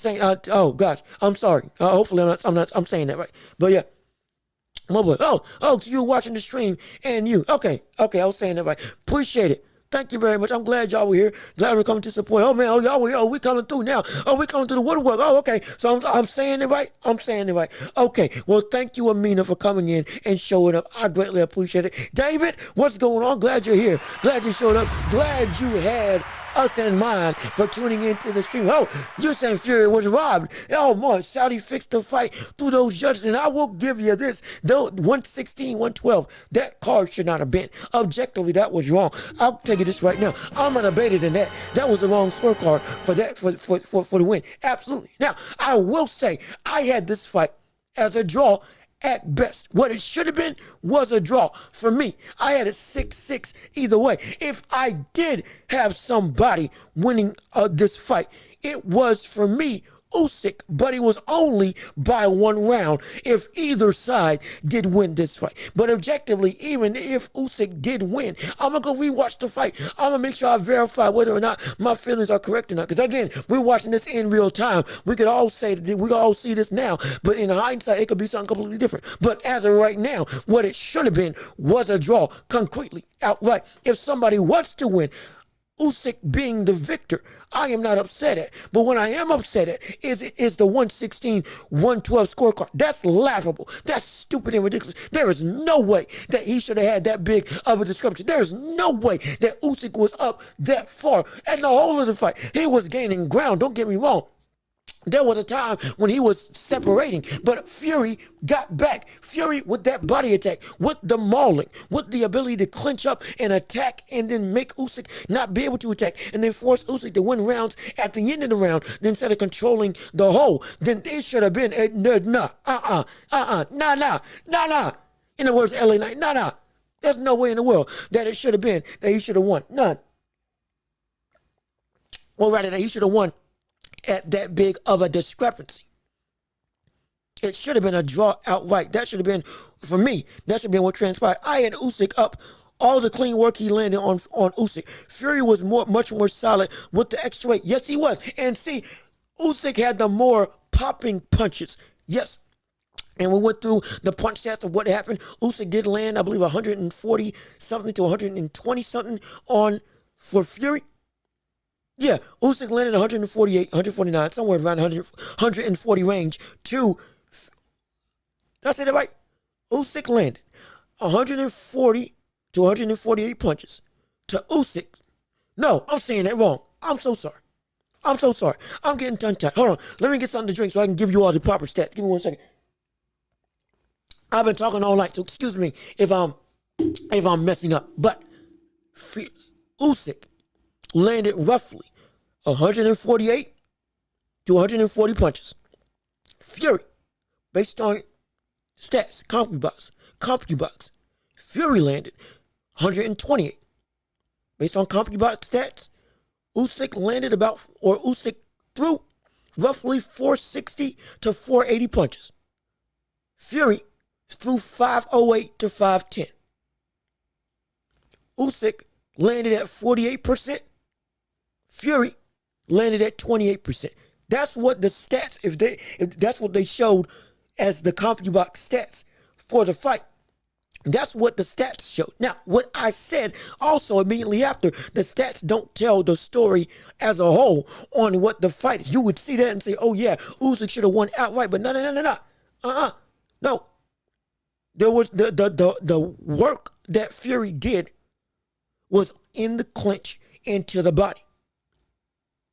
The work that Fury did was damaging the midsection and the lower part of Usyk. And the work that Fury did wasn't as clean, but it was indeed damaging and thudding. Oh, yes, it was. When Fury had control, that brother had control. When Fury had control, that brother wasn't letting go until they got ripped away from him. That's what happened. So, again, it shouldn't have been again. And see, David, you see what I'm saying, David? Fury punched harder and controlled the fight. I'd accept a draw. It's no problem. I would have said, a draw is what it should have been. For me, it was the first couple rounds. It was back and forth, with Usyk and Fury literally, for me, trading rounds back to back. And then Fury started gaining control with the thudding shots, with the power, with the uppercut, and with the straight right hand, and with, again, using his weight and walking forward. It was starting to come and take full control of the fight. But then, just like we always say, Usyk turns it up. At the end of round 6, at the start of round 7, we saw Usyk again shift and change and switch gears. And then when Usyk was winning, he won, in my opinion, won rounds 7 and 8. And then in round 9, that's the biggest thing. I got to rewatch round 9. Round 9 is a discrepancy. I didn't know who to call it for. Because Fury won the first half of the round, but then Usyk came back, adapted, and countered, and landed 6 damaging, thudding shots that were like the best punches of that round, objectively. Like, Fury did more work, but Usyk did better work at the end of the round. And so, in the equivalent of what Usyk did at the end of that round, arguably matched what Fury did at the start of that round with his mauling and clinching up. So, yeah, I got to rewatch the fight. Definitely. I'm not upset that Usyk won. I'm upset at the discrepancy at which he won. It should not be 112 or 116, 112. If Usyk won, it's only by 1 round. If Usyk doesn't win, it's a draw outright. It's a draw outright. None other. Nothing else should have been except for a draw. A draw, because I felt Fury, again, as it should have been, Fury fought his way into a draw. Because, again, of how close it was. It was incredible. I'm not trying to say this as, oh no, he didn't deserve to win at all. No, he did. You can make an argument. In fact, when I go rewatch the fight, there may be an argument that I see that, oh, wait a minute, maybe Fury was rocked. Absolutely. Based on the initial reaction, what I've been seeing, I think that it should have been a draw. That's what it should have been. And if Usyk did win, it should have been only by 1 round and nothing more. Nothing more. Nothing more than a round. 114, 113. That should have been the only scorecard. Outside that, it should have been split decision or a split decision draw 116, 112 for one, 114, 112 for Usyk, 114, 112 for Fury. Nobody knows who wins. Oh, excuse me. A draw outright and 114, 113 for both of the other judges. So, nah, it shouldn't have been that. If you want to say Usyk won, I have no problem with that. But if you want to say he deserved this win, this scorecard, no. It should have been a draw. And if he did win, he just eked it out. Because Tyson Fury fought up to the level. He did. Let's keep it blunt. He did. Tyson Fury made every adjustment we were saying he needed to make. Tyson Fury made every change that needed to be made in order to make right the wrongs that happened in the first fight. It's the truth. He did. And it showed in the production of the fight. It shouldn't have been. It shouldn't have been. For me, this win, even though Usyk won, it shouldn't have been. It should have been only one round. Only one round and nothing more. And it should have been objectively, for me, a draw. That's it. I mean, it should have been a draw. And that's the thing. A lot of Fury's power punches did get blocked, but a lot did get through. And similar to Beterbiev, the damage of the power still is felt through the block, at least for this fight. Now, Archer Beterbiev is a different beast and a different animal. He deserved that win against Bivol, because even the blocking of Bivol couldn't stop what was being landed on the gloves. It was still hurting, damaging, getting to him, forcing him to back up, essentially forcing him to succumb and submit. Different story, but similar vein to what we saw with this one. Even though a lot of it, yes, it was blocked. No question, it was. I wholeheartedly agree with it. But the work that was landed was indeed great work. And there were some body shots that there was some times when I don't think the refs gave the body work of Fury the credit that it did deserve. Because if they did, it wouldn't have been 116, 112. Objectively, it would. Objectively, it wouldn't have been. I think the body work of Fury in this fight was not given the credit that it should have gotten. I don't think it should have. I don't think it happened. Because he was deliberate in landing thudding shots down to the basement. He landed the shot right where Daniel Dubois landed on Usyk, right at the heart of the logo, on the belt line. And the ref didn't call it. So apparently, if you ain't going to call that, then the shot that Dubois landed, well, that was in and of itself, that was clean. As I've been saying, it was clean. But I tell you, this man, that fight, whoo, but that lived up to the hype. It did. It did. So yeah, so on Sky Sports, AJ was ringside scoring the fight, and I think it had to be a draw. Teddy Atlas had Usyk about really.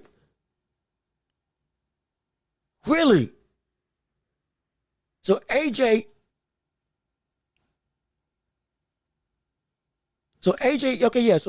had it as a draw.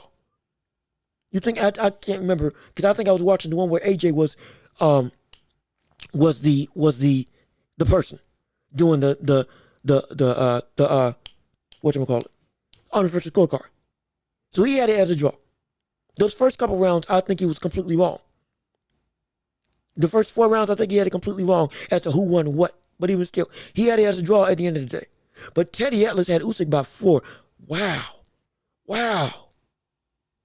I want to hear his opinion. I'm not saying that he's wrong, because again, I need to rewatch the fight.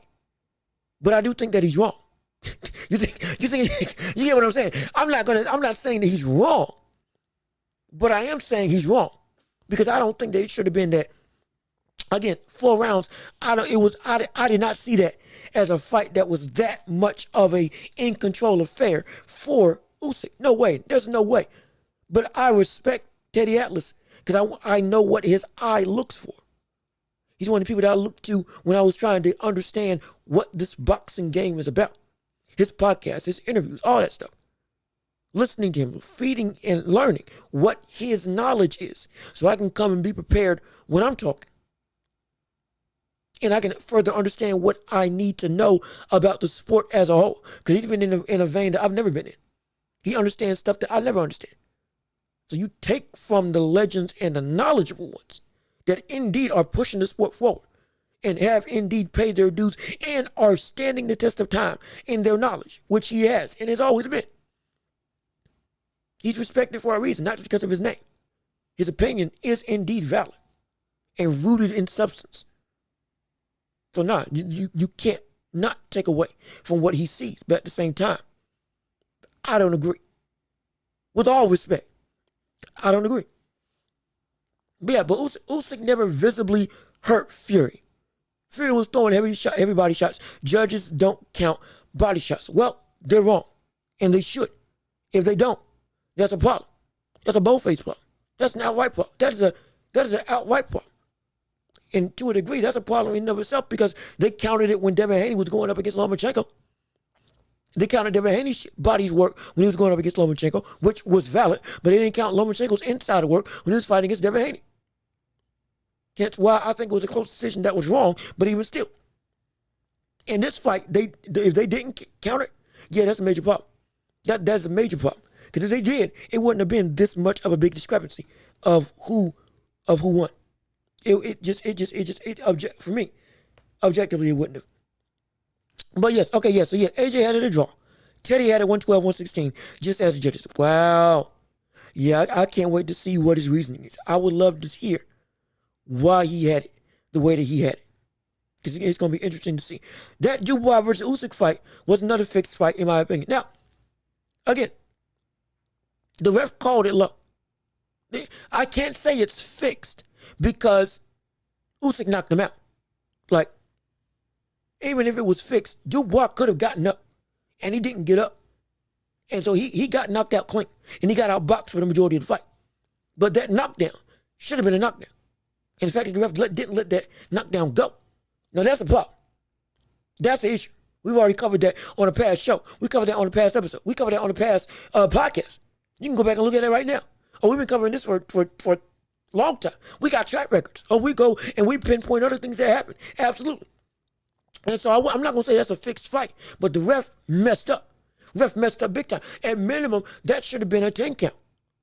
Because I just saw that same punch land on the inside by Tyson Fury, and it was clean. So like I've been saying, that punch by Daniel Dubois was indeed clean. So now we want to see Daniel Dubois get his redemption against Usyk.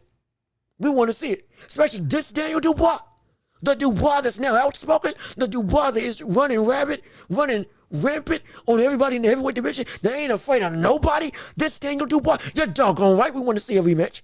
You bet your bottom dollar. I'll pay good money to see this Dubois face off against Usyk. And Usyk said he wants to make it happen. Make it happen. Make it happen. Make it happen in the summer. Oh my goodness. Make it happen in the summer in the States if you can. That would be incredible. And that would be phenomenal. We want to see that fight. Oh gosh, we want to see that fight. With the story and the new revamped Daniel Dubois that's right in front of us. Dubois of old ain't taking the mic. Dubois of old ain't taking the spotlight. The Dubois of old isn't forcing his way into an opportunity. This Dubois is a changed man. Jarrell Miller changed his brother. Hergovich changed his brother. AJ changed his brother.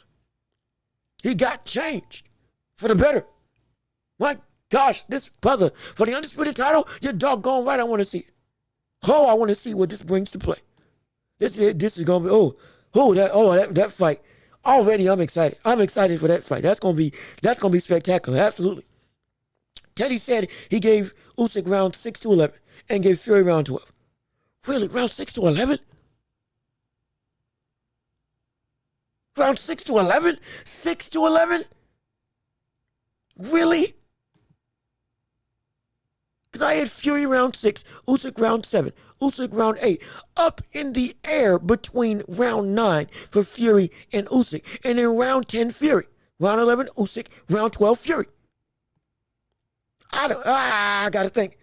I'm not speaking out against him. I don't agree. I really don't agree. I really don't think that's the case. A clean sweep from round 6 to 11? No. No. There's no way. There's no way in a clean sweep. No way in a clean sweep. What's he got to say? In the interview, Teddy said Usyk had a bad 5th round. Yes, he got beat. He got beat in the 5th round, but then responded and came roaring back to take the next 6 rounds in a row, and Tyson Fury taking the 12th. That's how we saw it from ringside. So, with all due respect, he's right about round 5. He's wrong about round 6. Round 6, just like at the end of the last round 6, Fury won the round, but Usyk, the switch, the 6th gear, started at the end of round 6 and went into round 7, but he still lost round 6. Lost round 5 badly. Fury had full control. Eerily similar to the last fight. Lost round 5. Usyk was roaring and had full control. Round 6, Fury still had control, just like in the last fight. At the end of the last fight, between Fury and Usyk, won. Usyk came strong at the end of round 6. And while he lost the fight, he clicked that 6th gear, that elevated atmosphere, and went on to win round 7.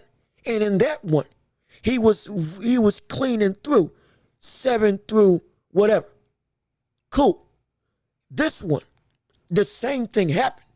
Usyk flipped the switch at the end of round 6, after again losing round 6, and started dominating in the last 45 seconds to a minute. Then you saw the change. I called it on the stream. You were here. You heard me say. Then at the start of round 7, you saw the fully implemented 6th gear that came about, and Usyk winning round 7 and winning round 8. Fury adapted in round 9 to Usyk's adaptation, which is something that he didn't do the first time. And so that round is up in the air because they both were able to be dominant in that round. I gotta rewatch it and see which one was more, which one deserved which one deserved that round. Because for me, that might be the round of the fight that dictates whether or not, when I go back and see it, what the word happened. But then after that, Fury adapted. In round 9, Fury adapted to Usyk in that 6th gear. He did. He did. Objectively, he did. And he won round 10. And then in round 11, Usyk adapted again. Like I said, the brother he was catching, instead of just catching Fury with volume and forward pressure, now he was catching Fury before Fury could get the punch off.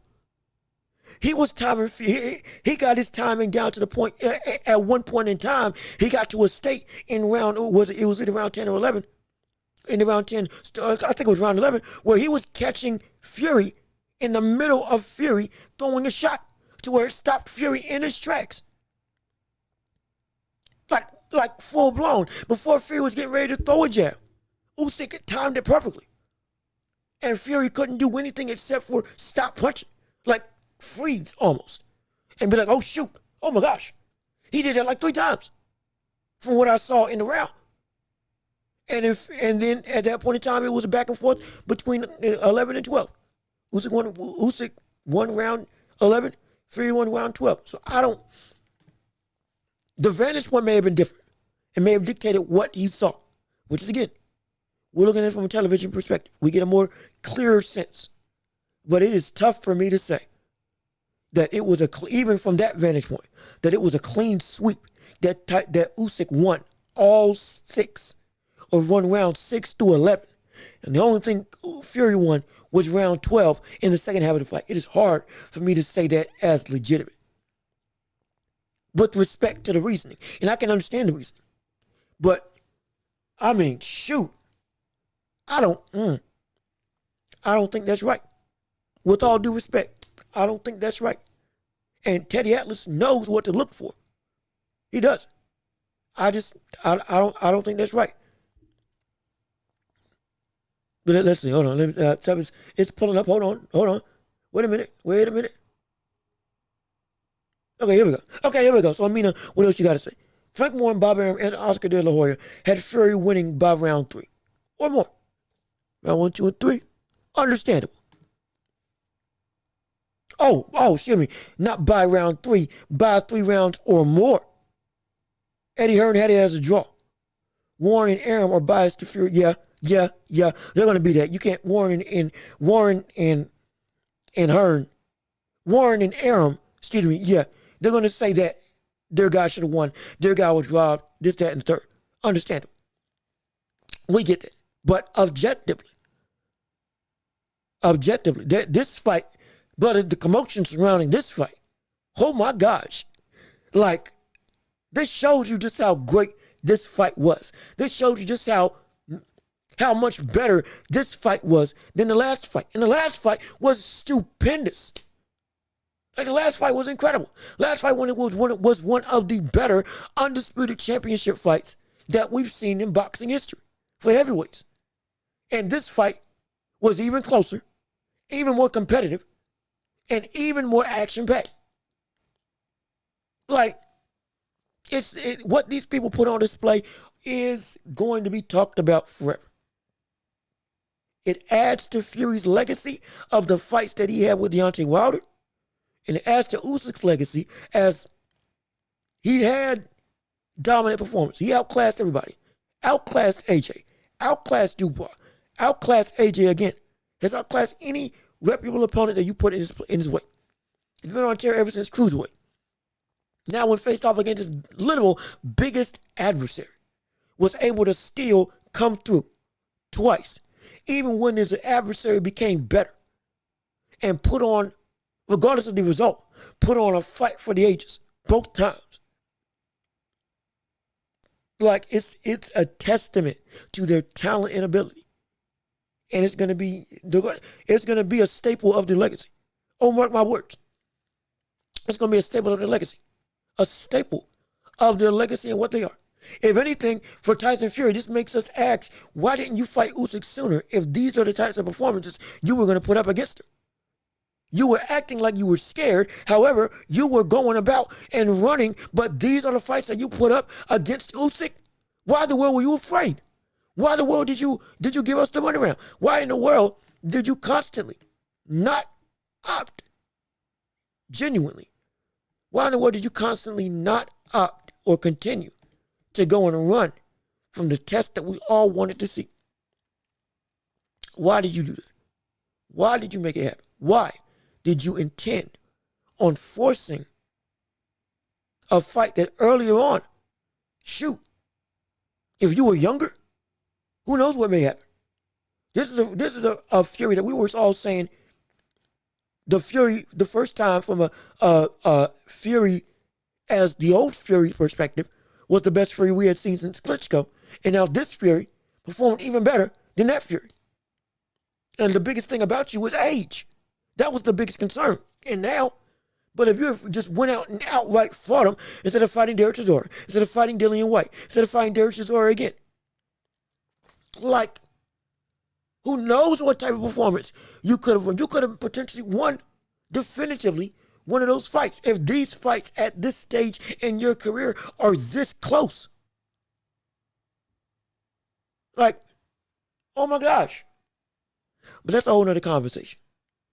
This fight, as we keep on track, and as we again end the show, we're looking at a situation.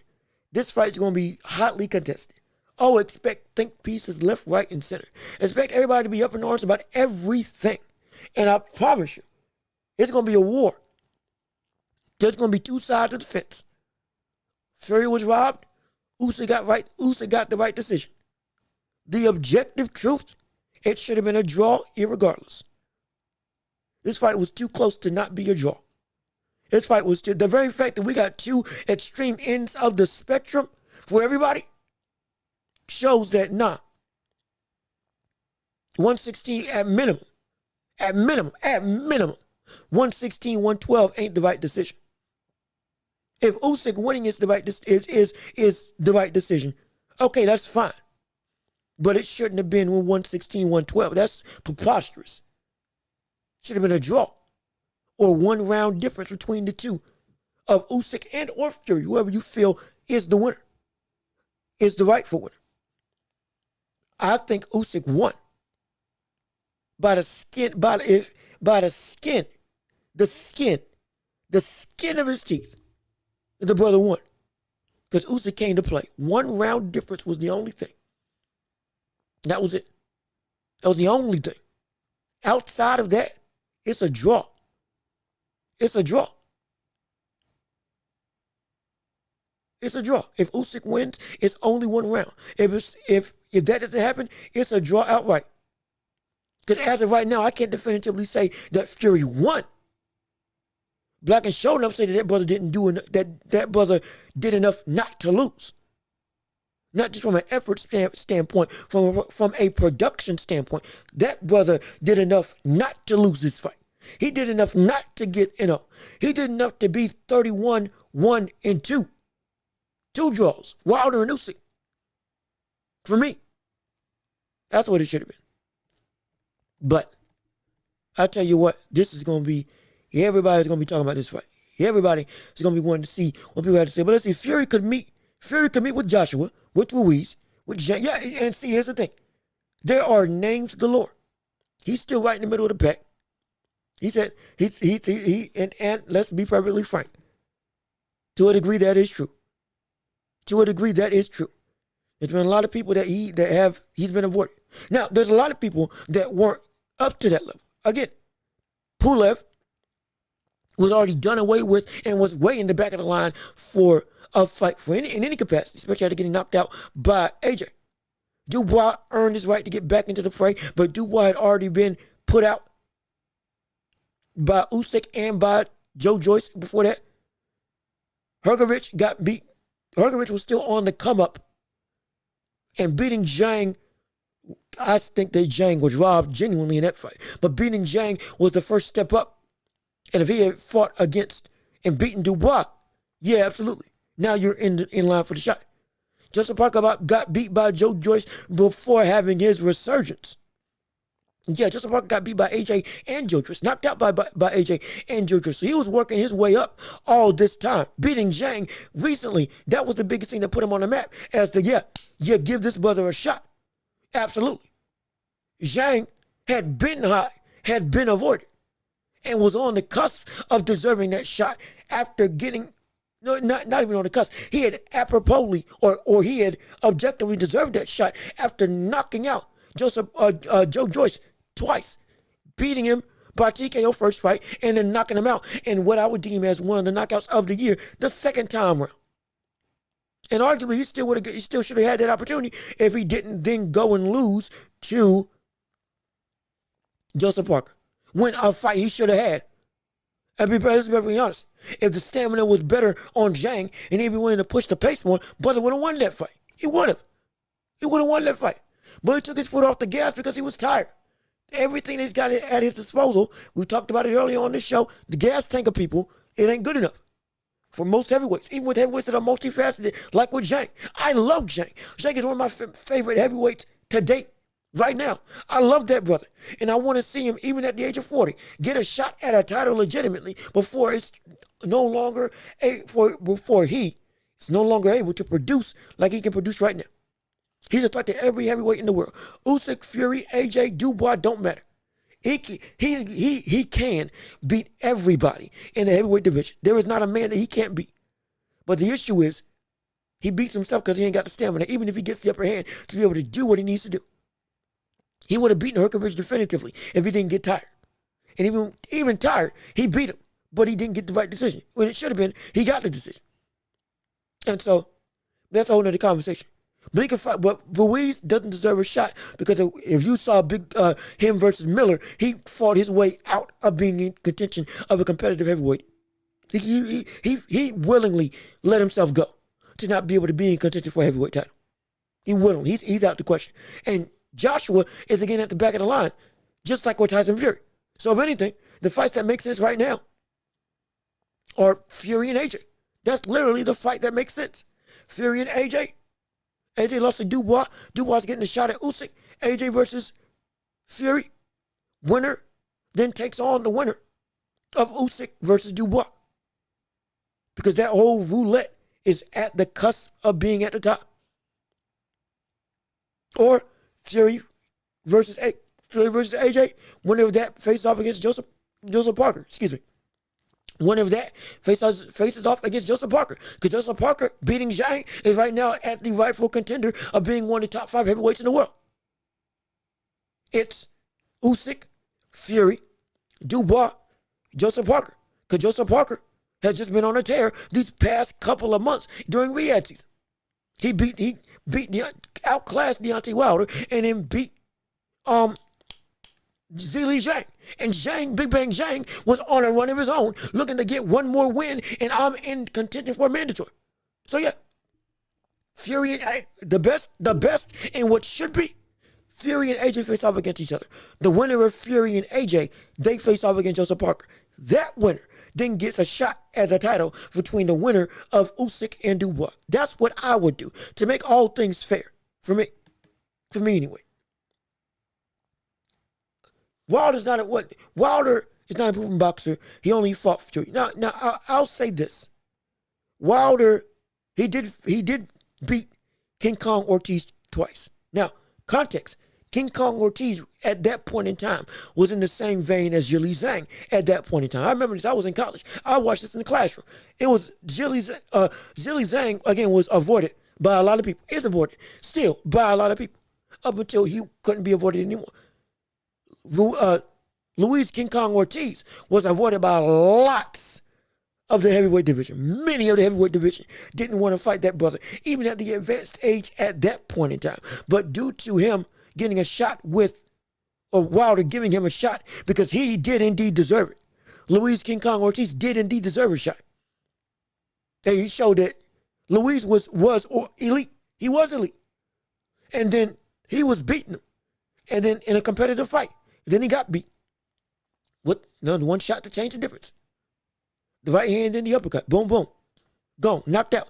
Second time around, rematched him again. Luis Ortiz still considered elite. You lost to another elite fighter in Wilder. This time, Luis Ortiz was beating Wilder for all 7 rounds of the fight, up until Wilder landed that one punch and put him out. So Wilder, as a talent, was horrible. But what he was proven as is that it's hard for anybody to say, even with his skills being so diminished, that anybody at that point in time could beat him outside of AJ and Fury from the context of that standpoint. But on the whole, no, he hasn't fought a whole lot of talent. But the talent that he has fought, he took to the brink. Let's be frank. The talent that he has fought, he either took him to the brink or knocked him out completely. Wilder, he knocked him out completely. Or Wilder versus Ortiz, knocked him out completely. Wilder versus Fury, all 3 times, there was not a fight that Fury did not get up. Which, that's great. But understand, listen to what I said. There is not a fight that Deontay Wilder fought with Tyson Fury that Tyson Fury did not get up. Tyson Fury was knocked down except for the second fight. Tyson Fury was knocked down in 2 of their 3 meetings. Tyson Fury, in almost every situation, tasted the canvas against Deontay Wilder. And Deontay Wilder is a league's better boxer. Excuse me, I'm sorry, so sorry. Tyson Fury is a league's better boxer than Wilder. League's better. There is no competition. But nobody had taken him to that brink, put him in that level of danger, unlike Deontay Wilder. So regardless of all the skills that he did not have, and he does not have them, he was a master of one trick. The greatest right hand that we've ever seen. At that point in time, had the best 1-2 in boxing. Because if he landed that 1, when that 2 came down the pipe, you're not getting up. So it was indeed, he was of that ilk, though his talent wasn't of that ilk. His production proves that, yeah, I belong. I am top 3. I deserve to be in conversation with only Fury and AJ. Because everybody else around me, they have no chance. And we were all in agreement. Yeah, if it's not them 2, nobody else is beating this brother. That's what we all agreed upon. It was understood, context of the situation. And so yeah, he hasn't beaten anybody elite, but he's fought people elite. Or if he has beaten elite people, like King Kong Luis Ortiz. But on the upper echelon, on the top, no, he hasn't beaten them. But he has, indeed, been one of the biggest threats and has pushed them to the brink. That's unmistakable. Mustache should be given a chance by Zhang. Vasily Zhang is old, 41, soon to be 42 again, but I don't know how Zhang, Arizona Lara, Archer Beterbiev, 41, 40, and 42. But I don't know how long this is going to be, but I promise you this, sooner rather than later. I need to see this brother get in the ring with at least one of them before that prime runs out. Because he's got the potential that if he can sweep clean. He's got the power and the boxing ability. He could sweep clean and upset a lot of people and upset a champion. He could right now. But if time allows, it's right now. If time doesn't allow, by the time it goes away, nah, it ain't happening. And yeah, and Dubois did give up. In fact, he did. Yeah. That this is not quite what is needed. Dubois already has spirit. See, that was the old Dubois. The old Dubois would have quit against Jarrell Miller. The old Dubois would have got knocked out by Herkovich. Did you see all the right hands that he got landed on? He quit. Understandable, because the eye was potentially damaged beyond repair against Joe Joyce off of the jab constantly landing. Herkovich was landing that right hand legitimately all night long. It wasn't that he was getting out the way. He was eating those shots and still TKO'd him. Old Dubois, that wouldn't have happened. It wouldn't have. That's just objectively true. Dubois, when he got hurt against another brother, I can't remember who, but got knocked down 3 times in one round. Old Dubois wouldn't have gotten up, but the new Dubois got up and knocked him out. It's been a slow evolution, a slow change, a slow evolving of Dubois that has now hardened him and shown him things about himself that he didn't think he had before. Now, he did quit, but he accepted that he quit. And he'd rather die now than go and quit again. Because if that was the case and fear was still relevant, old Dubois wouldn't have gone and took the mic and got in Usyk's face and said, give me what I want. Give me my rematch. He wouldn't have done that. Old Dubois wouldn't have done that. Would Dubois be able to go all the way, or will he stop fighting again? Here's the question. I think he won't let the opportunity pass him by. Not this time. This Dubois, no. He won't let the opportunity pass him by. At least for me.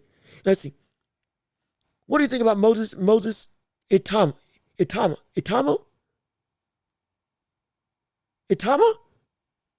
Am I saying that right?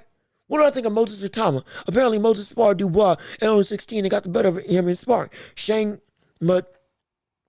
gosh, some of these names, I'm trying to get them right. Excuse me if I'm messing them up. Shane McGugan. Shane McGugan, who trained Dubois at that time, said Itama is one of the great talents. Well, he showed it tonight. I had seen Itama one time in a highlight as rumors were swirling about this brother's looking to be special in the heavyweight division. Didn't buy into it. Normally what they do with hype, people are going and saying, this is the next great thing. It's not always the case. Back to what I saw tonight. I'm a believer now. Oh, I'm with it now. Oh, I'm with it now. That brother is indeed, he's of that ilk. He can be somebody incredible. He can be somebody phenomenal. That brother can be legitimately fast, strong, powerful, lengthy, rangy, explosive. Can use feints, sets up shot, got a great right hand, can knock you out without even landing flush, or knock you down without landing flush. And if he does lands flush again, can literally turn you around and knock you out. Yeah, I'm a believer. I'm a wholehearted believer in this, but maybe not Fury will find the strength to give Klitschko revenge. Hey man, hey, who knows? Klitschko's been rumored to say, somebody said that Klitschko was potentially trying to get back in the ring. He's been in shape all this time. He's potentially looking to make a comeback. Maybe it happens with him. Who knows? Bridge predict Itama